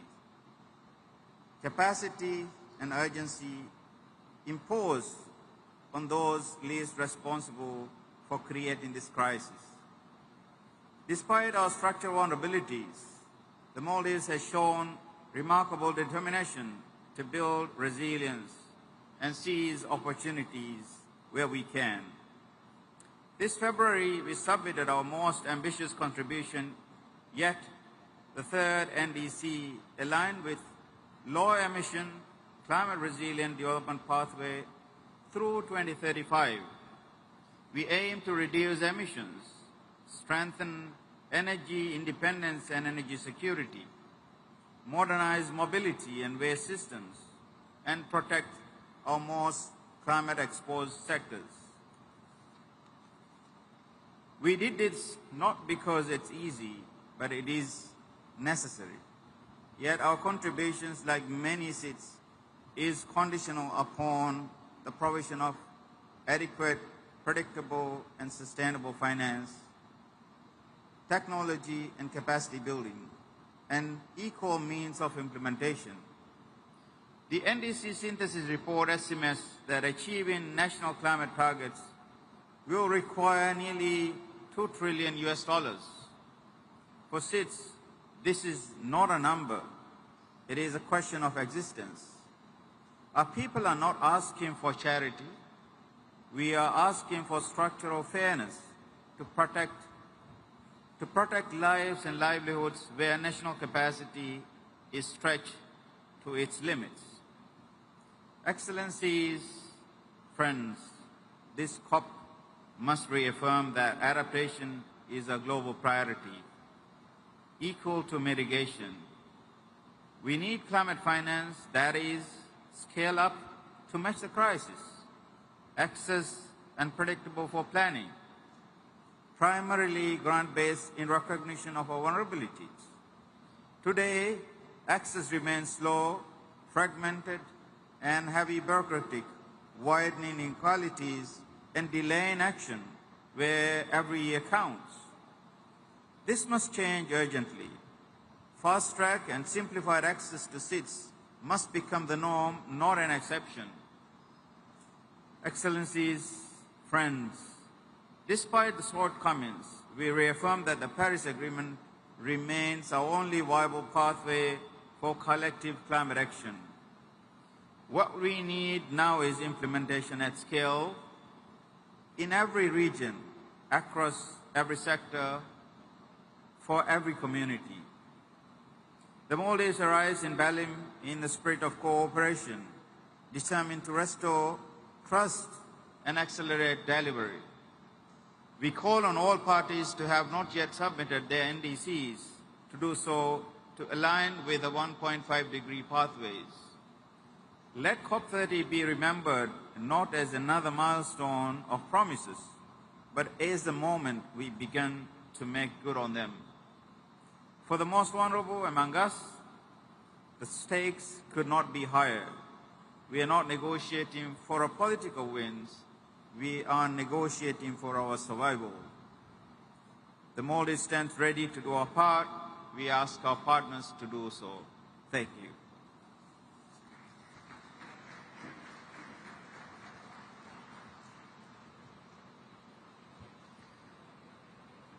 Neste momento, chamamos o secretário de Estado do MRE da Mongólia, Munkitusi Lanajav.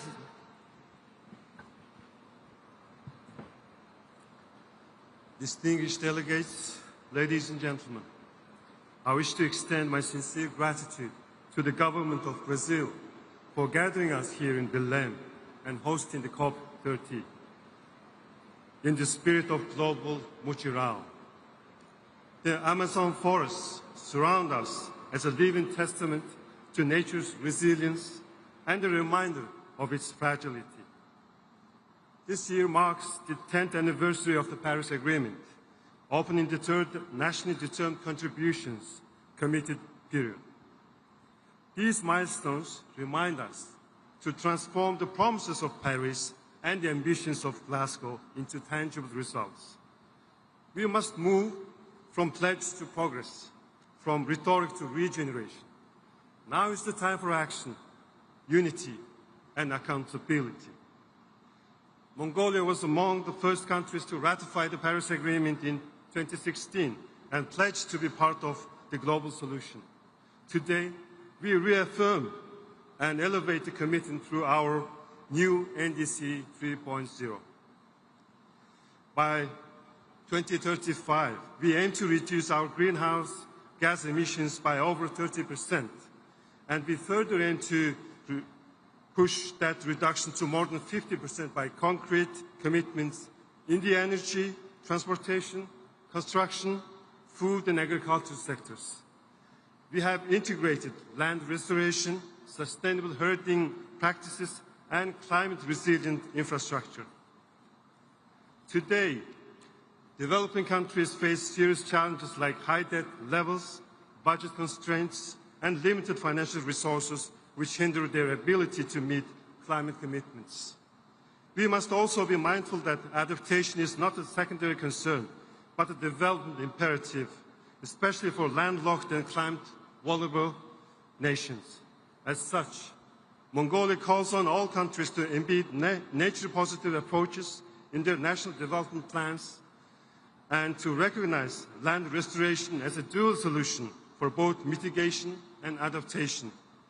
This includes scaling up finance for adaptation, protecting biodiversity, and ensuring that indigenous and rural communities are central to decision-making in a true spirit of global mutirao. For Mongolia, achieving our Paris Agreement goals will require financing equivalent to about 50% of our total GDP. To mobilize these resources, we are pursuing legal and economic reforms to create a favorable environment for investment in renewable energy, green agriculture, and forestry. Within the framework of our Billions of Trees national movement, Mongolia has expanded international cooperation and established the permanent financing mechanism for nature conservation called Eternal Mongolia. According to UN Women, failure to meet global climate targets by 2050 could push 160 million more women and girls into poverty, while 240 million could face food insecurity.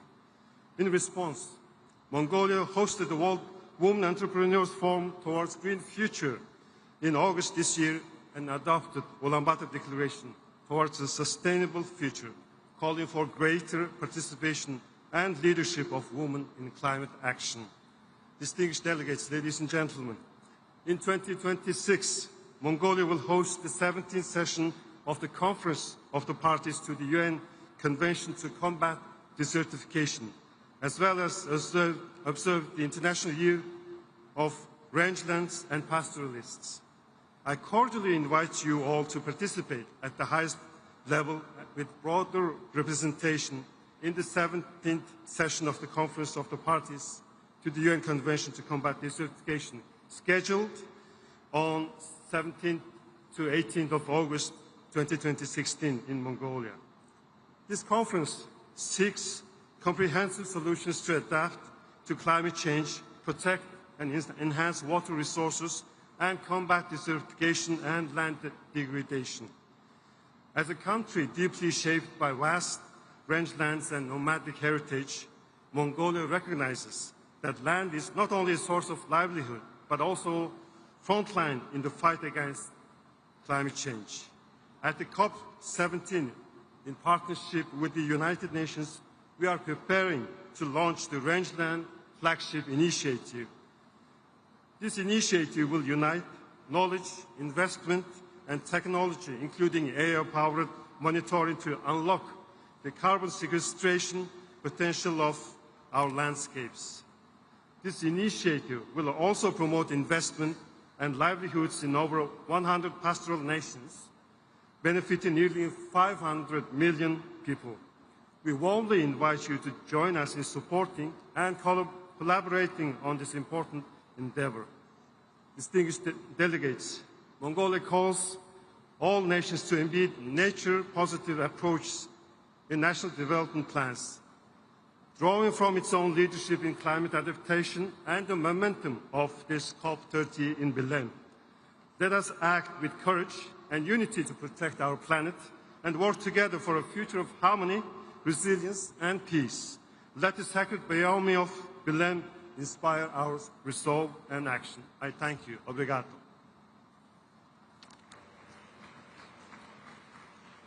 Nesse momento, convido o representante do Nepal, o secretário do Ministério de Florestas e Meio Ambiente, Rajendra Prasad Mishra.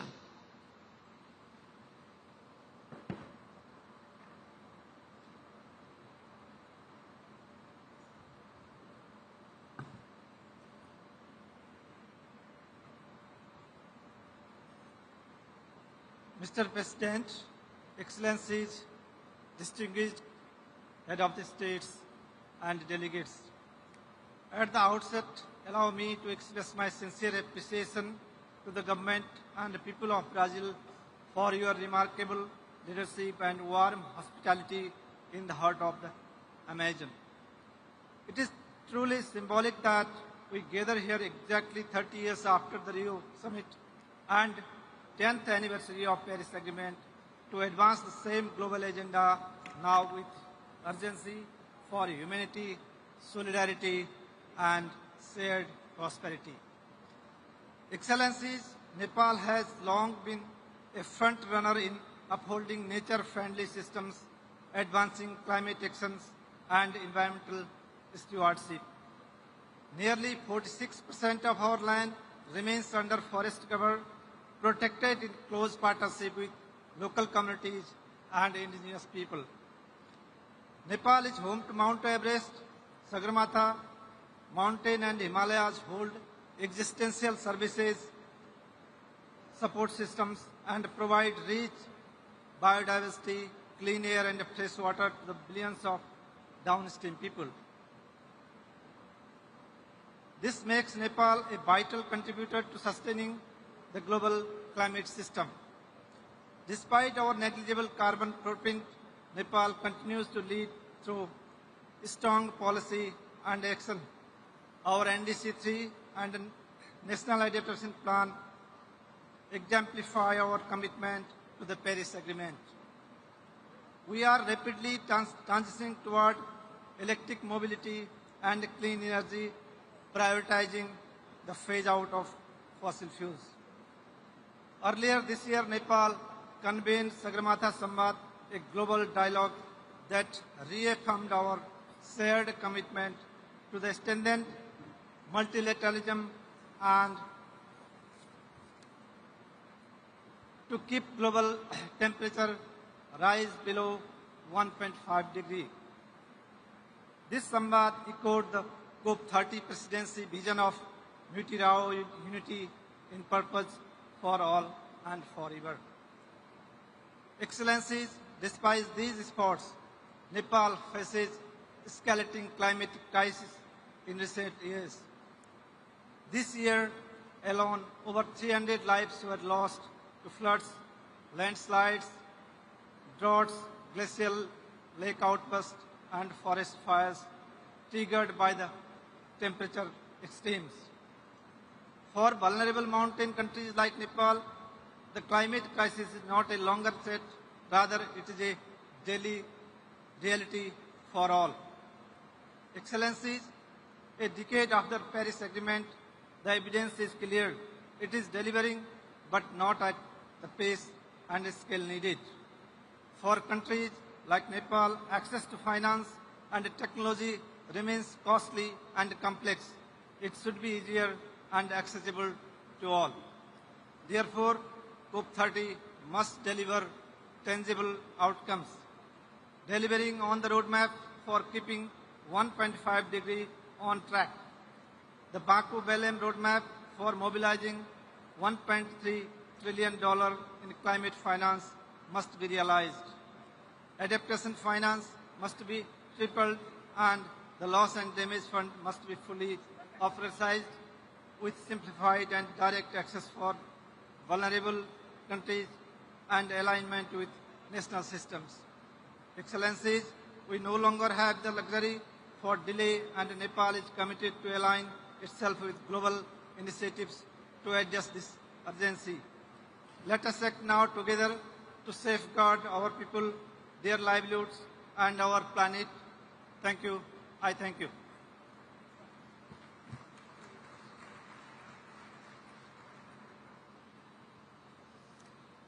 Convidamos para a manifestação a secretária federal do Ministério da Mudança de Clima e do Meio Ambiente do Paquistão, Aisha Umera Moriani.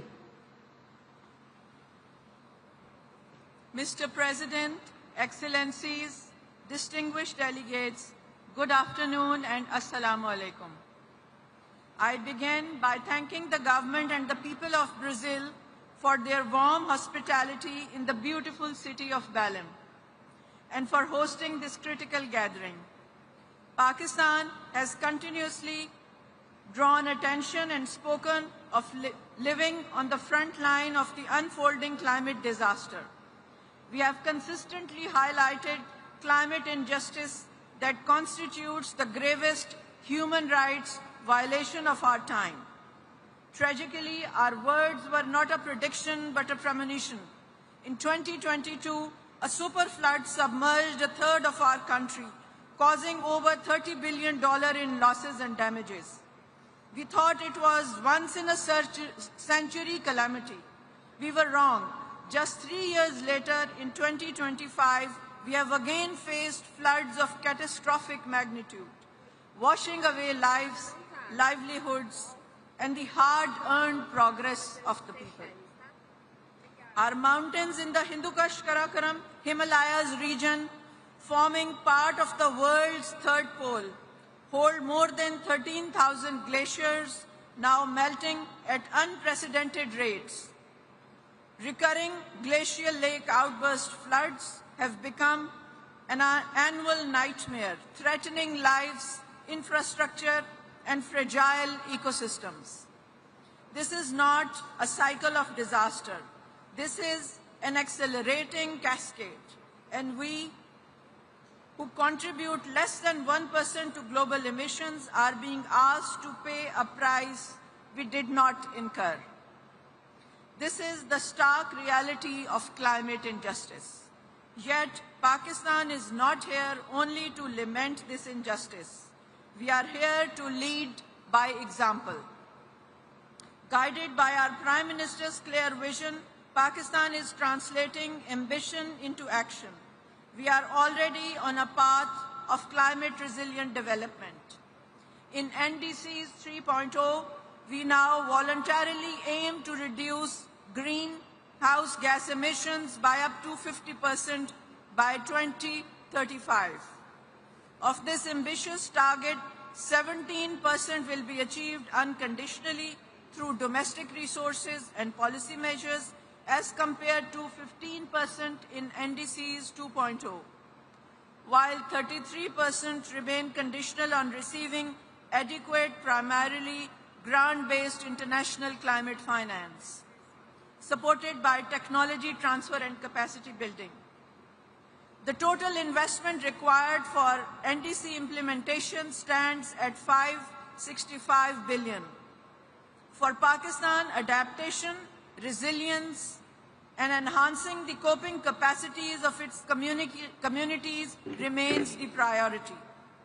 The country has outlined major investment needs across critical areas, including disaster risk preparedness and response, universal water and sanitation, and modernization of irrigation system.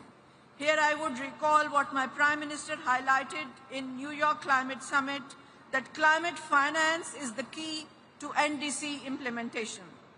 I reiterate that NDC 3.0 represents our solemn commitment to climate action, and we now call upon industrialized nations to honor their historical responsibility and uphold the principles of equity and common but differentiated responsibilities. The outcome on the new collective quantified goal in Baku, though not sufficient, could be a first step to meet the trillions required.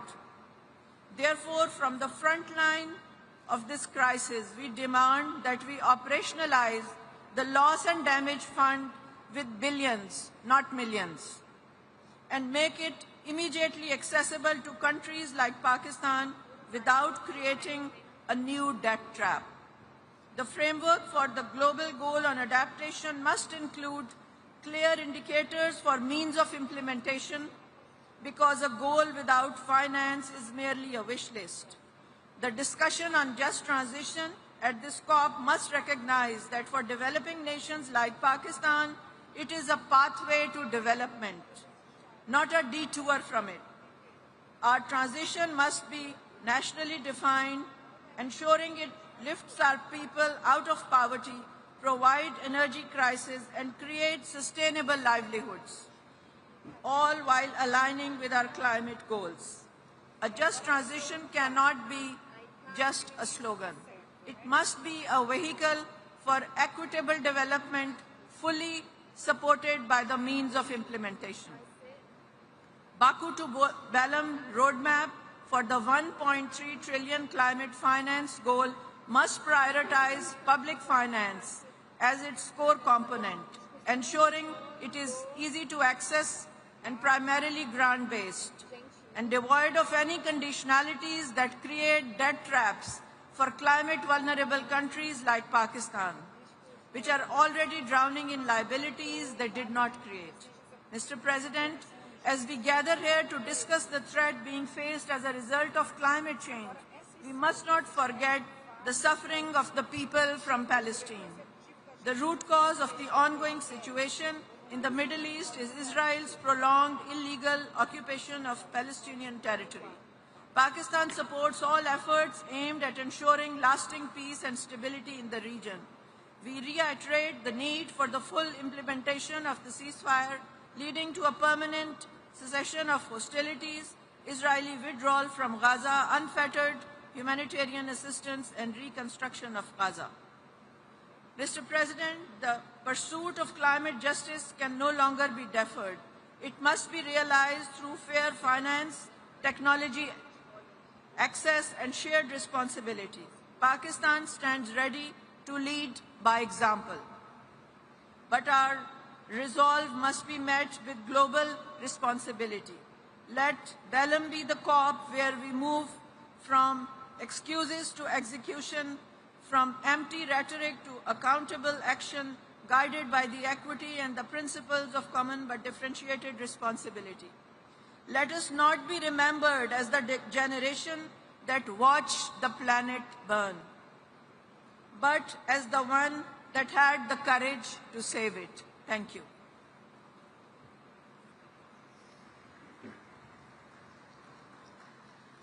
Neste momento, vamos ouvir a manifestação do vice-ministro do Meio Ambiente do Uruguai, Oscar Capucci.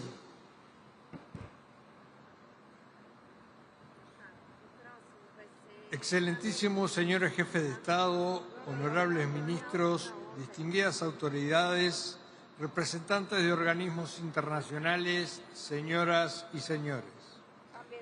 En nombre de la República Oriental del Uruguay, deseo expresar nuestro sincero reconocimiento al Gobierno de la República Federativa de Brasil por la hospitalidad brindada y por la organización de esta trascendental reunión de líderes de la COP30 en Belém, corazón de la Amazonia. Este encuentro nos convoca con una responsabilidad histórica: reafirmar nuestro compromiso colectivo con la acción climática, la justicia ambiental y la solidaridad entre los pueblos. Uruguay reitera su pleno compromiso con la Convención Marco de las Naciones Unidas sobre el Cambio Climático y con el Acuerdo de París, como los instrumentos multilaterales legítimos y esenciales para enfrentar la crisis climática de forma colectiva, inclusiva y basada en la ciencia. En esta instancia decisiva, Uruguay hace un llamado a renovar los compromisos en materia de financiamiento climático, con especial énfasis en la adaptación, incluyendo la definición de una nueva meta colectiva y cuantificada que permita fortalecer la resiliencia de los países más vulnerables. Asimismo, es fundamental brindar claridad y previsibilidad sobre el cumplimiento efectivo de los compromisos financieros de los países desarrollados hacia los países en desarrollo. Las brechas que aún existen en los montos y que en las condiciones preferenciales del financiamiento deben ser abordadas con determinación y sentido de justicia. Uruguay aboga por decisiones firmes y concretas en materia de adaptación, particularmente en lo que respecta al financiamiento y a la implementación de los planes nacionales de adaptación. Estos instrumentos son esenciales para fortalecer la capacidad de los países frente a los impactos del cambio climático y constituyen una expresión tangible de la voluntad política y la solidaridad internacional. Asimismo, creemos indispensable que la COP30 emita un mensaje claro sobre la centralidad de la justicia climática en la toma de decisiones. La transición hacia economías bajas en carbono debe ser justa, equitativa e inclusiva, sin dejar a nadie atrás. La acción climática debe avanzar de la mano de la justicia social, la equidad intergeneracional y la participación plena de las comunidades locales, las juventudes y las mujeres. Excelencias, Uruguay se ha posicionado como un país pionero en la integración de la sostenibilidad ambiental con el desarrollo económico productivo. En el ámbito energético, culminamos con éxito una primera transición energética, transformando la matriz eléctrica gracias a la incorporación temprana y estratégica de energías renovables no convencionales que hoy constituyen la base de un sistema limpio, autóctono y resiliente. Esta transformación fue posible gracias a una política de Estado de largo plazo, sostenida por distintos partidos políticos y acompañada por un clima favorable de la inversión y la innovación. En diciembre del 2024, Uruguay presentó su tercera contribución determinada a nivel nacional, en la que, por primera vez, establece límites absolutos de emisiones de gases de efecto invernadero, consolidando así el compromiso de desacoplar el crecimiento económico del aumento de las emisiones. Estos compromisos están alineados con la estrategia climática de largo plazo al 2050, que define la ruta hacia la neutralidad de carbono mediante el impulso de las renovables, el almacenamiento energético, el hidrógeno verde y la reconversión de procesos industriales hacia fuentes limpias. Junto con la mitigación, la adaptación y la resiliencia son ejes centrales de nuestra política climática. Uruguay desarrolla planes nacionales de adaptación sectoriales con un enfoque participativo y territorial que fortalece nuestras capacidades institucionales y sectoriales. Nuestro país cuenta con una sólida arquitectura de gobernanza ambiental mediante la coordinación interinstitucional, continuidad de las políticas de Estado y participación ciudadana, en consonancia con el Acuerdo de Escazú, articulada por el Sistema Nacional de Respuesta al Cambio Climático.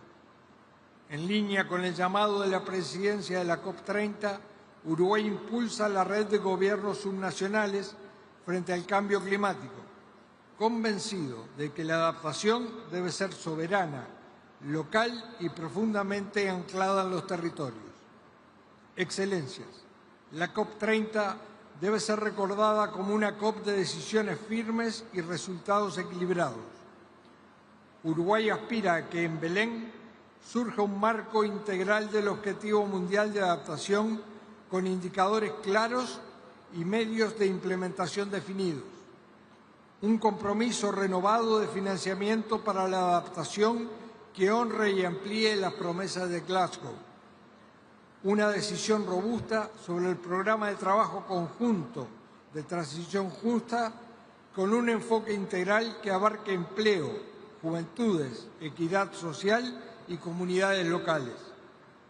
Y la aprobación de un nuevo plan de género y cambio climático que fortalezca capacidades, promueva la participación de las mujeres y reconozca los impactos diferenciados del cambio climático.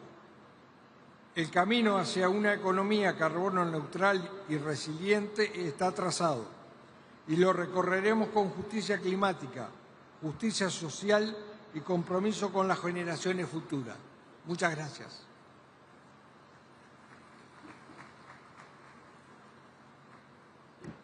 Nesse momento, convidamos o representante do Canadá, embaixador Emmanuel Camara-Riarnax. Boa tarde, good afternoon, bon après-midi tout le monde. President, Excellencies, guests, I am pleased to deliver this statement on behalf of the Right Honourable Mark Carney, Prime Minister of Canada. We're meeting in Belém at a crucial moment. These past 10 years, we've come a long way together. In Paris, we agreed that our shared future depended on our shared ambition, and that we could confront the climate crisis through a cooperation, trust, and a common vision. Since then, we have collectively made further strides towards a low-carbon and climate-resilient future. But there is still much to do. The benefits of climate action and the profound impacts of climate inaction are becoming more clear every day for the well-being and health of citizens across the globe, for biodiversity, for food and energy security, and for economic security. We know that effective action starts with detailed planning. We encourage all countries to come forward with ambitious climate action and to come to COP ready for candid discussions on the progress made so far and what more we can do collectively to reach net zero. We commend Brazil for making multilateralism a priority for COP30. We must signal that climate action remains a common priority and that we will work together relentlessly to address climate change. But planning is only the first step. As governments, we must harness the ideas, the expertise, and the resources of all of our partners to deliver results. At home, the Government of Canada laid out this week its key priorities in its federal budget. These priorities include a new climate competitiveness strategy, positioning our economy to be more competitive by investing in deep decarbonization. Under this strategy, Canada is driving emissions down while investing in clean technology, innovation, and creating good-paying jobs. We are creating the right environment for Canada's industry and private sector to innovate and invest in a low-carbon future. We are reskilling and preparing Canadian workers. And we are teeing up the whole economy for the low-carbon transition. Canada comes to COP30 in the spirit of collaboration, to learn from and partner up with countries and institutions around the world to accelerate the global transition. Nous sommes déterminés à faire notre part pour mobiliser les 300 milliards de dollars convenus à la COP29 et soutenir les actions vers l'objectif élargi de 1,3 trillion de dollars Nous examinons actuellement notre prochaine enveloppe de financement climat pour la période après 2025. Pour le Canada, le soutien aux membres aux mesures d'atténuation et d'adaptation dans les pays et les communautés pauvres et vulnérables restera une priorité absolue. Et nous examinons également comment le financement climat du Canada servira à mobiliser des ressources bien au-delà des fonds publics et contribuera ainsi à accroître la finance climatique mondiale à des niveaux et à des vitesses sans précédent. Ici à Berlin, nous avons hâte d'explorer des solutions concrètes pour atteindre l'objectif de 1,3 milliard de dollars américains provenant de toutes les sources d'ici 2035. Nous voulons aussi parler des autres défis liés au financement, comme les barrières à l'accès, en particulier pour les pays les moins avancés et les petits États insulaires en développement, le coût élevé du capital et le manque de cohérence dans le paysage financier mondial. Alors que nous nous rassemblons à la COP30 avec une énergie renouvelée, notre objectif ultime est clair. Il faut maintenir les hausses des températures en deçà de 1,5 degré et accélérer la résilience mondiale. Il s'agit non seulement d'un impératif moral et environnemental, mais aussi d'un investissement judicieux dans notre avenir collectif. La Convention cadre des Nations Unies sur les changements climatiques ne détient pas tous les leviers ni toutes les solutions pour mobiliser le financement de la lutte contre les changements climatiques et accélérer l'action climatique. Mais ici, nous pouvons créer de nouvelles connexions et lancer des nouvelles conversations et des nouvelles idées pour réduire l'écart entre nos ambitions et nos résultats actuels. Nous saisissons déjà cette opportunité lorsque nous parlons de climat et biodiversité, d'égalité des sexes et d'inclusion, des droits des peuples autochtones, de transition équitable et des droits des travailleurs, et bien sûr de finances climat. Le Canada est fier de faire partie de cette nouvelle forme de multilatéralisme qui apportera des résultats concrets pour tout le monde sur la planète. Merci beaucoup. Thank you very much. Muito obrigado.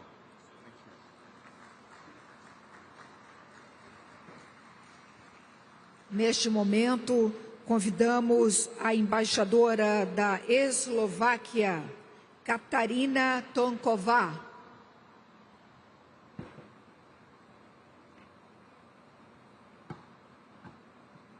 Excelências, distintas delegações, senhoras e senhores, é uma grande honra representar a República Eslovaca nesta cúpula dos líderes da COP30. Permítanme transmitir as saudações e os melhores votos do primeiro-ministro Robert Fico, bem como nossa gratidão ao presidente Lula da Silva e ao governo do Brasil pela liderança e hospitalidade nessa conferência tão importante para o nosso futuro. Excellencies, distinguished delegates, ladies and gentlemen, the climate emergency is no longer a distant threat. It is a daily reality for millions, and especially for the most vulnerable. COP30 is more than a conference. It is a test of political will, of moral responsibility, and of our shared humanity. The first global stocktake makes the path clear to reduce global emissions by 60% in 10 years and reach net zero by 2050. Slovakia is fully committed to climate action and to the implementation of the Paris Agreement. Since 1990, my country has reduced its emissions by more than 50%, and we want to do more. Today, Slovakia operates one of the lowest emission energy systems in the European Union, mainly powered by nuclear and hydropower. The share of low-emission energy will soon reach almost 90%, a result that speaks louder than words. But ambition and economic reality must go hand in hand. Our policies must protect jobs, competitiveness, and people's well-being. A successful green transition is one that strengthens both the environment and the economy, leaving no sector or community behind. No country can succeed alone. We need inclusive global partnership. Supporting developing countries is a moral duty. Slovakia stands by this principle, contributing 2.2 million euros to the Green Climate Fund and sharing our climate expertise through climate finance and development cooperation. Excellencies, climate change is the defining challenge of our time. Our response must be collective, coherent, and sustainable. Just transition must unite climate and social justice. Agora é o momento de agir com coragem, sabedoria e compaixão. Muito obrigada pela atenção.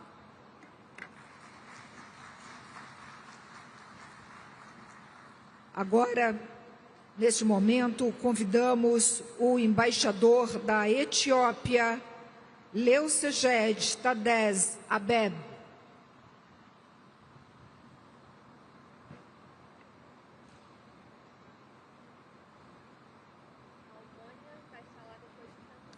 Excellencies, heads of state and government, distinguished delegates.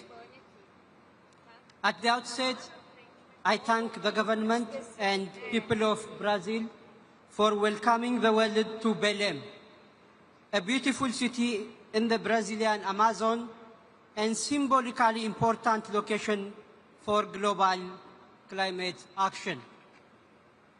The 10th anniversary of the Paris Agreement being commemorated at the heart of Amazon, the planet's carbon vault, should propel us to meaningful climate actions.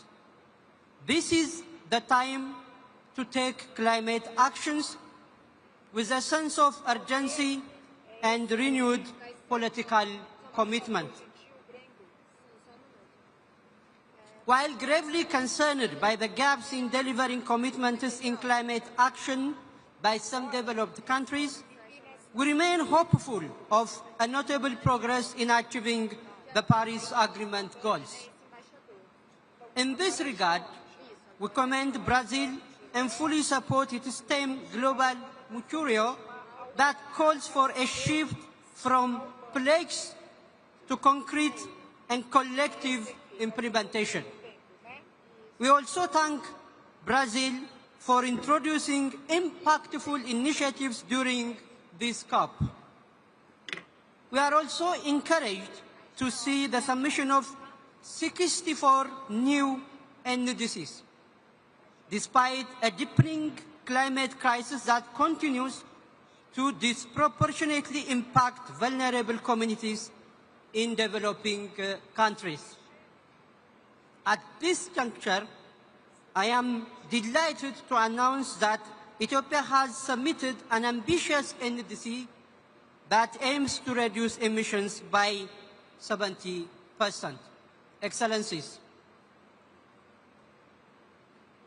COP30 must deliver ambitious and balanced outcomes grounded in principles of justice and solidarity to put the world on the right course to effectively address climate change in all areas, including adaptation, loss and damage, climate finance, and mitigation.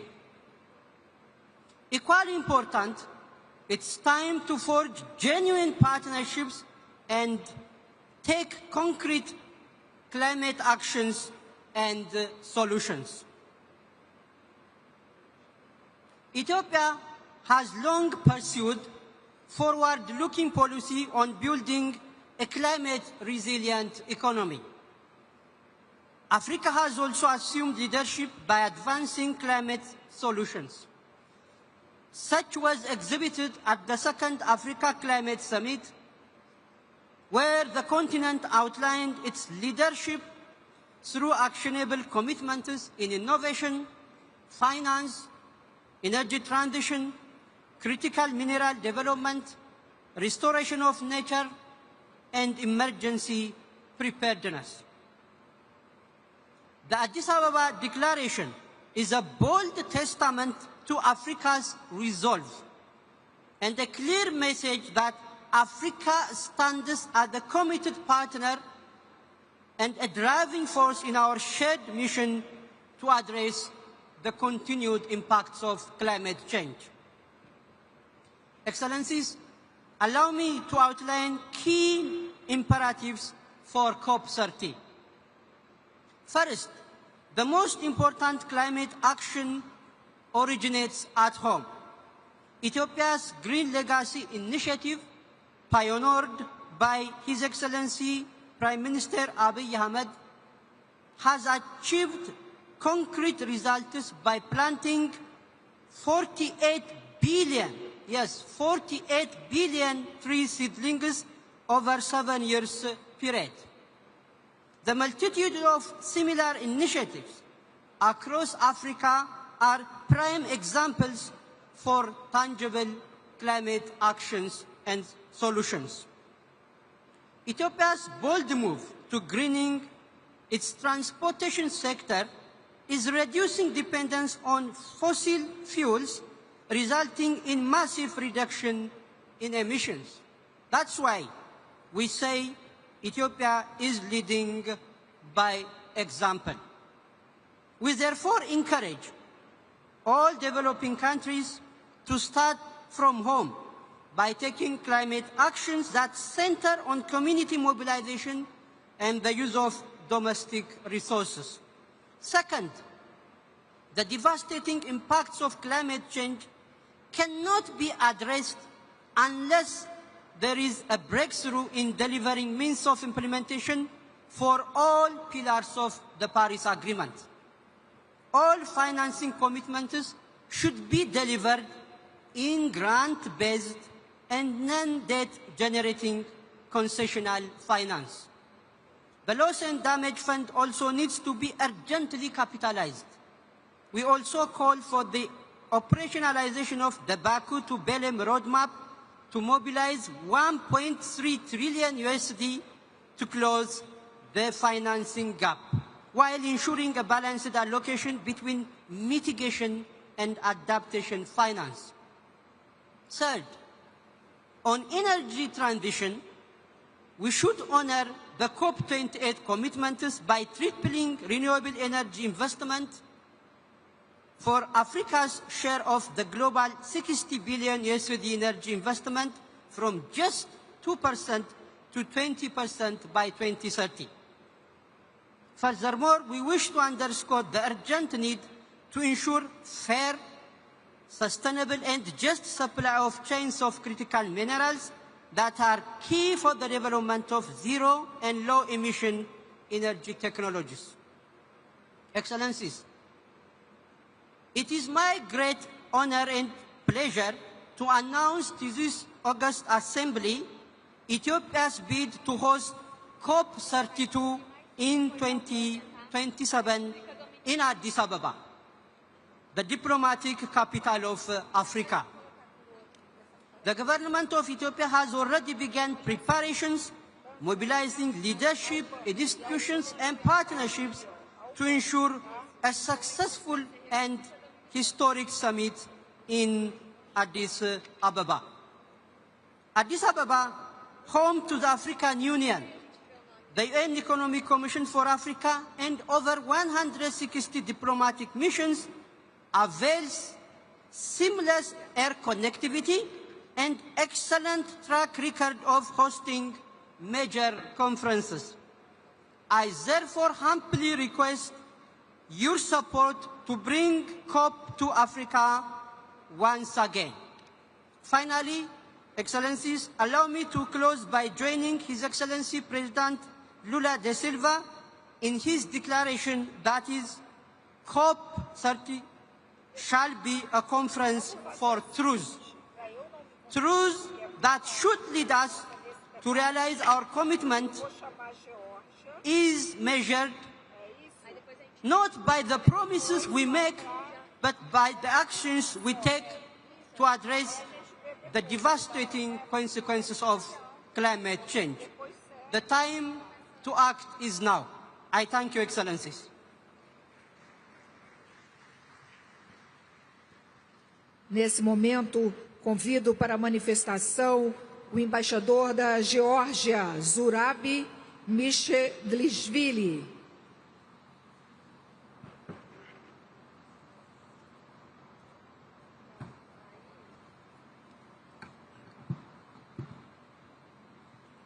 Excellencies, ladies and gentlemen, it is a particular honor to address you on behalf of the delegation of Georgia. And at the outset, I would like to extend my sincere appreciation to the government of Federative Republic of Brazil for the wonderful hospitality and honorable efforts that have made the COP30 a true success. Distinguished delegates, at the critical juncture as we mark the 10th anniversary of the Paris Agreement, it is vital to celebrate what we have already achieved together. From bending the emission curve to operationalizing the loss and damage fund, these achievements stand as a statement to our collective efforts to combat the climate change. Acknowledging this progress is not complacency. It is reaffirmation of the Paris spirit and a reminder that multilateral climate action delivers results. At the COP30, Georgia will advocate for an outcome that balances urgency with recognition, anchoring our collective efforts in the tools that drive implementation and shape a resilient, decarbonizing future for all. Georgia will support a consensus outcome that acknowledges the ambition implementation gap and commits us to closing through the instrument already agreed under the Paris Agreement. Nationally determined contributions are not absent pledges. They are the operation blueprint for climate action. Delivering of them requires a coordinating push across ambition, adaptation, finance, and technology. Georgia cautioned against reopening the ambition cycle. Instead, we must focus on delivering what we have promised using every tool at our disposal. Georgia is preparing its own national adaptation plan and encourages others to do the same, recognizing the resilience is inspirable for the credibility for our climate commitments. Georgia welcomes the Baku to Belém roadmap to $1.3 trillion and calls for it to both credible and inspiring. We support a strong signal of adaptation finance, including consideration of a new goal post 2025. The continuation of the Sharm el-Sheikh dialogue is essential to aligning finance flow with low emission, climate resilient development at COP30. Georgia will work to ensure that climate finance delivery clarity, momentum, and trust, empowering countries to turn the NDC into tangible outcomes. Ambition, adaptation, finance, and technology are all connected. They work together to help countries deliver on their climate promises, known as NDS. Their tools are not separated pieces. They support each other and must be used side by side to make real progress. Georgia is ready to help shape in COP30 outcomes that brings this effort together, building a future when our economy grows without harming the planet and our communities are stronger and safer in the face of climate change. While we commit to addressing the ongoing climate crisis, conflict worldwide continue to disrupt and slow global efforts in the direction. Due to the occupation of Georgia's Abkhazia and Skhin Valley region, the government of Georgia is enabled to implement measures to severe consequences of climate change in those regions, which consist of 20% of Georgia territories. Georgia welcomes the COP30 presidency effort to connect the action agenda with the result of the global stocktake.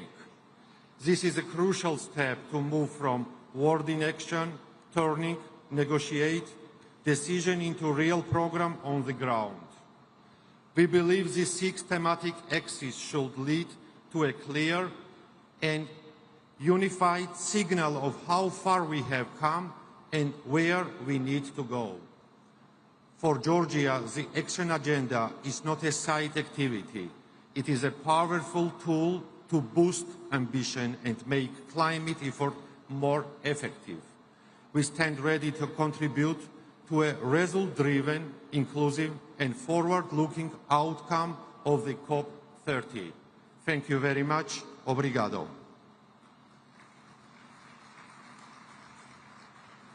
Agora convidamos para a manifestação o embaixador da Grécia, Ioannis Tsisovas Morousis.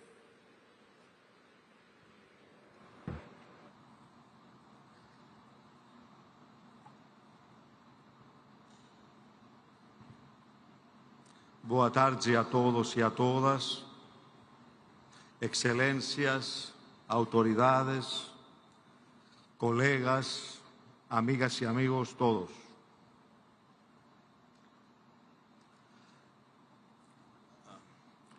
J'ai suivi avec beaucoup d'attention les discours de nos leaders et des présidents et des premiers ministres. Je suis arrivé à la conclusion qu'il y a une espèce d'embarras général. On ne sait pas exactement où on en est. Et le pire, où on veut aller. Il y a plein de contradictions. Nous avons fait campagne pendant des années, pendant des décennies, pour les énergies propres. Et maintenant, comme les choses ont changé, surtout aux États-Unis, nous allons nous adapter aux nouvelles conditions et nous allons suivre une route différente. Drill, baby, drill. Je crois qu'il faut qu'on prenne des décisions et s'y tenir et ne pas changer tous les 3 ans notre politique. On m'avait préparé un discours très long. Je ne lirai pas, sont 10 pages. À la place, je vous dirai quelques aspects de la politique de la Grèce à propos de notre sujet de changement climatique. Hier, à Athènes, nous avons reçu la visite de 4 ministres des États-Unis. Ministre d'énergie, économie, intérieur.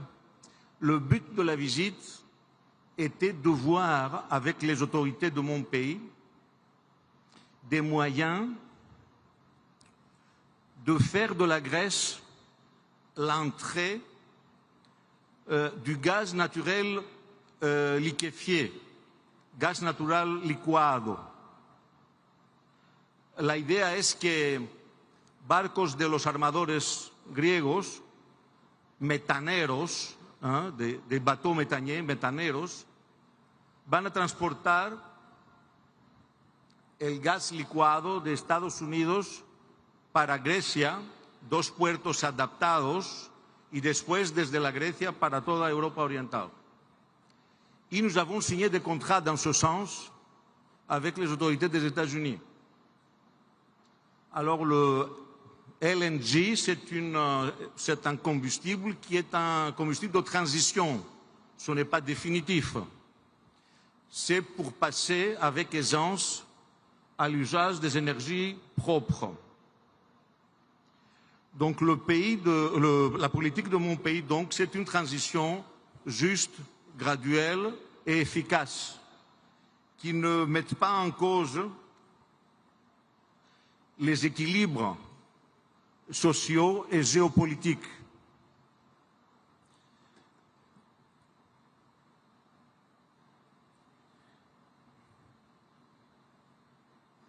Greece is fully committed to ensuring the compliance of EU policy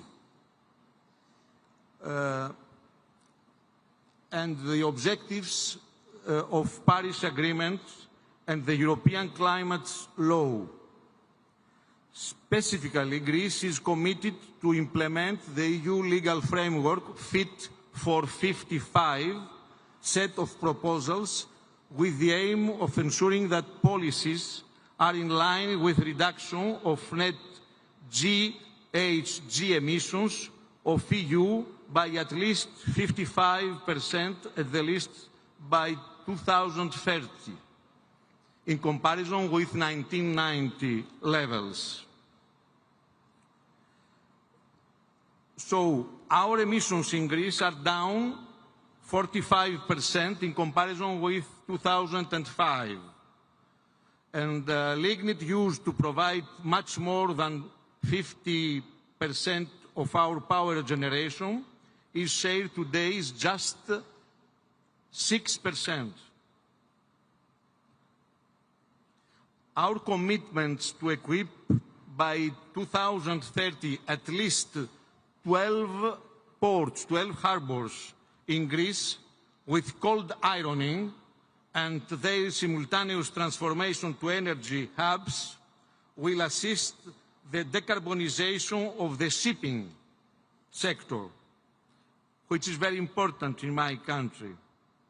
So we will decrease the emission and as well the climate change mitigation will take place.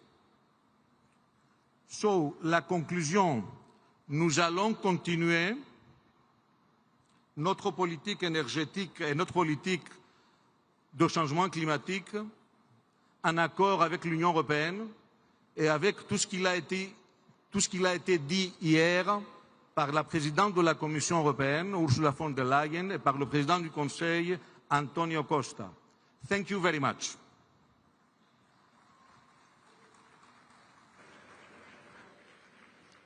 Chamamos agora o embaixador Mibala Alfredo Fernandes de Guiné-Bissau.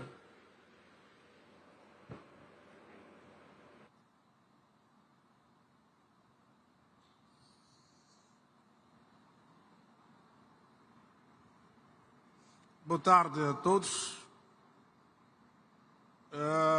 Gostaria, em primeiro lugar, de saudar a todos os que estão aqui nesta sala, bem acolhedora, até esta tarde para podermos falar daquilo que nos trouxe aqui de vários cantos do mundo, que é a COP30. Quero aqui cumprimentar todas as autoridades presentes nesta sala, autoridades civis e militares e todo o protocolo que nos foi reservado até este momento pelas autoridades brasileiras.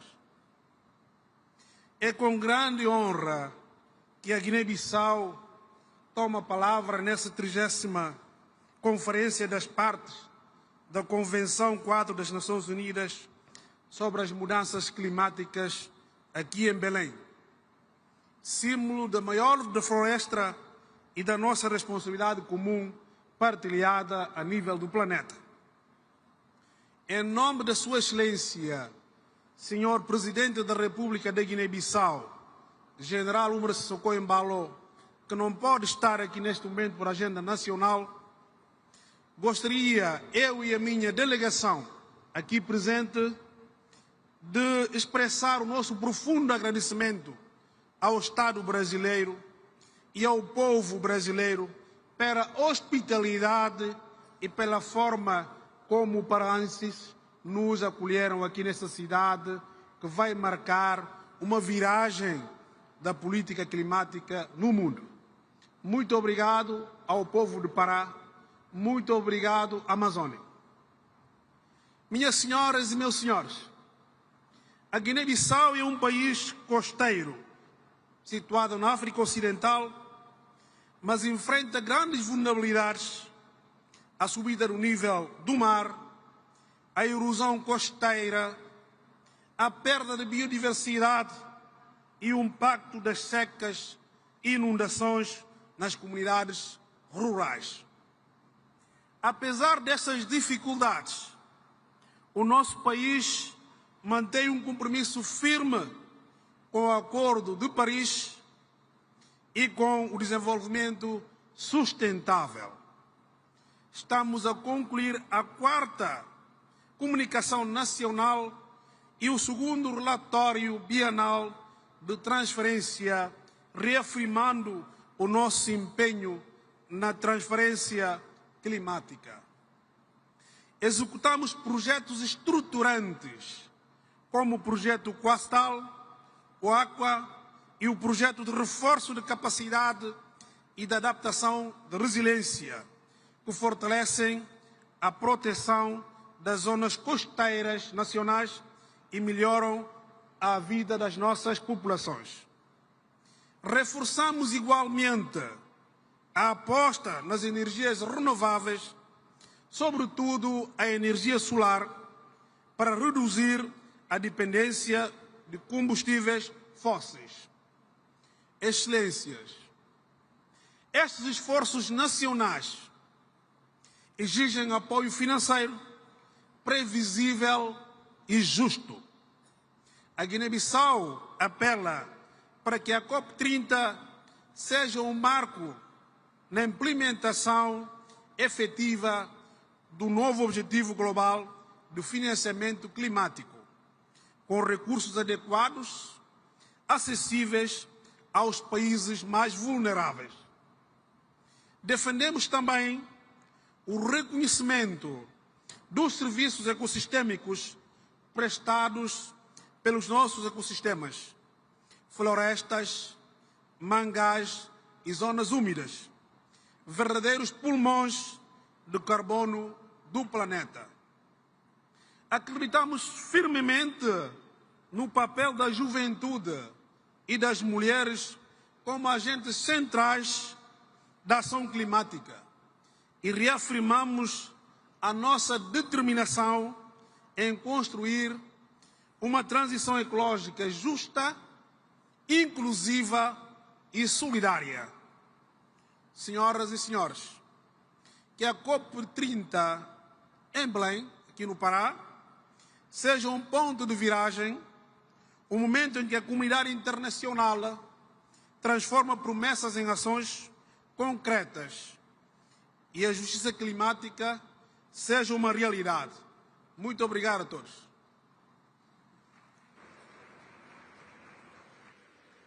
Chamamos neste momento o embaixador da Índia, Dinesh Bhatia.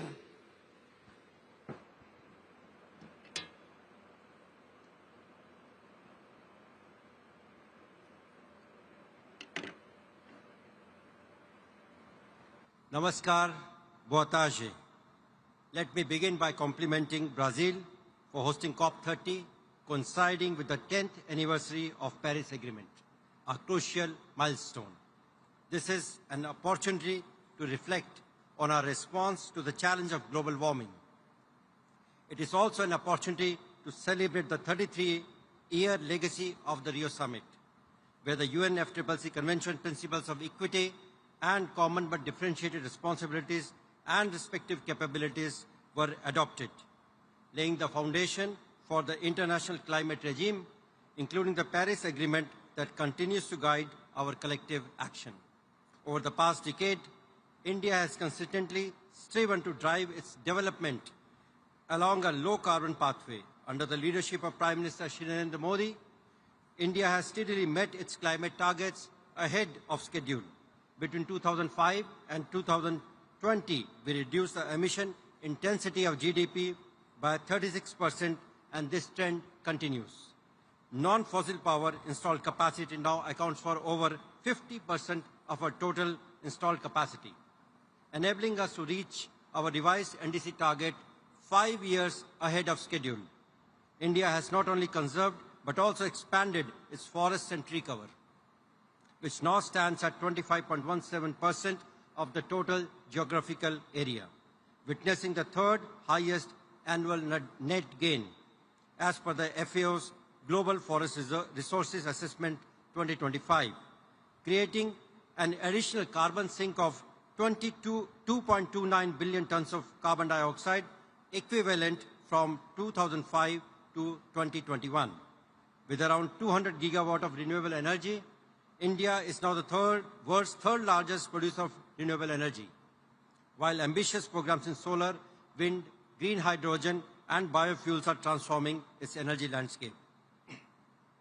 The International Solar Alliance, launched globally by India and France in 2015, now unites over 120 countries, promoting affordable solar energy and South-South collaboration. 10 years after the Paris Agreement, global ambition remains inadequate. Many nations' indices fall short.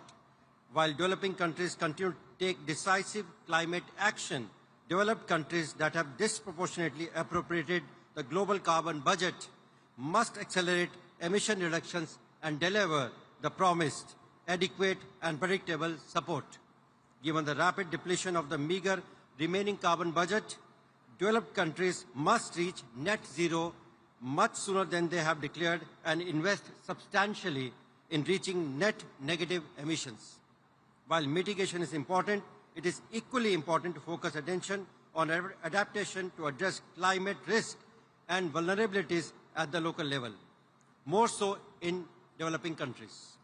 For developing nations like India, access to affordable finance, technology, and capacity building is vital to implement ambitious NDCs. Equitable, predictable, and concessional climate finance remains the cornerstone for achieving global climate goals. On the occasion of COP30, India reaffirms its commitment to multilateralism and towards preserving and safeguarding the architecture of the Paris Agreement, built on the foundations of the Convention. As a firm believer in climate action, we stand ready to collaborate with all nations to implement solutions and transition to sustainability in ways that are ambitious, inclusive, fair, and equitable, based on the principles of CBDR, RC, and national circumstances, thereby ensuring that climate action uplifts communities globally, protects livelihoods, and honors the principles of justice and equity. India welcomes and supports Brazil's initiative in establishing the Tropical Forests Forever Facility, representing a significant step towards collective and sustained global action for the preservation of tropical forests. India is pleased to join the facility as an observer. Finally, together, let us ensure that the next decade of climate action is defined not only by targets, but by implementation, resilience, and shared responsibility based on mutual trust and fairness. Thank you, dhanyavad, namaskar, muito obrigado.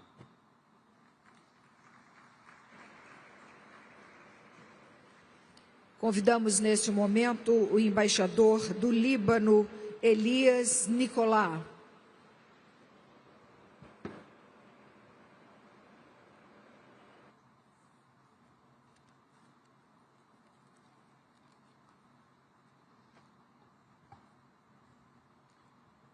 Mr. President, Luis Inácio Lula da Silva, Your Excellencies, distinguished delegates, ladies and gentlemen, on behalf of the President of the Republic of Lebanon, His Excellency General Joseph Aoun, allow me first to convey to the government and people of Brazil our sincere gratitude and deepest appreciation for hosting this important conference and for their continued commitment to advancing the goals we collectively set a decade ago in Paris. As we gather here in the heart of the Amazon, under the theme Delivering on Implementation, this scope marks an important milestone in our shared journey. It's a moment to move from promises to practice, from ambition to delivery. As our common challenges are getting more pressing, our credibility now depends on what we achieve together, on the actions we take, the systems we strengthen, and the trust we rebuild through tangible progress on the ground. Our summit today is a clear testimony that multilateralism is still standing and attuned to the necessity of scaling up the efforts towards the UN SDGs. Lebanon continues to face severe political, economic, social, and environmental challenges that have tested its resilience. Yet, despite these hardships, Lebanon has not wavered in its climate commitments.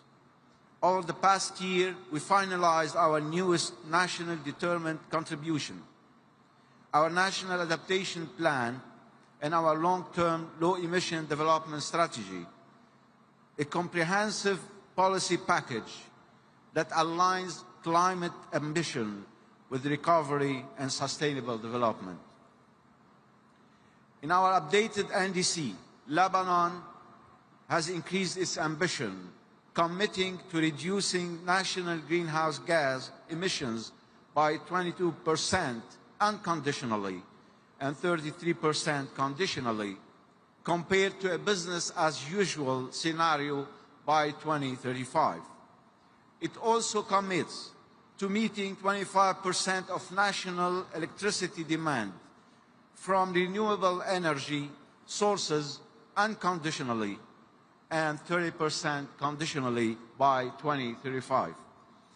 On adaptation, Lebanon has identified 8 priority sectors, that is agriculture, forestry, water, biodiversity, urban infrastructure, public health, disaster risk reduction, and tourism, thus emphasizing protection of lives and livelihoods, the strengthening of institutions, and the mainstreaming of climate action across all key sectors.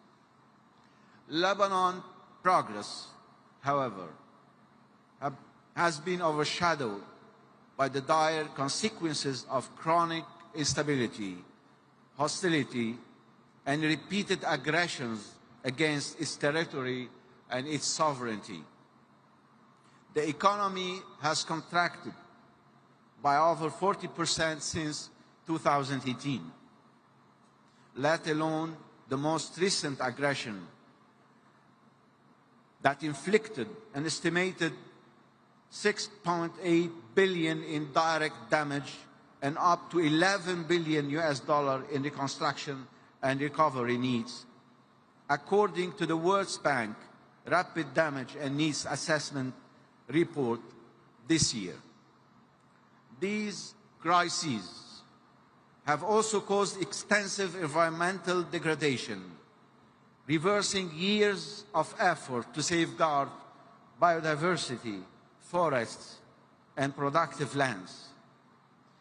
Environmental losses amount to around 720 million, primarily driven by the conflict's impact on natural ecosystems, with recovery and reconstruction needs for environmental damage alone estimated at 444 million by 2030.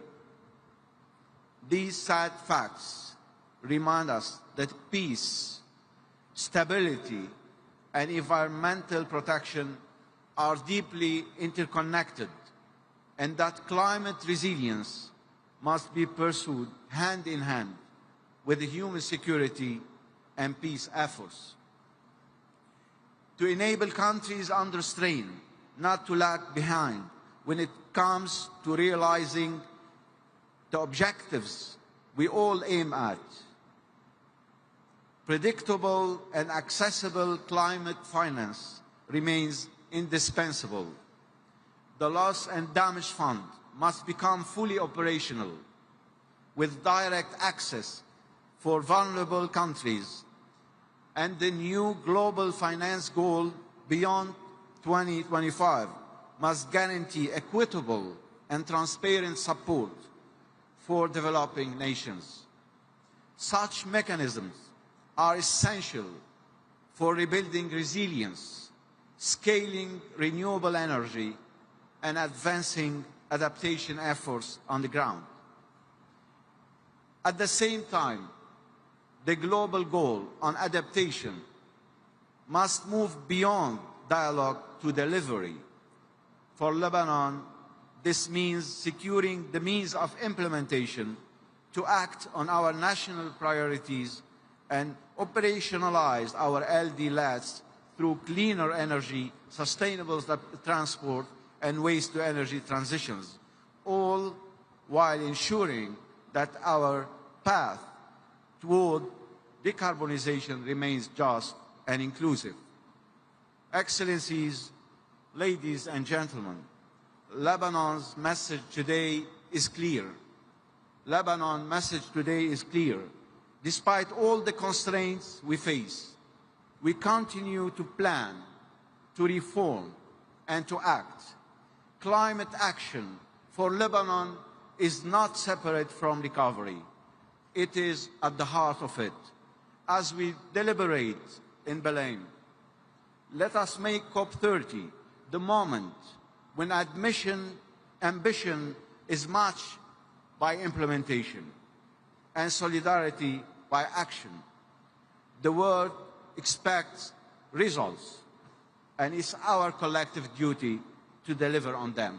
Thank you. Obrigado.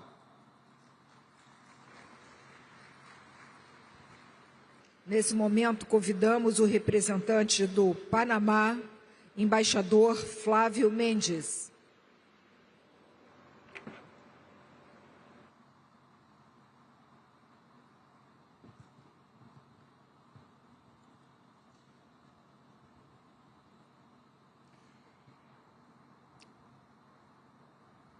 Buenas tardes.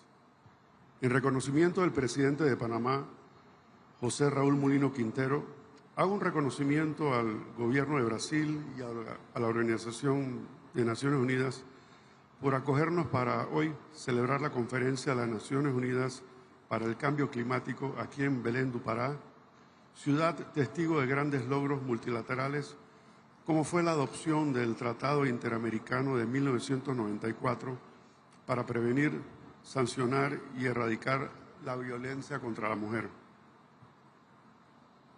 Aprovechando que tuve la oportunidad en la infancia, por ser hijo de diplomáticos, de aprender el idioma portugués y luego estudios posteriores, me motiva a interpretar el discurso en portugués para poder compartir con la mayor fidelidad posible el mensaje del pueblo panameño al pueblo belenense y brasileiro que nos ha acogido con tanta afección. Estamos vivendo tempos de grandes retos que convergem à aceleração da mudança do clima, a persistência da pobreza, a falta de oportunidade, o surgimento de riscos sanitários e tecnológicos de alcance global. Estes fenômenos transacionais, por natureza, nos obligam a reconhecer que nenhum Estado, por si só, está em capacidade de dar resposta a estes retos. As magnitudes dessas ameaças exigem mecanismos de cooperação internacional capazes de atuar com eficácia em defesa da sustentabilidade do planeta. A natureza não espera. O Panamá também não. O Panamá atua com urgência e com coerência, unificando ciência, a política e o território. Atuamos não por conveniência, mas por convicção, porque cada bosque que se perde, cada recife de corais que se branqueia, cada lar que se inunda, nos lembra que o custo da inação já é alto demais. Durante décadas, o mundo tem tentado avançar na luta contra a mudança do clima, na proteção da biodiversidade e do manejo sustentável da terra, como se fossem 3 caminhos separados. Esse enfoque tem nos custado muito tempo e muita eficiência. Em Panamá, estamos fazendo as coisas de outra maneira, ou como dizem no Rio, de outro jeito. Por essa razão, estamos apresentando o Nature Pledge, pacto que une nossos compromissos em matéria de clima, biodiversidade e terras. É uma forma nova de entender a política ambiental e climática. Na prática, Panamá se compromete a fazer uma redução adicional dos 11% de emissões por ano até o ano antes do ano 2035. Nos orgulhece informar que Panamá chegou e superou 9 anos antes o que foi acordado nas metas 30 por 30. Hoje em dia, 35% do nosso território está protegido. 54% dos nossos mares estão protegidos. Porém, nós não vamos nos deter aí. Nós nos comprometemos a restaurar 100 mil hectares adicionais de ecossistemas prioritários. Para conseguir isto, estamos alinhando nossos fluxos financeiros para ações coordenadas aos temas do clima, da biodiversidade e da terra. Vamos fortalecer corredores biológicos, garantir a conservação das nossas áreas protegidas e assegurar a conservação de espécies em perigo de extinção. Queremos também reconhecer que isto não seria possível sem quem não são os que protegeram a nossa natureza muito antes que existissem tratados e convenções. Os povos indígenas do Panamá.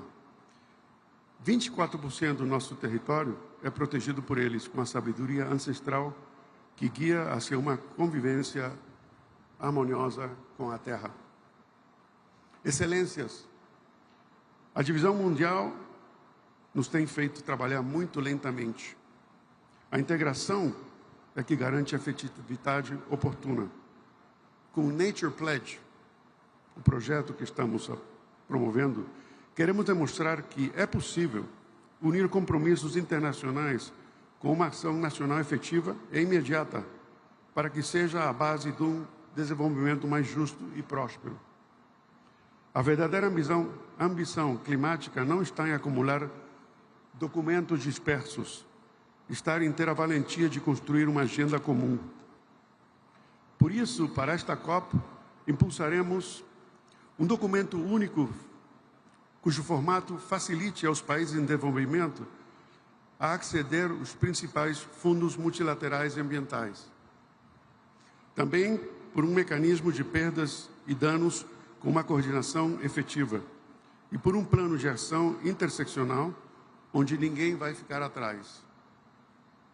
Quero fechar este discurso com uma anedota pessoal. Quando eu estava preparando a visita da nossa delegação para a COP em Glasgow, eu recebi uma ligação do Ministério de Ambiente indicando que nós éramos carbono negativo, coisa que não entendi nesse momento, porque sempre estava ouvindo do carbono neutro. Quando eu perguntei como é que tínhamos chegado a isso, a esse patamar, eles responderam: bom, não foi uma decisão só, tem sido um comportamento natural do povo panamenho ao longo do século. É no dia a dia, decisões de políticos, de pessoas comuns, sociedade civil, de que cada vez que tomava uma decisão, sempre pensava no bem comum ou no meio ambiente. Aliás, essa pessoa me lembrou que eu tinha começado, depois de me formar aqui no Brasil, quando cheguei ao Panamá, meu primeiro trabalho foi na ONG, que se chamava Associação Nacional para a Conservação da Natureza. Ou seja, que como diplomata, antes de ser diplomata, comecei a trabalhar como conservação. Mas isso é só para poder dar uma dica que o panamenho, por natureza, é assim. Nós pensamos que é normal proteger o ambiente. Então, a mensagem com esta anedota é que eu acho que não é só fazer todas as coisas que, como governo, estamos tentando fazer, mas também homologar o cidadão panamenho comum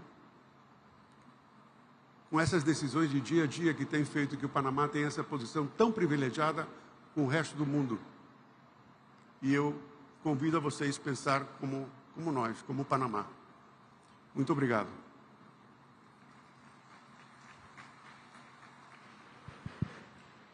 Convidamos agora representante da Polônia, o embaixador Andrzej Trzaskowski.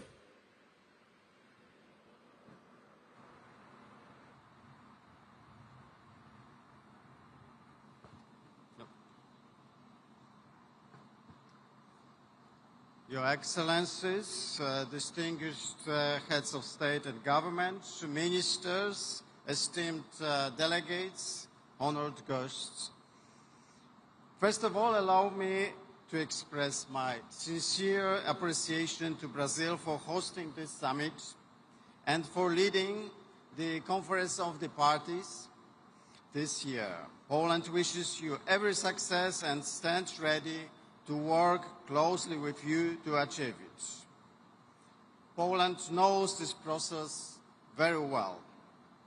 We hosted 3 conferences of the parties, in 2008 in Poznan, 2013 in Warsaw, and 2018 in Katowice, each time striving to make negotiations practical, transparent, and connected to real life. Our work has been and remains at the very heart of this system. Climate change remains one of the defining challenges of our time. We agree on the fundamental importance of multilateral cooperation and recognize the undeniable value of the Paris Agreement. That agreement provided us with a universal framework for climate action. It brought us instruments designed to guide implementation. And yet we must also acknowledge that while the direction is right, our collective effort still falls short in ambition, in financing, and in implementation. The details will be taken up by our negotiators in the coming weeks. We may differ in our approaches, but Poland believes that as long as we continue to listen to each other and to compromise, we will find a way forward. Global progress, still insufficient, is visible. In 2025, renewables overtook coal as the world's main source of electricity. That milestone is not symbolic, it is historic. There are projections that global demand for coal, oil, and gas may start falling in this decade. Such results came from rules, institutions, policies, and cooperation, from the essence of multilateralism. This process is working, and our collective work is making a difference. Clearly, the Paris Agreement delivers, and so does Poland. Poland takes the challenge of climate change very seriously. Our favorite word is pragmatism, and in this spirit we consequently and responsibly deliver on our commitments. For decades, our energy system was heavily reliant on coal, but over recent years, policy shifts, technological progress, and rapid deployment of wind and solar have transformed our energy mix. This year, renewables in Poland produced more electricity than coal. In the next 10 years, Poland is planning a comprehensive transformation of its energy system. The goal is to make it clean, diverse, reliable, with nuclear power and renewables at its core. This transformation strengthens not only our climate policy, but also our energy security and economic resilience, and ability to adapt to climate change. We believe that just and resilient energy transition will help us to build a sustainable future. Poland's example shows that economic growth, energy transition, and climate adaptation are not the opposing goals. They can progress together. Yet, we know that no country can face the climate crisis alone. It's a global challenge that demands a truly global response. Poland remains fully committed to this process, the one we have helped to shape, and to working with all partners towards a fair, effective, and successful energy transition. Together we can achieve more. Together we can deliver. Thank you very much. Muito obrigado.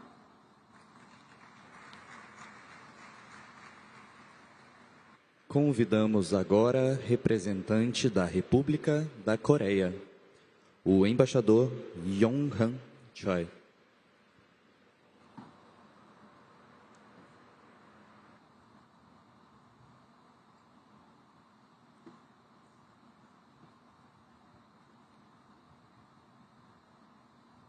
Your Excellencies, distinguished delegates, good afternoon, boa tarde. It is a great honor to attend the Belém Climate Summit at COP30 and to speak on behalf of the government of the Republic of Korea. Today, we gather at a critical moment as the climate crisis accelerates. Last year, for the first time, the global average temperature rise exceeded 1.5 degrees above pre-industrial levels. Climate disasters are becoming more frequent, hard to predict, and increasingly devastating in their impact and scale. Faced with these realities, our collective response and cooperation have never been more crucial. The Republic of Korea expresses its deep appreciation to the COP30 presidency for its leadership and dedication in preparing for today's summit. As we mark the 10th anniversary of the Paris Agreement, the coming 2 weeks represent a defining moment to reaffirm our shared resolve to strengthen global climate action. In particular, COP30 should serve as the bridge where ambition transforms into implementation. With the first global stocktake in 2023 and the submission of the first biennial transparency reports and 2035 nationally determined contributions this year, the Paris Agreement ambition cycle is now fully underway. While progress has been made in lowering projected temperature increases, the NDC synthesis report indicates that further acceleration of climate action is needed to keep the 1.5 degrees goal within reach. Therefore, at COP30, we must address both the ambition and implementation gaps and send a unified signal of determination to translate our pledges into concrete action. The Korean government is committed to contributing to this process by placing climate action and energy transition at the core of our national agenda.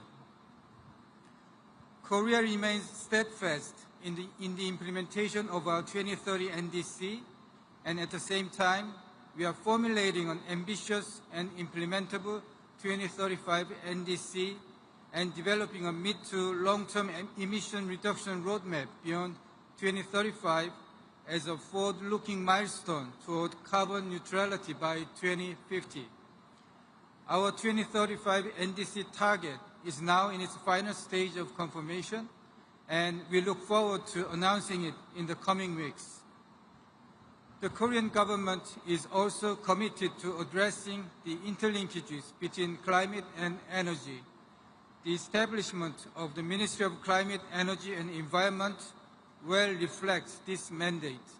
We are pursuing a major energy transition centered on renewables and aim to enhance energy efficiency and connectivity by leveraging technologies such as artificial intelligence, energy storage systems, and a more resilient power grid.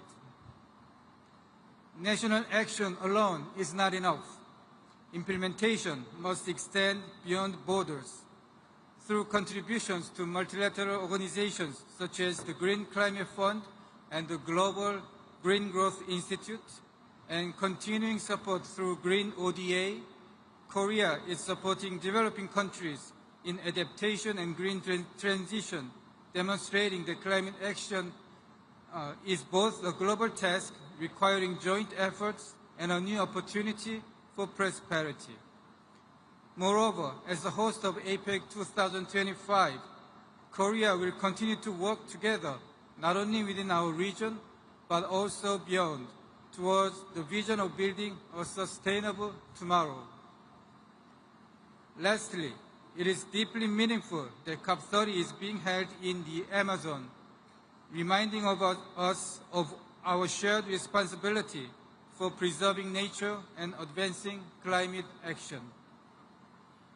COP30 can be an opportunity to highlight the importance of synergies across climate, oceans, and biodiversity, which deserve greater attention as they are essential for delivering core benefits for adaptation and mitigation. In particular, Korea will work towards advancing the ocean climate agenda by hosting the 4th United Nations Ocean Conference in 2028, together with Chile. We hope that Muchiraum, the spirit of solidarity and cooperation rooted in the indigenous traditions of Brazil, will bring us together to reinvigorate multilateralism. The Republic of Korea stands ready to work with all parties toward a successful COP30, one that will be remembered as the moment when ambition turned into implementation and confidence in multilateralism was renewed. Thank you very much. Muito obrigado. Convidamos agora representante da Sérvia, o embaixador Aleksandar Ristic.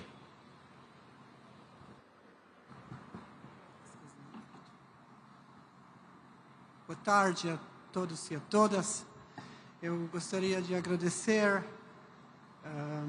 ao povo brasileiro, ao governo brasileiro, também ao povo e governo paraense pela calorosa recepção e pela esta oportunidade de conhecer essa região linda e rica e diversa.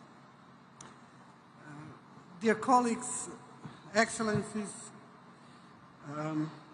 we'd like to extend our gratitude to the President of Brazil, His Excellency Luiz Inácio Lula da Silva, for having the vision to organize this conference in Belém, this beautiful place where we are witnessing today that the importance of maintaining the Amazon ecosystem as it literally secures the future of our civilization. Since Rio 1992, the perils, dangers, and challenges of advancing climate change grew on a yearly basis. Extreme weather events, violent storms, unprecedented hurricanes, and massive floods, as well as forest wildfires, became the norm and not the exception. Serbia is located in southeastern Europe, in a geographic area that is affected in an above-average manner by climate change. Over the past 5 years, the mean annual temperature has been 2.5 degrees higher than the baseline, with consecutive record-breaking year after year. Droughts, heat waves, floods, and extreme storms have intensified, causing over 10 billion euros in losses since year 2000, including 1 billion euros in the summer of 2024 alone, when 92% of our territory suffered from severe drought. Not to mention the floods of 2014 that we are still recovering from, one of the reasons why the Serbian people expressed its solidarity with the people of Rio Grande do Sul, because we know the best what the floods can do in our nations. These impacts threaten our agriculture, water resources, forests, biodiversity, public health, and infrastructure. As a country where agriculture remains vital for food security and economic stability, we are deeply aware that the adaptation is not an option, it is a necessity. We call Serbia a small country, but I've learned from my colleagues from other European countries of the same size that we should drop this designation and call ourselves well-optimized and compact countries. But yet, we have an energy sector which still relies on domestic lignite, but we have a commitment to global action for sure. This year, in September, the government of the Republic of Serbia adopted our third national determined contribution, and it reflects our new level of ambition while also confirming our intended mitigation trajectory. The third Serbian NDC of September this year, we have committed to an economy-wide emission reduction target of 40.1% by 2035 compared to 1990 levels, or 46.7% when including land use. Given the need to ensure a just and inclusive energy transition, our target is conditional and will depend on the availability of financial resources and technical assistance. Our message today is clear. Despite our size and developing economy, Serbia stands firmly with the global community in pursuing a climate-resilient, low-carbon future, one that is fair, ambitious, and built on solidarity. I thank you very much. Muito obrigado.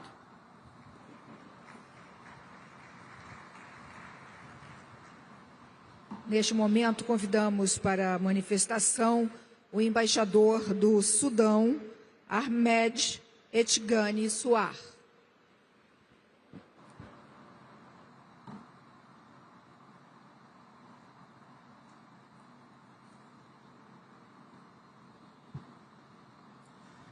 بسم الله الرحمن الرحيم.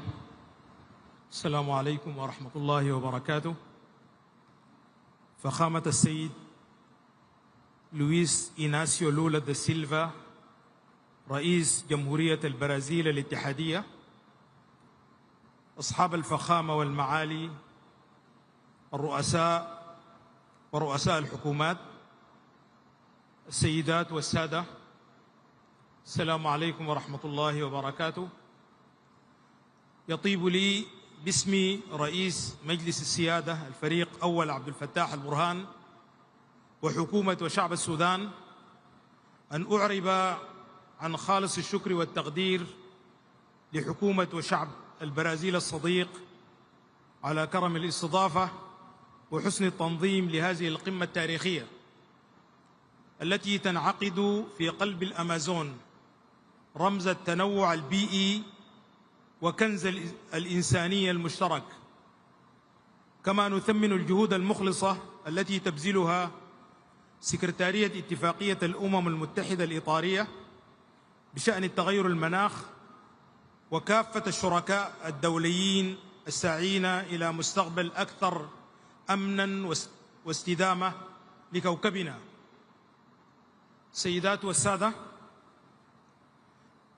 يواجه السودان اليوم آثارا مركبة للتغير المناخي تتجلى في تدهور البيئة والنظم الإيكولوجية نتيجة ما قامت به الميليشيا المتمردة من تدمير لأهم مناطق التنوع الحيوي، بما في ذلك الغابات النيلية مثل غابة الصمت والمنشآت الصناعية ومستودعات النفط، مما أدى إلى تلوث الهواء والمياه بالمواد الكيميائية وارتفاع غير مسبوق في درجات الحرارة، إلى جانب موجات الجفاف والتصحر المتكررة والفيضانات المدمرة التي تهدد سبل كسب العيش والأمن الغذائي لملايين المواطنين. وليس خافيا أن التغير المناخ لم يعد قضية بيئية فحسب، بل أصبح قضية تنمية وحياة وكرامة وسيادة وطنية. تؤدي التدخلات البشرية في الصراعات المسلحة التي تفاقم هشاشة الدول وتنزف مواردها، ومن هذا المنطلق يدعو السودان إلى مواقف دولية أكثر تضامنا وإنصافا في مواجهة هذه التحديات، استنادا إلى مبادئ اتفاق باريس للمناخ ومبدأ المسؤوليات المشتركة وتحقيق العدالة في التنمية والتحول الأخضر.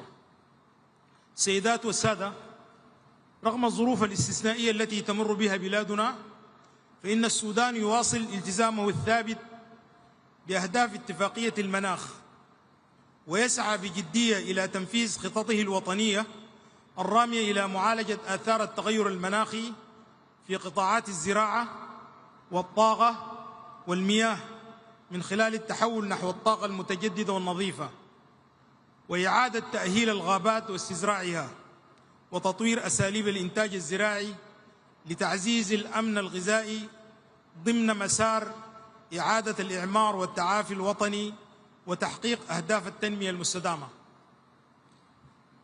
إن السودان وهو عضو فاعل في المجموعة الأفريقية ومجموعة ال77 والصين التي يؤكد دعمه لمواقفهما المشتركة، يدعو الدول المتقدمة إلى الوفاء بتعهداتها الدولية المتعلقة بالتمويل المناخي ونقل التكنولوجيا وبناء القدرات، فجهود الدول النامية ستظل محدودة دون دعم عادل ومستدام يضمن قدرتها على التكيف والتحول نحو تنمية منخفضة الكربون.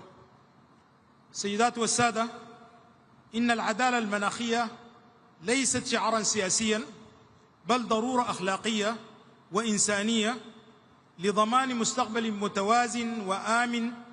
ومن هنا يجدد السودان دعوته إلى تفعيل صندوق وآلية الخسائر والأضرار التي أقرتها قمة شرم الشيخ، وتوفير التمويل الكافي لتنفيذها. فالقارة الأفريقية رغم مساهمتها المحدودة في الانبعاثات العالمية تتحمل العبء الأكبر من تداعيات التغير المناخي، الأمر الذي يجعل تحقيق العدالة البيئية شرطا أساسيا للسلام والاستقرار والتنمية في عالمنا.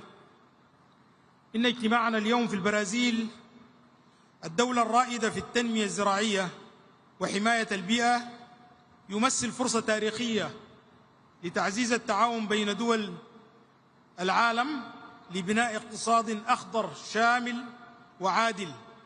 ومن هذا الإطار يدعو السودان إلى إقامة شراكات استثمارية فعالة في مجال الزراعة المستدامة وإدارة الغابات والطاقة النظيفة والمياه والمعادن الحيوية، لتكون هذه القطاعات ركيزة للحلول لا ضحية للأزمات.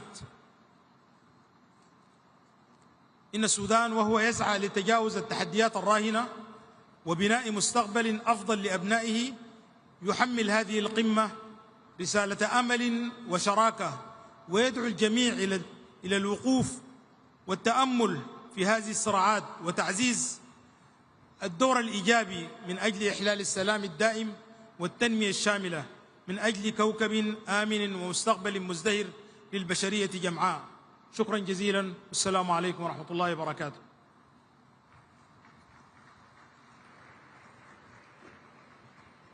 Chamamos agora para a manifestação a embaixadora da Tailândia, Kundini Akosorwong.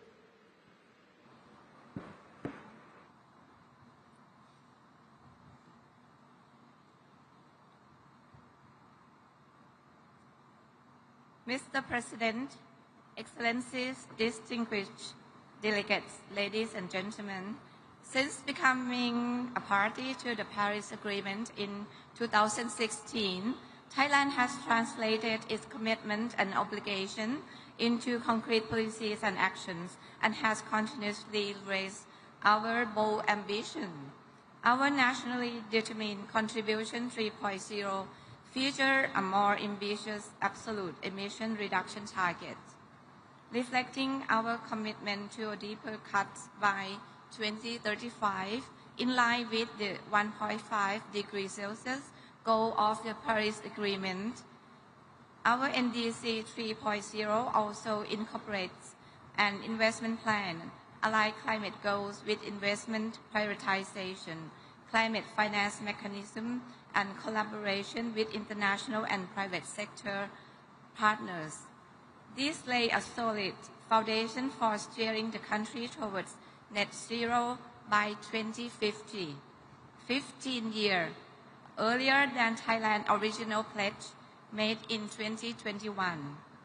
This reinforced Thailand's unwavering effort to create a sustainable and resilient future. On the adaptation front, our vulnerable communities are on the front line of climate impacts. That is why we have adopted a national adaptation plan while also strengthening early warning system, building resilient infrastructure, and empowering local administrations. We are also in the process of drafting the Climate Change Act. This legislation is designed as a comprehensive and balanced framework to fulfill Thailand's international climate commitment to foster a rapid transformation toward a low-carbon, climate-resilient economy and society, encompassing both mitigation and adaptation obligations, while providing adequate support to all sectors. Excellencies, distinguished delegates, at COP30, our work toward Baku to Beleng roadmap to realize the goal of both $300 billion annually and $1.3 trillion by 2035 will be critical. We are also eager to see all parties agree on indicators that will effectively track progress made under the Global Goal of Adaptation framework. Our expectation also includes the establishment of clear guidelines on the implementation of the fund for responding to loss and damage, especially on the disbursement of funds annually by 2035 and on accessing the fund. Excellencies, our collective effort, or the so-called multi-round, should not be taken for granted. Our efforts here in Beleng will not only mark a milestone in climate negotiations, but also act as a trigger point for more inclusive action on climate mitigation and adaptation. Let us work together towards this goal. Muito obrigada. Thank you.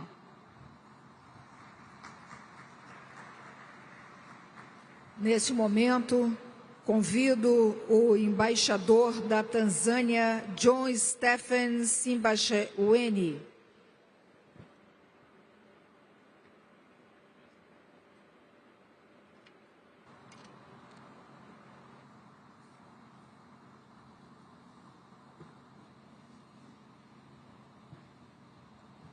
Your Excellencies, distinguished delegates, ladies and gentlemen, on behalf of the government and the people of the United Republic of Tanzania, I extend our heartfelt appreciation to the government and the people of Brazil for their warm hospitality and the excellent arrangement for COP30. We commend Brazil's leadership in advancing global climate action, particularly through nature-based solutions and sustainable forest management in the Amazon, an inspiration for all of us striving to balance development with environmental stewardship. Excellencies, we meet at a decisive moment after more than 30 years of the UNFCCC and a decade of the Paris Agreement. Climate change is no longer a distant threat. It is our daily reality. Developing countries, including Tanzania, bear a disproportionate burden. Rising temperature, droughts, and floods are reversing development gains and threatening lives and livelihoods. In Tanzania, floods have doubled since the 1980s, causing losses of over USD 460 million annually. The 2023 and the 2024 El Nino and the Cyclone Hidaya caused an additional USD 553 million in damages and claimed 170 lives. Yet we come to COP30 not with despair, but with conviction that climate action must be accelerated through predictable, equitable, and inclusive support that addresses the realities of those most affected. Excellencies, Africa is already accelerating climate action. Under Tanzania's Development Vision 2050, our agenda, inclusive climate action for the resilience and a sustainable future, places environment integrity and climate resilience at the heart of our growth. Over 70% of Tanzania depend directly on land, water, and the forests. For us, climate resilience means food security, clean water, and surface in our communities. We are implementing bold measures by integrating climate priorities into national policies, including the National Environmental Policy of 2021, the Blue Economy Policy of 2024, NDC 3 for the period of 2025 to 2035, and the National Adaptation Plan. We have also established the National Carbon Monitoring Center to enhance transparency and the capacity in carbon trading. Excellencies, as chair of the African Group of Negotiators, Tanzania works with all African parties and the African Union to ensure our collective voice is heard. However, progress remains constrained by limited access to predictable and grant-based finance, technology, and the capacity. The Back to Belém roadmap and the commitment to mobilize USD 1.3 trillion by 2035 are crucial. We call for the agreed USD 300 billion annually by 2035 to be delivered in line with the principles of the Convention and the Paris Agreement. Excellencies, Tanzania NDC 3 alone requires USD 48.6 billion to achieve its goal. We urge our partners to move from pledges to disbursement and from bureaucracy to delivery so that ambition translates into real action on the ground.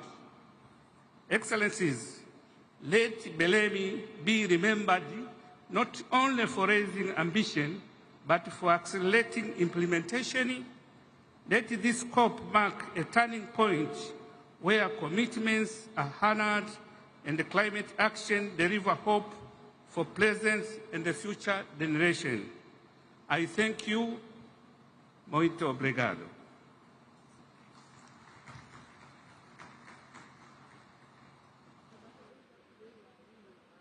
Neste momento, convido o embaixador da Albânia, Gentil Bendo.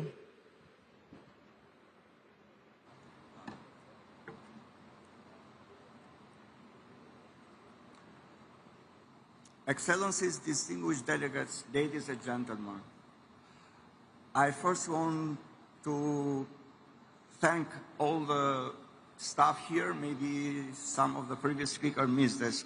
I think that the conference could have been such a successful meeting without the excellent work of the supportive staff of the Secretariat.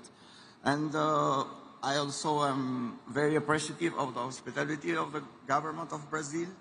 And we should recognize that Brazil is a leader in climate diplomacy.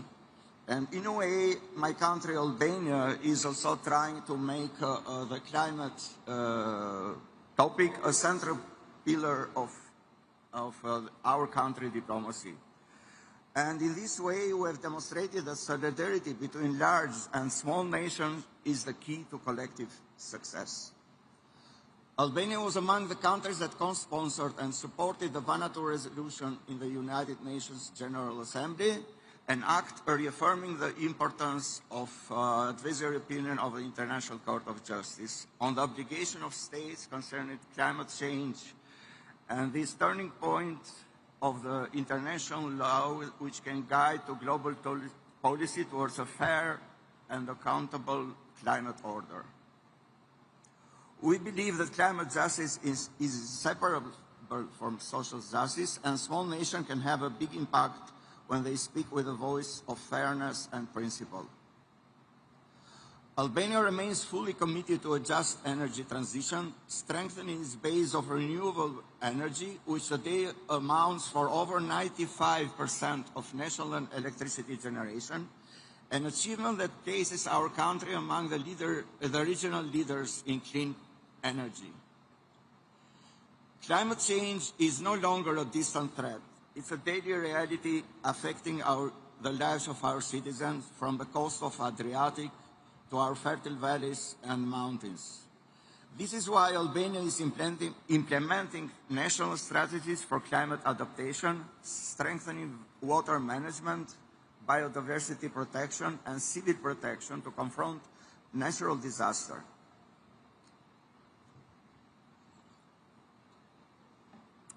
Ladies and gentlemen, in fulfilling our obligations under the UNFCCC and the Paris Agreement, Albania has taken concrete steps to strengthen national climate governance and to build long-term resilience. We are finalizing our national adaptation plan, and 8 municipalities drafted their local adaptation plans, and 14 other municipalities are in the process. In parallel, we are integrating adaptation priorities into national development planning and mobilizing investments to safeguard our coastal zones, ensure water security, support climate-smart agriculture, and increase the resilience of infrastructure and public health system. These efforts reflect Albania's determination not to only commit, but also to deliver on the global climate agenda, in line with the spirit and ambition of COP30. About this summit, we have also been presented with several initiatives and declarations from Brazil, such as the call to action on integration of fire management and wildfire resilience, the T50S, the tropical forest, and also the Belém Declaration on Hunger, Poverty, and Climate Action. My country is studying very carefully this, and given that we can have also the possibility to join them during next week that starts the COP30, we now have only positive reviews, and it's very likely we can join them in the few days. In this spirit, Albania is also exploring ways to reflect the human dimension of climate action and ensuring that our climate policies serve people, equity, and dignity. Today, more than ever, law, science, and solidarity must advance hand in hand. Albania will continue to be a responsible and constructive voice for climate justice and human-centered climate action.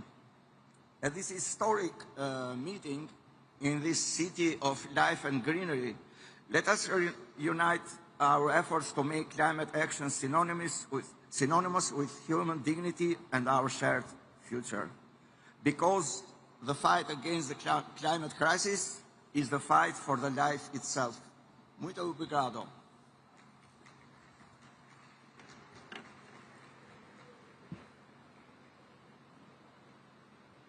Convido, nesse momento, para a manifestação, o representante da República Dominicana, vice-presidente executivo do Conselho Nacional para a Mudança do Clima e Mecanismo de Desenvolvimento Limpo, Maximiliano Puig.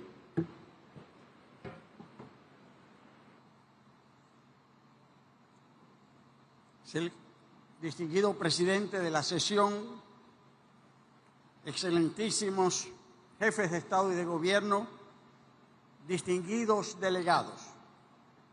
Quiero iniciar estas palabras agradeciendo al presidente Luis Ignacio Lula da Silva por su liderazgo al convocar este evento de alto nivel y por asumir el reto de recibirnos en la Amazonía para la COP30.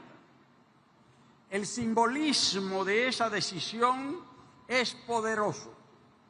Desde la República Dominicana, que ocupa una de las vicepresidencias de la COP, respaldamos los esfuerzos de Brasil para que esta sea una COP enfocada en resultados, en acciones concretas, en los 30 objetivos que este extraordinario país ha compartido con el mundo. La República Dominicana reitera hoy su firme compromiso con el Acuerdo de París. Trabajaremos para un mundo de no más de 1.5 grados. Nuestra acción climática está centrada en proteger a nuestra gente y nuestros recursos naturales, la preservación de cuencas y costas, la gestión sostenible del agua, la resiliencia agrícola, la salud y la protección social adaptativa para los más vulnerables. Para nosotros, la resiliencia climática es una cuestión de seguridad nacional, estabilidad económica y justicia social.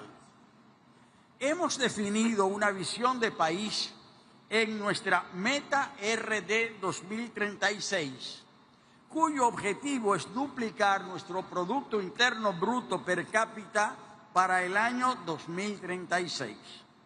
Pero ese crecimiento debe ser sostenible, inclusivo y resiliente, o no será crecimiento real.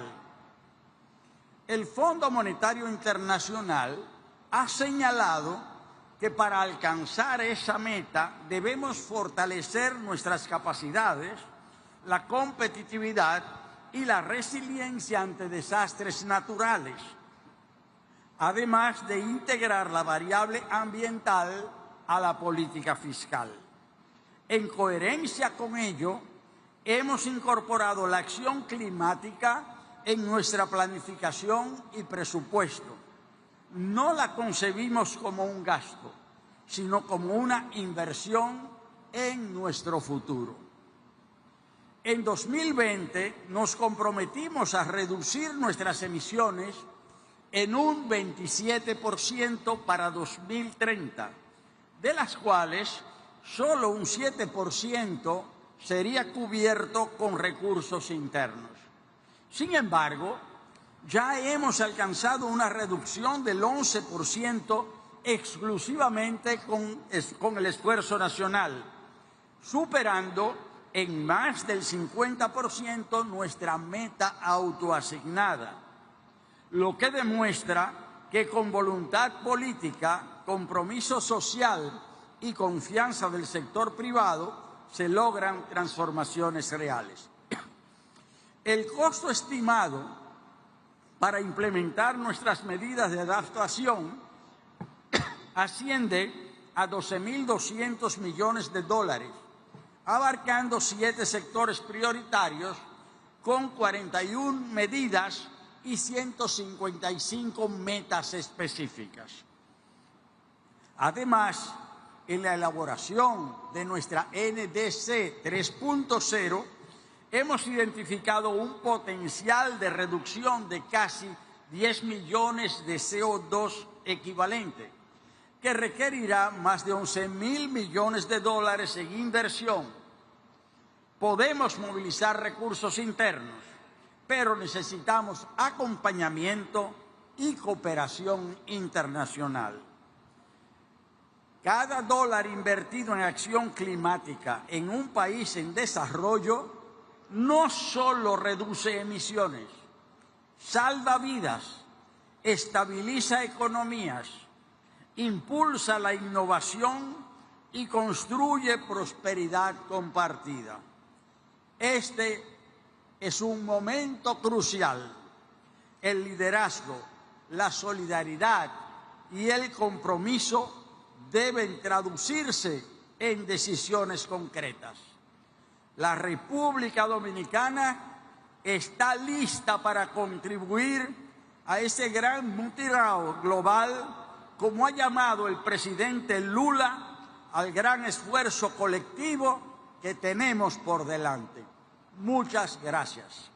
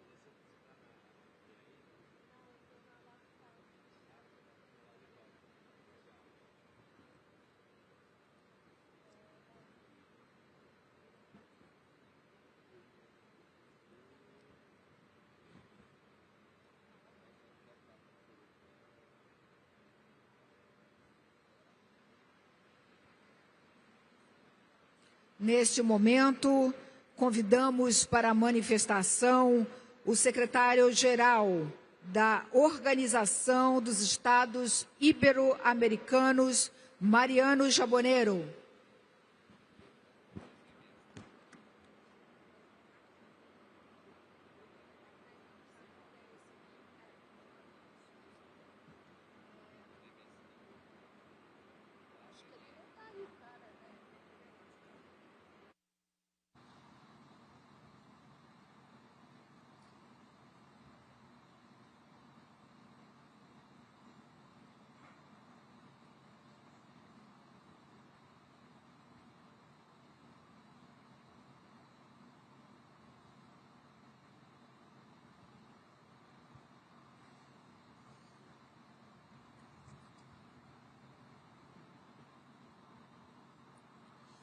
Buenas tardes a todos y a todas. Boa tarde. Es un privilegio estar aquí hoy. Quiero expresar nuestro sincero agradecimiento al Gobierno de Brasil, en nombre del presidente Lula, así como a todas y todos los trabajadores y trabajadoras que han participado en que este evento sea posible. Tenemos la alegría de acompañar al Gobierno de Brasil en la realización de esta iniciativa en calidad de organismo coorganizador de la COP. Agradecemos profundamente la confianza depositada en la OI para esta tan honorable tarea. Somos un organismo multilateral de cooperación que trabaja desde hace más de 75 años en la educación, la ciencia, la cultura, junto con los países iberoamericanos, con una mirada especialmente atenta al sur global. Nuestro sistema está conformado por 23 países, hogar de más de 800 millones de personas que comparten dos lenguas intercompresivas, el español y el portugués. La decisión de traer la COP a la Amazonía brasileña ha sido, en nuestro entender, tan acertada como necesaria. La OI desarrolla proyectos de cooperación en los países amazónicos, muchos de ellos orientados a objetivos medioambientales que cuentan con miles de beneficiarios. Intervengo en Belén para reafirmar una convicción sencilla. La transición energética, para ser duradera, debe ser justa. Y solo será justa si los países del sur global son escuchados protegiendo a quienes más se exponen, reforzando la seguridad energética y ampliando las oportunidades para todos. El presidente Lula ha señalado algunos ejes centrales que compartimos. En primer lugar, hablar de mutirao global, lo que implica decidir con los territorios, coordinar con los gobiernos, sectores académicos y productivos y mantener la integridad y la transparencia entre metas, presupuestos y resultados. Cuando hablamos de verdad, de la verdad, reconocemos el papel de la ciencia, afirmar que, más allá de coyunturas u opiniones políticas, debemos invertir en la investigación sin ninguna excusa. Al hablar de implementación, el presidente recordó ayer la desconexión entre los salones diplomáticos y la vida real. El lema de la OI es muy explícito al respecto: hacer que la cooperación realmente suceda, con más recursos, más ejecución y menos retórica. Sobre financiación es necesario avanzar en la integración regional y lograr acuerdos de asociación, como es el caso del acuerdo Mercosur-Unión Europea, que desde la OI aplaudimos. Quiero enfatizar que la COP no es un punto de llegada, es un punto de partida. Es la culminación de todo lo que se ha hecho antes, durante y lo que se hará después de este evento. Y un gran proyecto de futuro que nos une y al cual la OI siempre acompañará, como hace en esta ocasión, haciendo sostenible a través de la educación, la cultura y la ciencia, que, insisto, son lo que le harán sostenibles. Sabemos que la materialización de esta agenda no será alcanzada por solo los gobiernos. Es imprescindible contar con todos y con todas. La OI pone su cooperación iberoamericana al servicio de este rumbo para convertir los acuerdos de protección real para las personas y territorios y para dejar un legado institucional más sólidas, o instituciones más sólidas, servicios de calidad que permanezcan y una ciudadanía capacitada para conducir este desafío. A todos y a todas, muchas gracias, muito obrigado.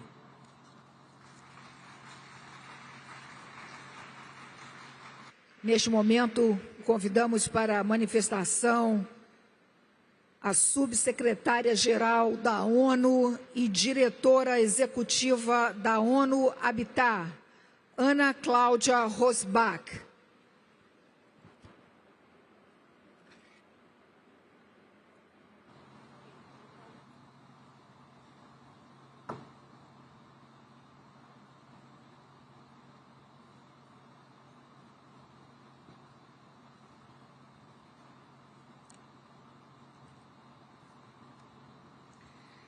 Excellencies, Heads of State, Ministers, eu agradeço ao presidente Lula e à presidência da COP30 por nos convocarem e por colocarem os desafios climáticos e soluções mais cruciais ao centro desta COP. Excellencies, the global housing and climate crisis are intertwined. More than 2.8 billion lack access to adequate housing. 1 in 3 urban residents in the Global South live in informal settlements. Their growth is partially driven by climate displacement. Informal settlement communities are amongst the most exposed to climate impacts. Cities are also responsible for over 70% of global greenhouse gas emissions. The housing and building sector account for over 30% of the emissions.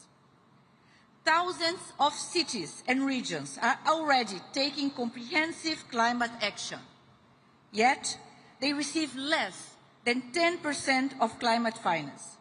This is not just a funding gap, it is a justice gap and a missed opportunity for transformative action. Our analysis of the new and updated NDCs shows that national governments increasingly recognize the importance of urban and multi-level action. The share of NDCs strongly integrating urban content has almost doubled. 3/4 of NDCs clearly describe sector-specific climate responses in urban areas, making a shift from planning to delivery.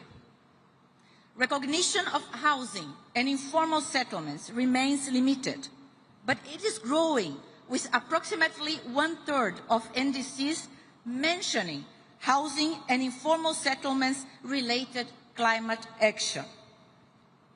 Since COP27, we have co-hosted ministerial meetings on urbanization and climate change to facilitate multi-level climate action to keep the goals of the Paris Agreement alive. UN Habitat supports countries in strengthening the urban content of their NDCs, in developing national and city-level plans that integrate urban solutions. And we support cities in accessing climate finance and implementing of tailored climate action. Such finance needs to increasingly reach the most vulnerable, especially informal settlements. Local leaders met in Rio earlier this week. They are committed to driving climate action in partnership with national governments. I invite you to next week's ministerial meeting on urbanization and climate change, which will further advance concrete multi-level climate action. Local climate action will also be key to the 13th World Urban Forum on the theme of Housing the World, Safe and Resilient Cities and Communities in Baku, Azerbaijan next year.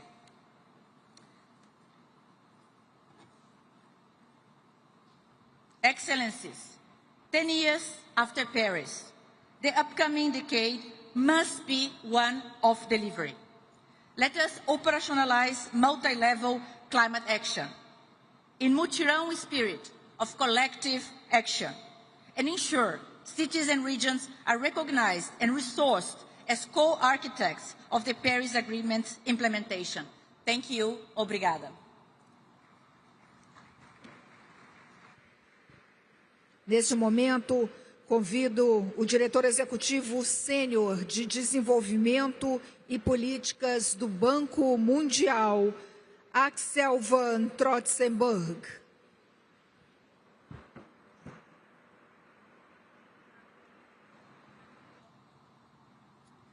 Excellencies, good afternoon. At the World Bank Group, we are committed to helping countries grow, create jobs, and lift people out of poverty while facing droughts, storms, and floods. The demographic surge in emerging markets presents an opportunity for the future. If young people have access to clean air and water, education, healthcare, and jobs, that's why we focus on smart development, resilient, fiscally sound, efficient, and built to last. Last year, 48% of World Bank Group financing across sectors from education to waste management, agriculture to transport realized climate co-benefits exceeding expectations. To put the 48% in perspective, climate finance was about $50 billion of the World Bank. That's about double the amount compared to 5 years ago. Investments to make countries and communities more resilient comprise 43% of the public sector portfolio, and that's up from a third 2 years ago. Of our IDA financing for low-income countries, 53% are directly supporting adaptation investment, i.e. building resilient communities, companies, and economic assets. On IDA 21, we have started implementing. There are clear commitments taken on climate financing. We have committed ourselves to provide at least 45% of climate financing of the IDA commitments, and half of it will be in the adaptation area. And turning to crisis preparedness and response, we have completed our toolkit in helping countries better deal with crisis, including introducing climate resilient debt clauses that are being currently implemented. But it is also important to recall that we are able to react fast and immediately when crisis hit. For instance, Jamaica is receiving a full payout of $150 million after Hurricane Melissa hit the country, and this is provided under the catastrophic insurance coverage. Our private sector arm is also stepping up its investment in climate. IFC delivered about $8.1 billion in long-term health development finance with climate co-benefits and mobilized an additional $16.5 billion. So totally almost $25 billion. But behind these numbers, we need to say there are key outcomes. Last year, we supported with this climate financing about 136 million people with enhanced resilience, about 210 million people with strengthened food security, and about 93 million hectares of land and sea under improved management. But international finance alone is not enough. It must be paired with investment-friendly policies, strong institutions, and resilient infrastructure. And most importantly, what we need to realize, it is apart from all these policies, what we need is commitment, and commitment to climate action and climate implementation. And you can count on the World Bank Group to continue its effort to improve not only climate outcomes in developing countries, but also provide that through finance and technical advice as well as studies. Thank you very much.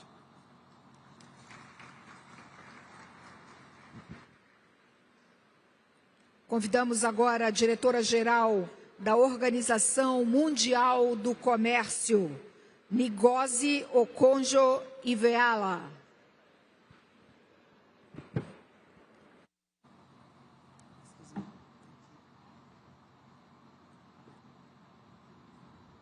Thank you, President Lula, Excellencies, ladies and gentlemen. Let me start by thanking you for inviting us to join you here on the edge of the Amazon. Trade is often thought of in terms of goods, services, and markets. But trade is fundamentally about people's lives and livelihoods and about the planet. Trade and the multilateral trading system are part of the climate solution.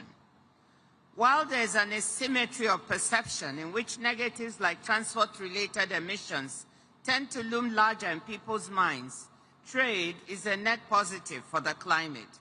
Since Glasgow, trade has risen in prominence on the climate agenda, and I thank our partners for organizing COP Trade Days. We take note of the launch of the Integrated Forum on Climate Change and Trade and look forward to seeing if and how our members take it forward, because the world cannot succeed at fighting climate change without trade. First, not every country can manufacture all the low-carbon technologies needed to make the transition. And even those that can need to import critical minerals and other inputs that are central to low or zero emissions technologies. Trade is essential for production and deployment. The specialization, scale, and competition that comes with trade drive down the cost of green technology so much so that they now routinely undercut fossil energy. Second, although many countries' nationally determined contributions have typically overlooked trade, this may be changing. At COP28, the WTO launched a menu of trade policy tools to turbocharge climate action, such as appropriate tariff policies that incentivize the import of new or zero carbon emissions goods and services over higher emissions products, or using the roughly $13 trillion in annual public procurement spending to create new markets for green goods and services. And we are seeing good examples, like Fiji's duty-free imports for renewable energy equipment, or Japan's rules requiring the procurement of materials with a low environmental impact. Further, as governments implement trade facilitating measures, border wait times are falling, and with them the emissions from idling trucks. Third, and as I mentioned in the session on oceans and forests, harmful subsidies should be part of the trade and climate conversation. The WTO agreement on harmful fisheries subsidies just entered into force, and I want to compliment WTO members for doing this. Cutting $22 billion of harmful fisheries subsidies that encourage illegal, unreported, and unregulated fishing of our high seas delivers SDG 14.6 and will free up resources that could be redirected to the green transition. Reforming harmful fossil fuel subsidies and trade-distorting agricultural support would have even greater impact. I know this is politically difficult to accomplish, but imagine if only 1/3 of the harmful fisheries subsidies were repurposed to serve climate objectives. It could add $7 billion, 9 times more than what we now have in the Loss and Damage Fund. So let us join hands to make trade work even more effectively for people, for climate, and for nature. Thank you.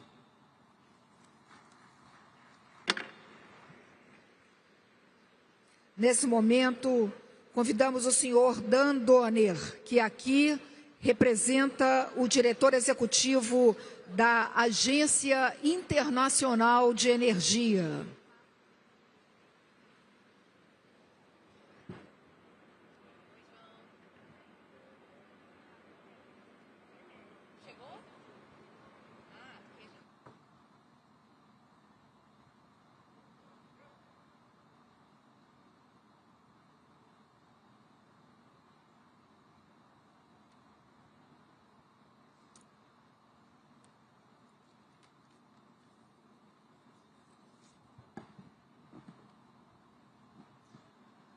Excellencies, distinguished delegates, 10 years ago, when world leaders gathered in Paris, a key question confronting them was whether their climate commitments might harm their economic and development goals. 10 years later, today here in Belém, the data shows that this is absolutely not the case. 10 years ago, global energy investment was around $2 trillion. $1 trillion of that was in fossil fuels, and $1 trillion of that was in clean energy. 1 to 1. 10 years later, today, fossil fuel investment is still $1 trillion, but clean energy investment is no longer $1 trillion, but now exceeds $2 trillion. The ratio has now moved to 2 to 1. And at the same time as investment has grown, so too the unit costs have fallen precipitously, meaning that we now get much more for each and every dollar we invest. And again, more than that, we now see that we have also created more than 10 million new clean energy jobs over that period. But we also know that much more must be done. Global improvements in electricity access, for example, have stalled. The number of people without access to clean cooking facilities, that number is actually growing today. The situation is getting worse, not better. And as we know, energy sector CO2 emissions continue to rise. So in this context, praise to Brazil for its focus on implementation at COP30. The International Energy Agency has been honored to co-chair a series of energy transition dialogues this year with the COP30 presidency, and we bring from those dialogues 3 concrete priorities into COP30. First, boost investment in electricity grids urgently. In 2024, 700 gigawatts of renewables were added globally. And yet, despite this, emissions still grew by around 1%. And another 1,700 gigawatts of renewables are still awaiting connections to the grid. And if those 1,700 gigawatts had also been connected in 2024, rather than seeing an increase in emissions in that year, we would have seen a decrease in emissions. They would have gone down and not up. Second, the IEA has been honored to support Brazil in the development of its Belém 4X pledge on sustainable fuels. Scaling up sustainable fuels in line with this pledge can complement electrification and energy efficiency, supporting transition and energy diversification. We see this pledge as a positive rallying call in this important area that needs further action. Third and last, we must ensure that the benefits of energy transition are felt much more widely than they are today. More energy investment must flow into emerging and developing economies. Only 2% of clean energy investment today is in Africa. Only 2%. And more must also be done to overcome the tragic fact that 1/4 of the global population still cooks with traditional toxic fuels that link to 2.7 million premature deaths each year. We at the International Energy Agency will continue to work with our partners to overcome such terrible energy inequalities. And we are so grateful to President Lula and Brazil for putting such a strong focus on the most vulnerable and the least responsible in society. We must ensure that no one is left behind. Thank you. Obrigado.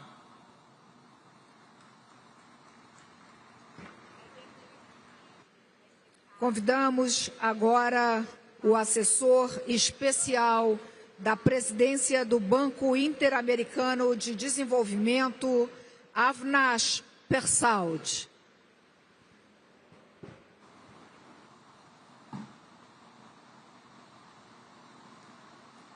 Your Excellencies, Ministers, friends, bon dia. I speak to you on behalf of Ilan Goldfein, President of the Inter-American Development Bank. We are proud to be the current chair of climate heads of the multilateral development banks. The MDBs have been acting in recent years as a system, and I can report to you, pleased to report to you, that that system is strong and stronger than ever before. Last year, the multilateral development banks delivered a record $118 billion mobilized and invested directly to low and middle income countries on climate action. Within that figure, the proportion, the amount for resilience and adaptation has doubled since 2019. We want to do more. We're on track to do more. But we recognize that, especially for vulnerable countries, more debt, however low cost it is, however long term it is a challenge. And so we're also expanding debt swaps, the ability for countries to release funds for resilience without increasing debt. We will be launching here and a new initiative at COP, a first multi-guarantor debt swap facility to enable us to expand the size and amount of those debt swaps. We are also expanding the amount of pause clauses in debt to make debt more shock absorbing. We recognize the importance of investing in resilient public infrastructure, but we're also prioritizing ways to catalyze the private sector to mobilize that money into national development priorities.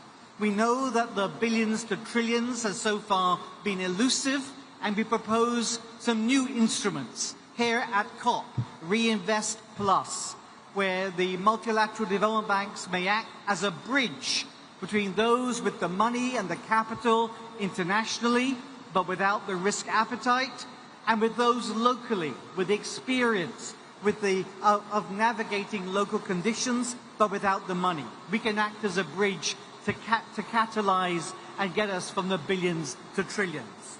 We're also launching Colabara, because we need not just debt, but we also need equity. And here in Belém, at the doorstep of the Amazon, we are scaling up our Amazonia Forever, an umbrella of holistic programs, because we know that we cannot stop deforestation unless we're also building resilient livelihoods. Here in Belém, vision can become reality. We believe that with partnership, with innovation, with collective purpose, we can turn ambition into action and action into implementation. Thank you very much. Neste momento, convidamos para ouvir a manifestação do senhor Pablo Gentili, que aqui representa a presidência executiva da Corporação Andina de Fomento.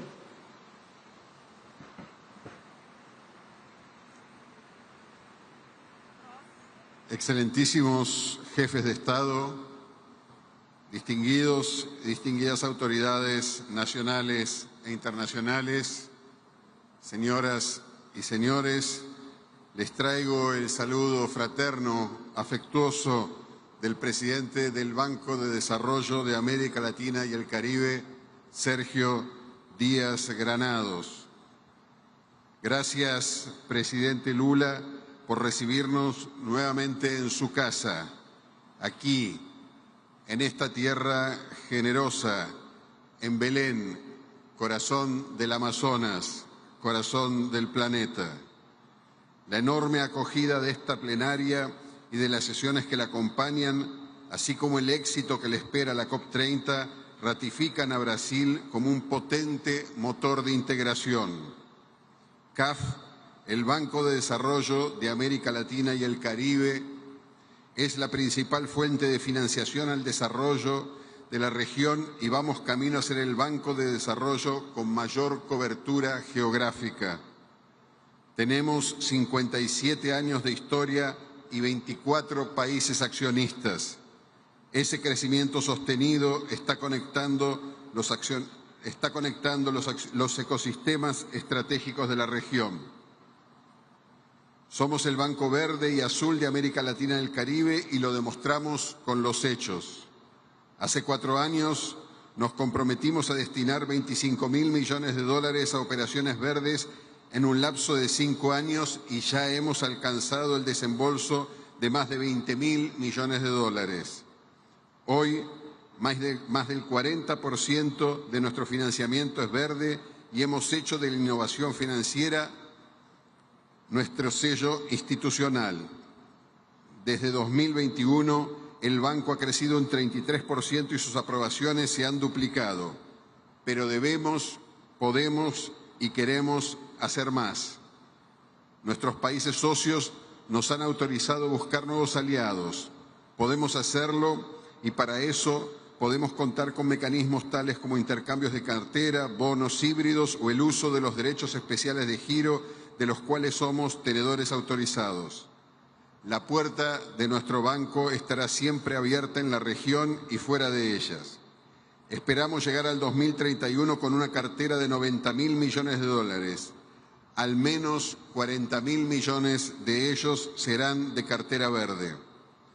Excelencias, la COP30 plantea grandes retos y desde CAF estamos poniendo nuestra parte para contribuir a su éxito.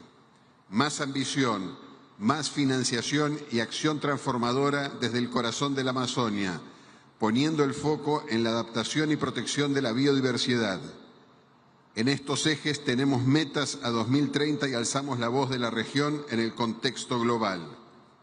Les pedimos a ustedes, los y las lideresas globales, su respaldo para que la nuestra siga siendo una institución que crezca y nuestra región, que hoy los acoge, que hoy nos acoge generosamente con los brazos abiertos, siga siendo un territorio de esperanza y de soluciones globales. Muchas gracias.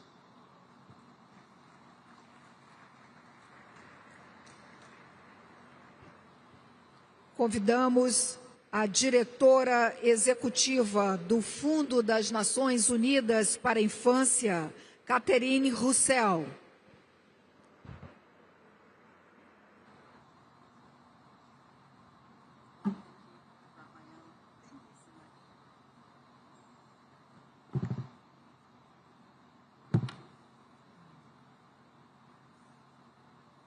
Excellencies, thank you very much for giving me the floor, and thank you to His Excellency President Lula and the COP30 presidency for convening us here in Belém.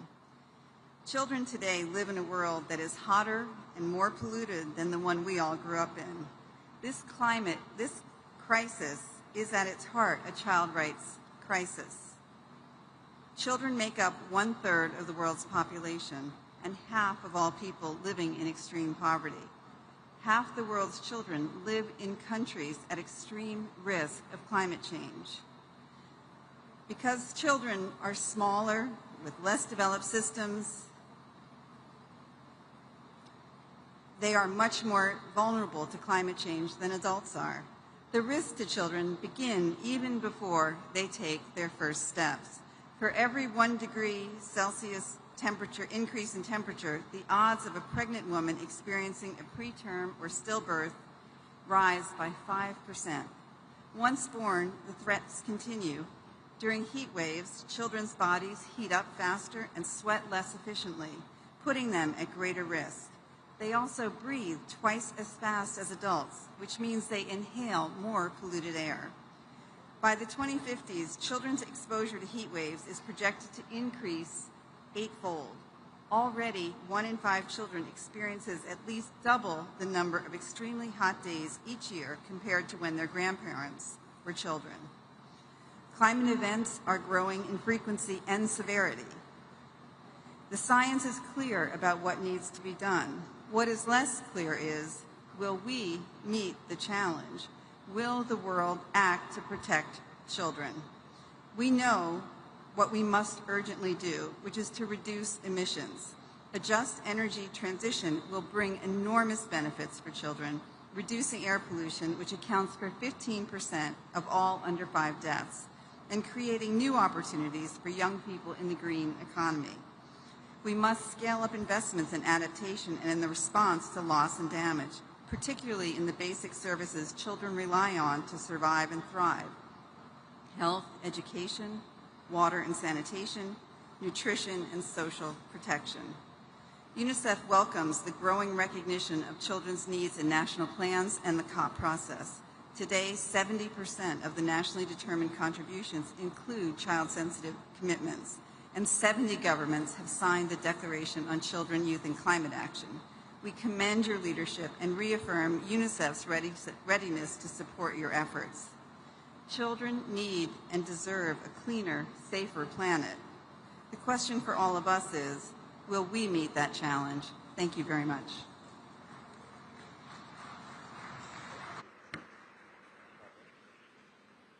Nesse momento, chamamos o diretor de clima da Organização das Nações Unidas para a Agricultura e Alimentação, Kaveh Zaed.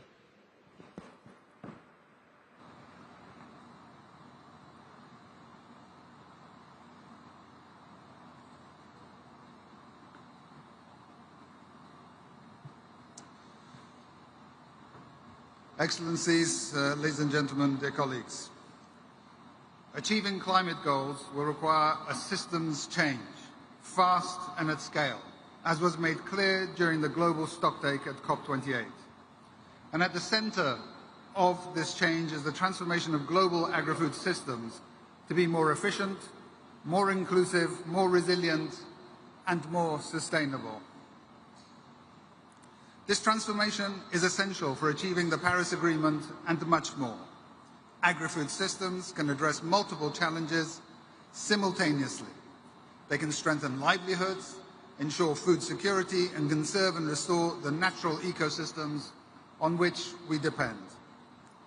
Without changing how we produce, distribute, and consume foods, our goals for addressing the impacts of the climate crisis or preserving biodiversity and food diversity and addressing hunger will not be met.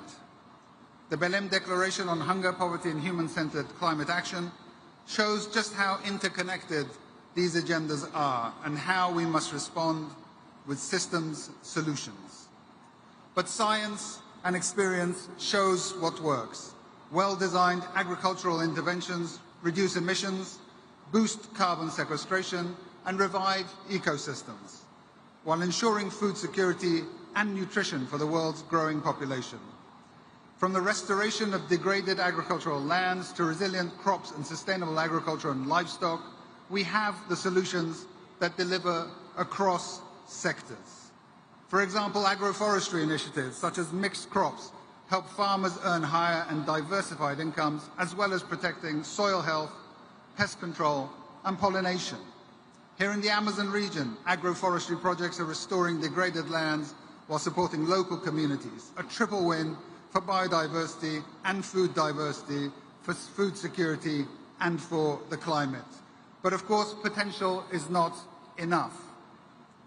Investment remains far below what is needed to deliver agri-food system transformation at scale.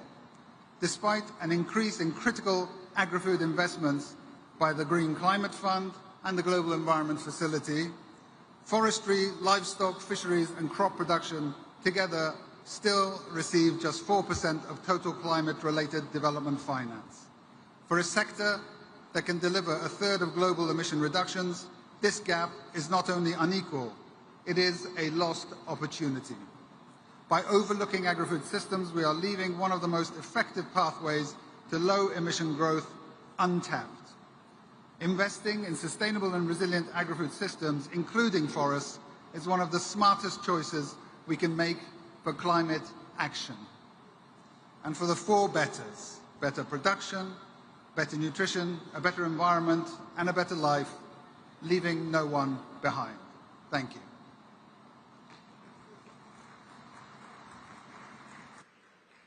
Nesse momento, teremos a manifestação do diretor-geral da Organização Mundial de Saúde, Dr. Tedros Adhanom Ghebreyesus.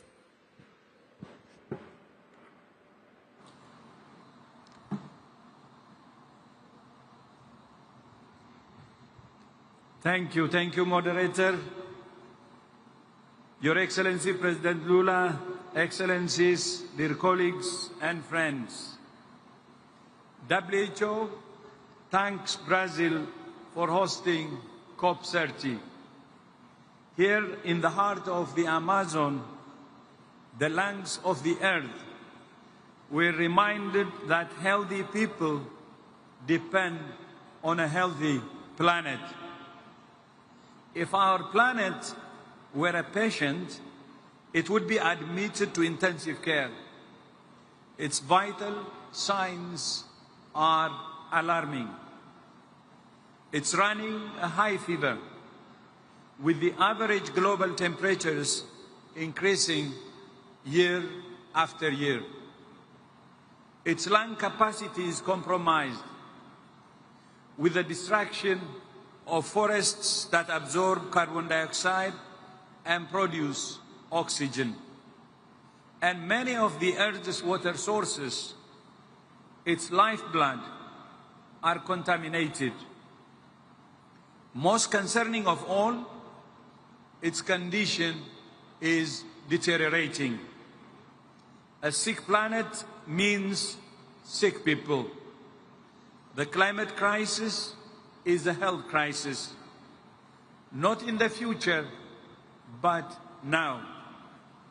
It's already spreading disease, worsening malnutrition, displacing communities, and claiming lives through heat, floods, fires, and pollution.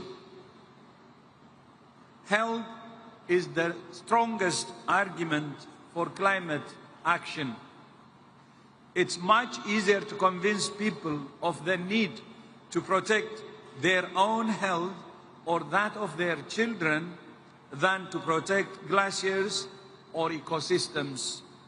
Both are important. One is a lot closer to home. We welcome Brazil's leadership through the Belém Health Action Plan and the inclusion of health in the COP30 activation agenda. And we commend the Baku COP President's Continuity Coalition for Climate and Health, which is an important step to institutionalize health as a central part of COP presidencies. WHO is supporting more than 100 countries to build climate-friendly and climate-resilient health systems through the Alliance for Transformative Action on Climate and Health, or ATTACH. But there is still one step to go, making health a formal topic in UN climate negotiations. It's also worrying that health-specific climate action remains severely underfunded, capturing only 2% of adaptation funding and 0.5% of multilateral climate funding. So our call today is simple. Put health at the center of every climate decision. Direct climate finance towards protecting lives and livelihoods.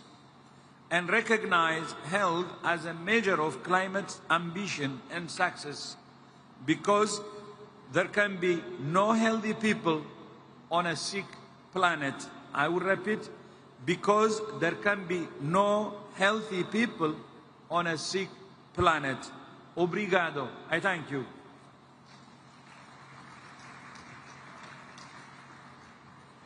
Nesse momento, teremos a manifestação do gerente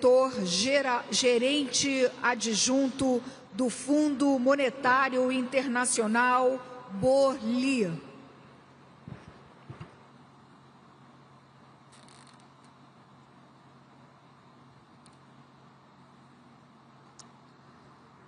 Excellencies, distinguished guests, COP30 takes place in a challenging context. Growth is not as strong as we need, and uncertainty is high. Poor and vulnerable countries face additional challenges, such as high debt service costs and cuts to development assistance. In this context, unfortunately, the world is not on track to achieve goals of the Paris Agreement, as shown by a forthcoming IMF paper. There is an ambition gap. NDCs, including new pledges submitted ahead of COP30, would cut emissions by only 7% from 2019 levels, compared to the 30% needed to limit temperature increase to 1.5 degrees. And there is an implementation gap as well. IMF analysis suggests the gap between promises and practice is such that current policies will see global emissions rise by 9% by 2035. In part, the shortfall is driven by explicit fossil fuel subsidies, which amounted to $800 billion last year alone, that effectively constitute a negative carbon price. By making it cheaper to burn oil, coal, and gas, these subsidies are in direct opposition to our climate goals. Putting emissions on a path compatible with the Paris Agreement would entail significant macroeconomic shifts. Many countries working towards their national mitigation goals call on us to examine the macroeconomic implications of these shifts. The IMF can discuss the most efficient and fiscally sound policy options to achieve countries' climate objectives. For fossil fuels exporting countries facing potential revenue losses, we discussed economic and fiscal diversification strategies, such as putting revenue into sovereign wealth funds or developing low-carbon exports. Climate change and extreme weather events already threaten economic stability and put pressure on budgets and external positions in many countries. The IMF is working to map these threats into macroeconomic and debt sustainability frameworks.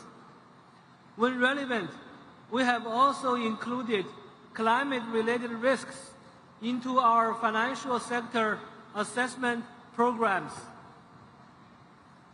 We advise on policies to enhance resilience, including through technical assistance, data and capacity development. Through the Resilience and Sustainability Trust, we also provide affordable lending to reduce climate-related risks to prospective balance of payment stability in low-income and vulnerable middle-income countries. We have approved 26 countries with RSF arrangements so far, with total commitments of about $14 billion.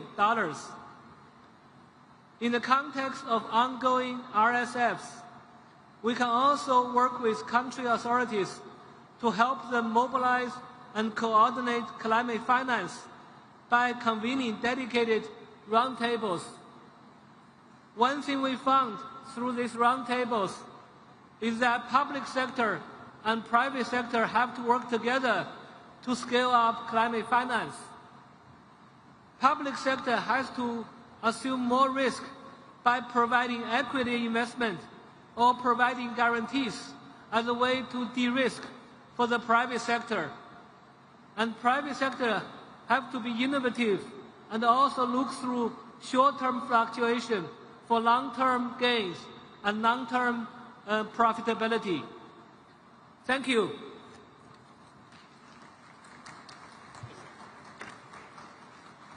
E neste momento teremos a manifestação do secretário-geral da Organização do Tratado de Cooperação Amazônica, Martin von Hildebrand.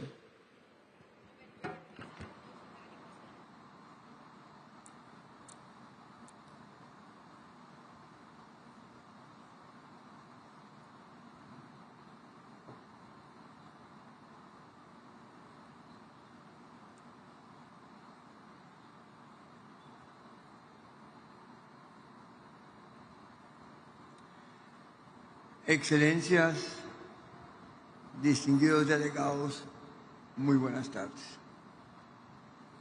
Es un honor dirigirme en nombre de la Organización del Tratado de Cooperación Amazónica, OTCA,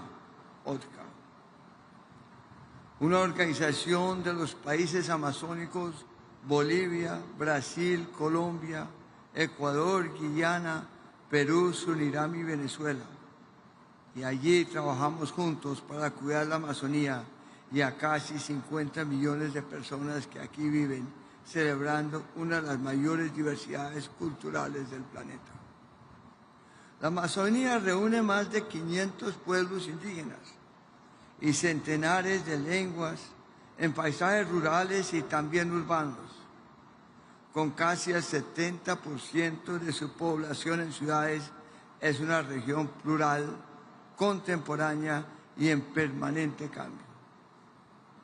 Esta floresta, manejada ancestralmente por pueblos diversos, es esencial para el equilibrio climático, para la vida de millones de todos en el planeta.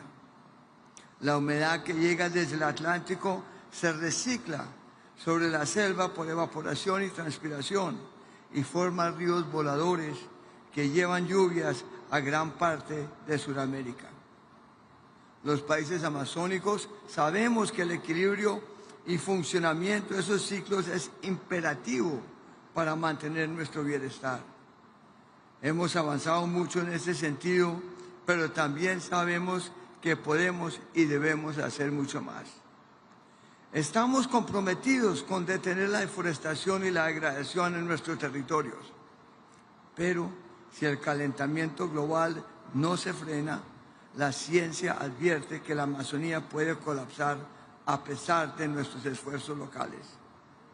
Mantener el funcionamiento de la selva y su conectividad con los océanos es una responsabilidad global. Del lado de los países amazónicos, gobiernos y sociedades civiles hemos avanzado. El 47% de la Amazonía está bajo figuras de protección legalmente reconocidas, lo que vale a casi 300 millones de hectáreas, de las cuales la mitad es territorio indígena.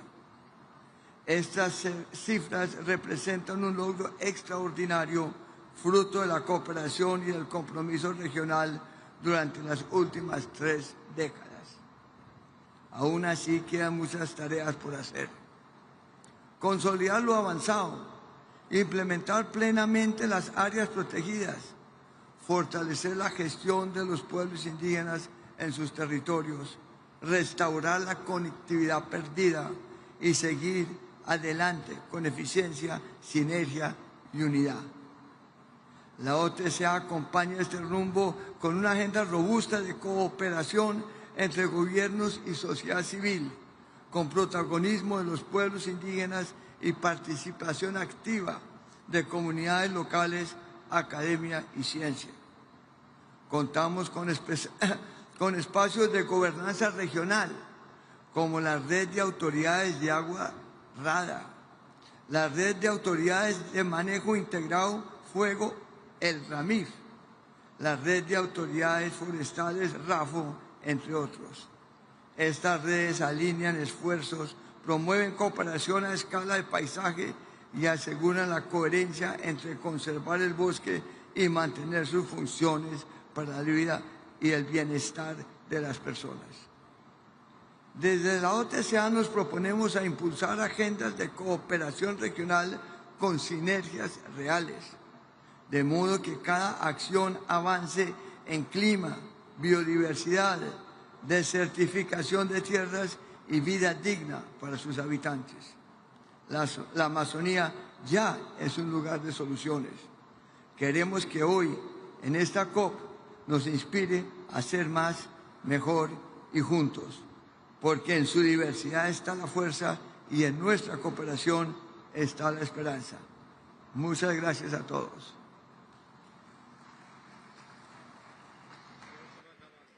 Neste momento, convido para a manifestação o diretor da Divisão de Mudança do Clima do PNUMA, Martin Kraus.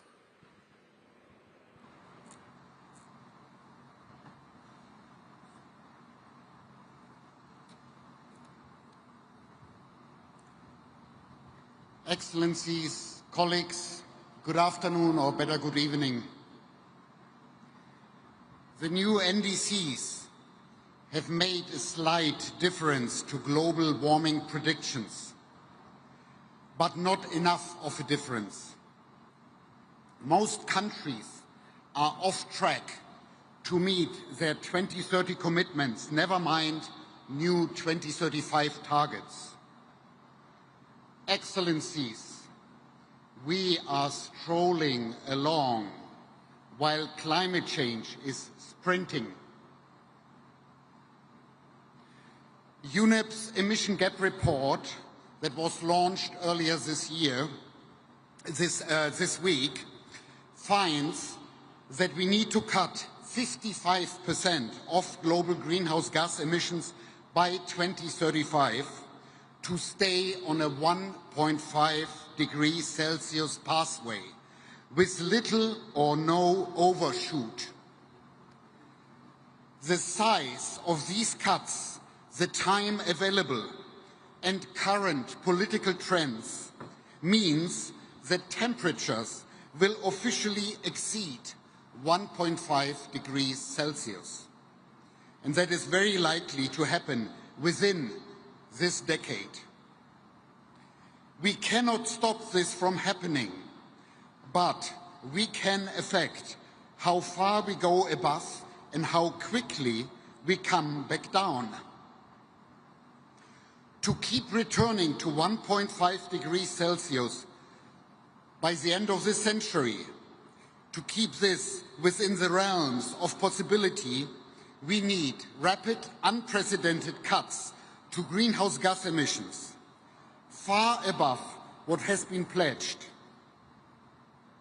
Addressing methane emissions and other short-lived climate pollutants is our emergency brake. We must pull it fast and forcefully. Such action is essential because every fraction of a degree avoided reduces damages, saves lives, reduces the need for carbon dioxide removal, and also lowers the need for adaptation. Excellencies, we must invest more in adaptation. UNEP's Adaptation Gap Report, which was launched about 10 days ago, finds that developing countries will need over $310 billion in adaptation finance per year by 2035. And that is 12 times as much as current international public adaptation finance flows. Temperature exceedance will require exponential investments in adaptation and in loss and damage. So, we need COP30 to deliver a clear plan to close the gaps on mitigation, on adaptation, and on finance. We need nations, and particularly the G20, to step up. Excellencies, we are on the right path, but with the wrong pace. UNEP is working with nations to deliver solutions, particularly those that bring socio-economic benefits, such as protecting forests, tackling short-lived climate pollutants such as methane, implementing cooling solutions, transforming the building and construction sector, and backing also early warning systems. Excellencies, investing in and implementing these solutions can rapidly bring down emissions, can save lives and deliver trillions of dollars in economic benefits. And that is what this COP must deliver. We welcome the COP focusing on implementation and on action. And we are pleased to be partners of the Beat the Heat, the wildfires and other mutiraos. Many thanks. Obrigado.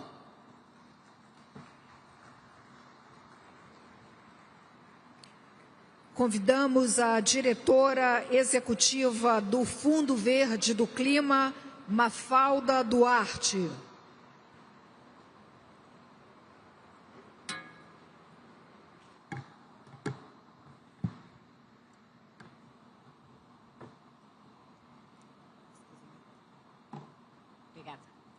Excellencies, colleagues, caros amigos brasileiros, let me begin by recognizing Brazil's leadership and thanking President Lula and the COP30 presidency for bringing us together here in Belém, no coração da Amazônia. Standing at the heart of the world's largest tropical forest reminds us what's at stake: a stable climate in support of human prosperity, resilient ecosystems, and the dignity and inclusion of the people and communities who depend on them. We commend the Presidency for establishing the 4 leadership circles, which have created new bridges across ministries, financial institutions, civil society, indigenous and traditional communities, political leadership, and cultural sectors. The Circle of Finance Ministers, in particular, has been instrumental in guiding inputs to the Baku to Belém roadmap's bold target of mobilizing at least 1.3 trillion per year by 2035. We also recognize how the People's Circle and the Global Ethical Stocktake Circle have ensured that the voices, rights, and knowledge of indigenous people, Afro-descendant, and traditional communities are integrated in the global conversation. We further value the Mutirão for Climate Action as a principle that has amplified inclusivity throughout the process leading into Belém.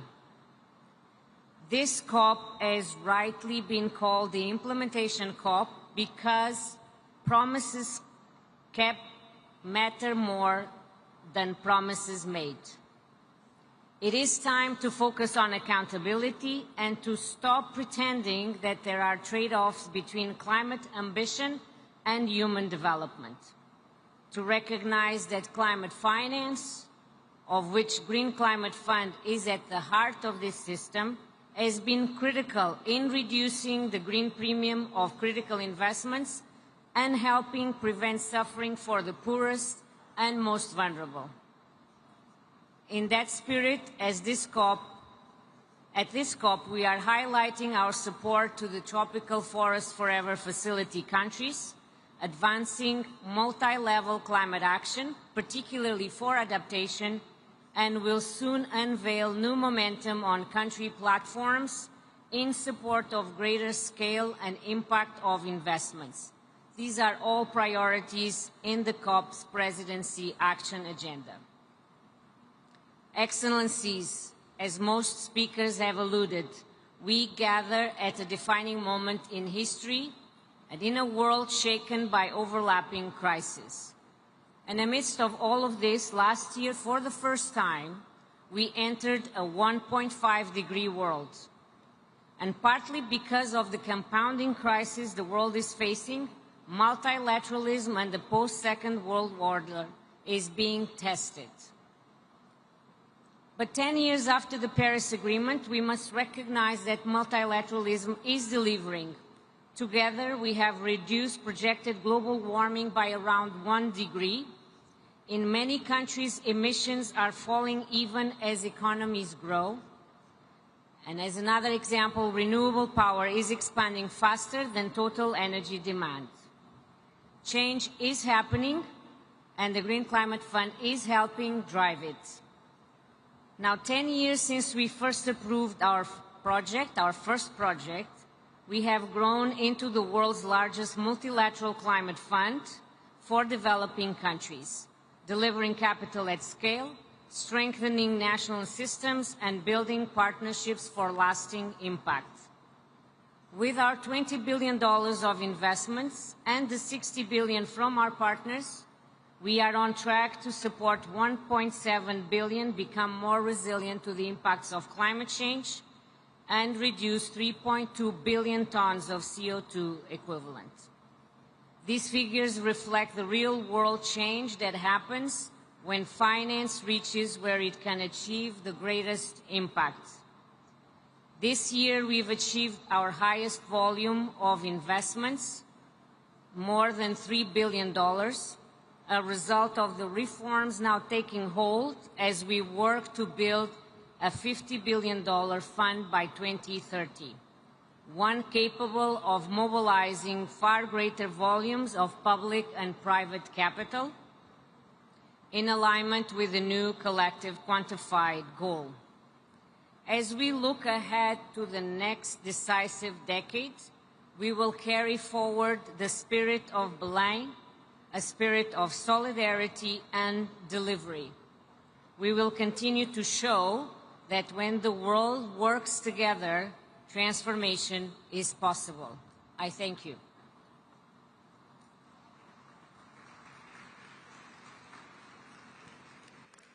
Neste momento, encerramos a plenária da Cúpula do Clima de Belém.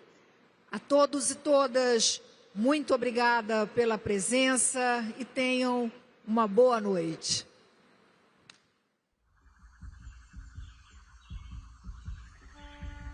A Amazônia não é Eldorado. Seus rios voadores irrigam o céu. Suas árvores sustentam o pulsar do mundo. Seus povos carregam saberes ancestrais, respostas para agora e para o amanhã. Aves, peixes, plantas, solos, águas são nossos parentes mais antigos. Divindades que guardam o segredo do renascer. Este corpo-território reflete verdades do mundo. Neste mundo de águas, culturas se encontram, eclodem. O futuro nos interpela. Belém, Mairi, território ancestral. Essa é a COP da verdade. Defenda a vida.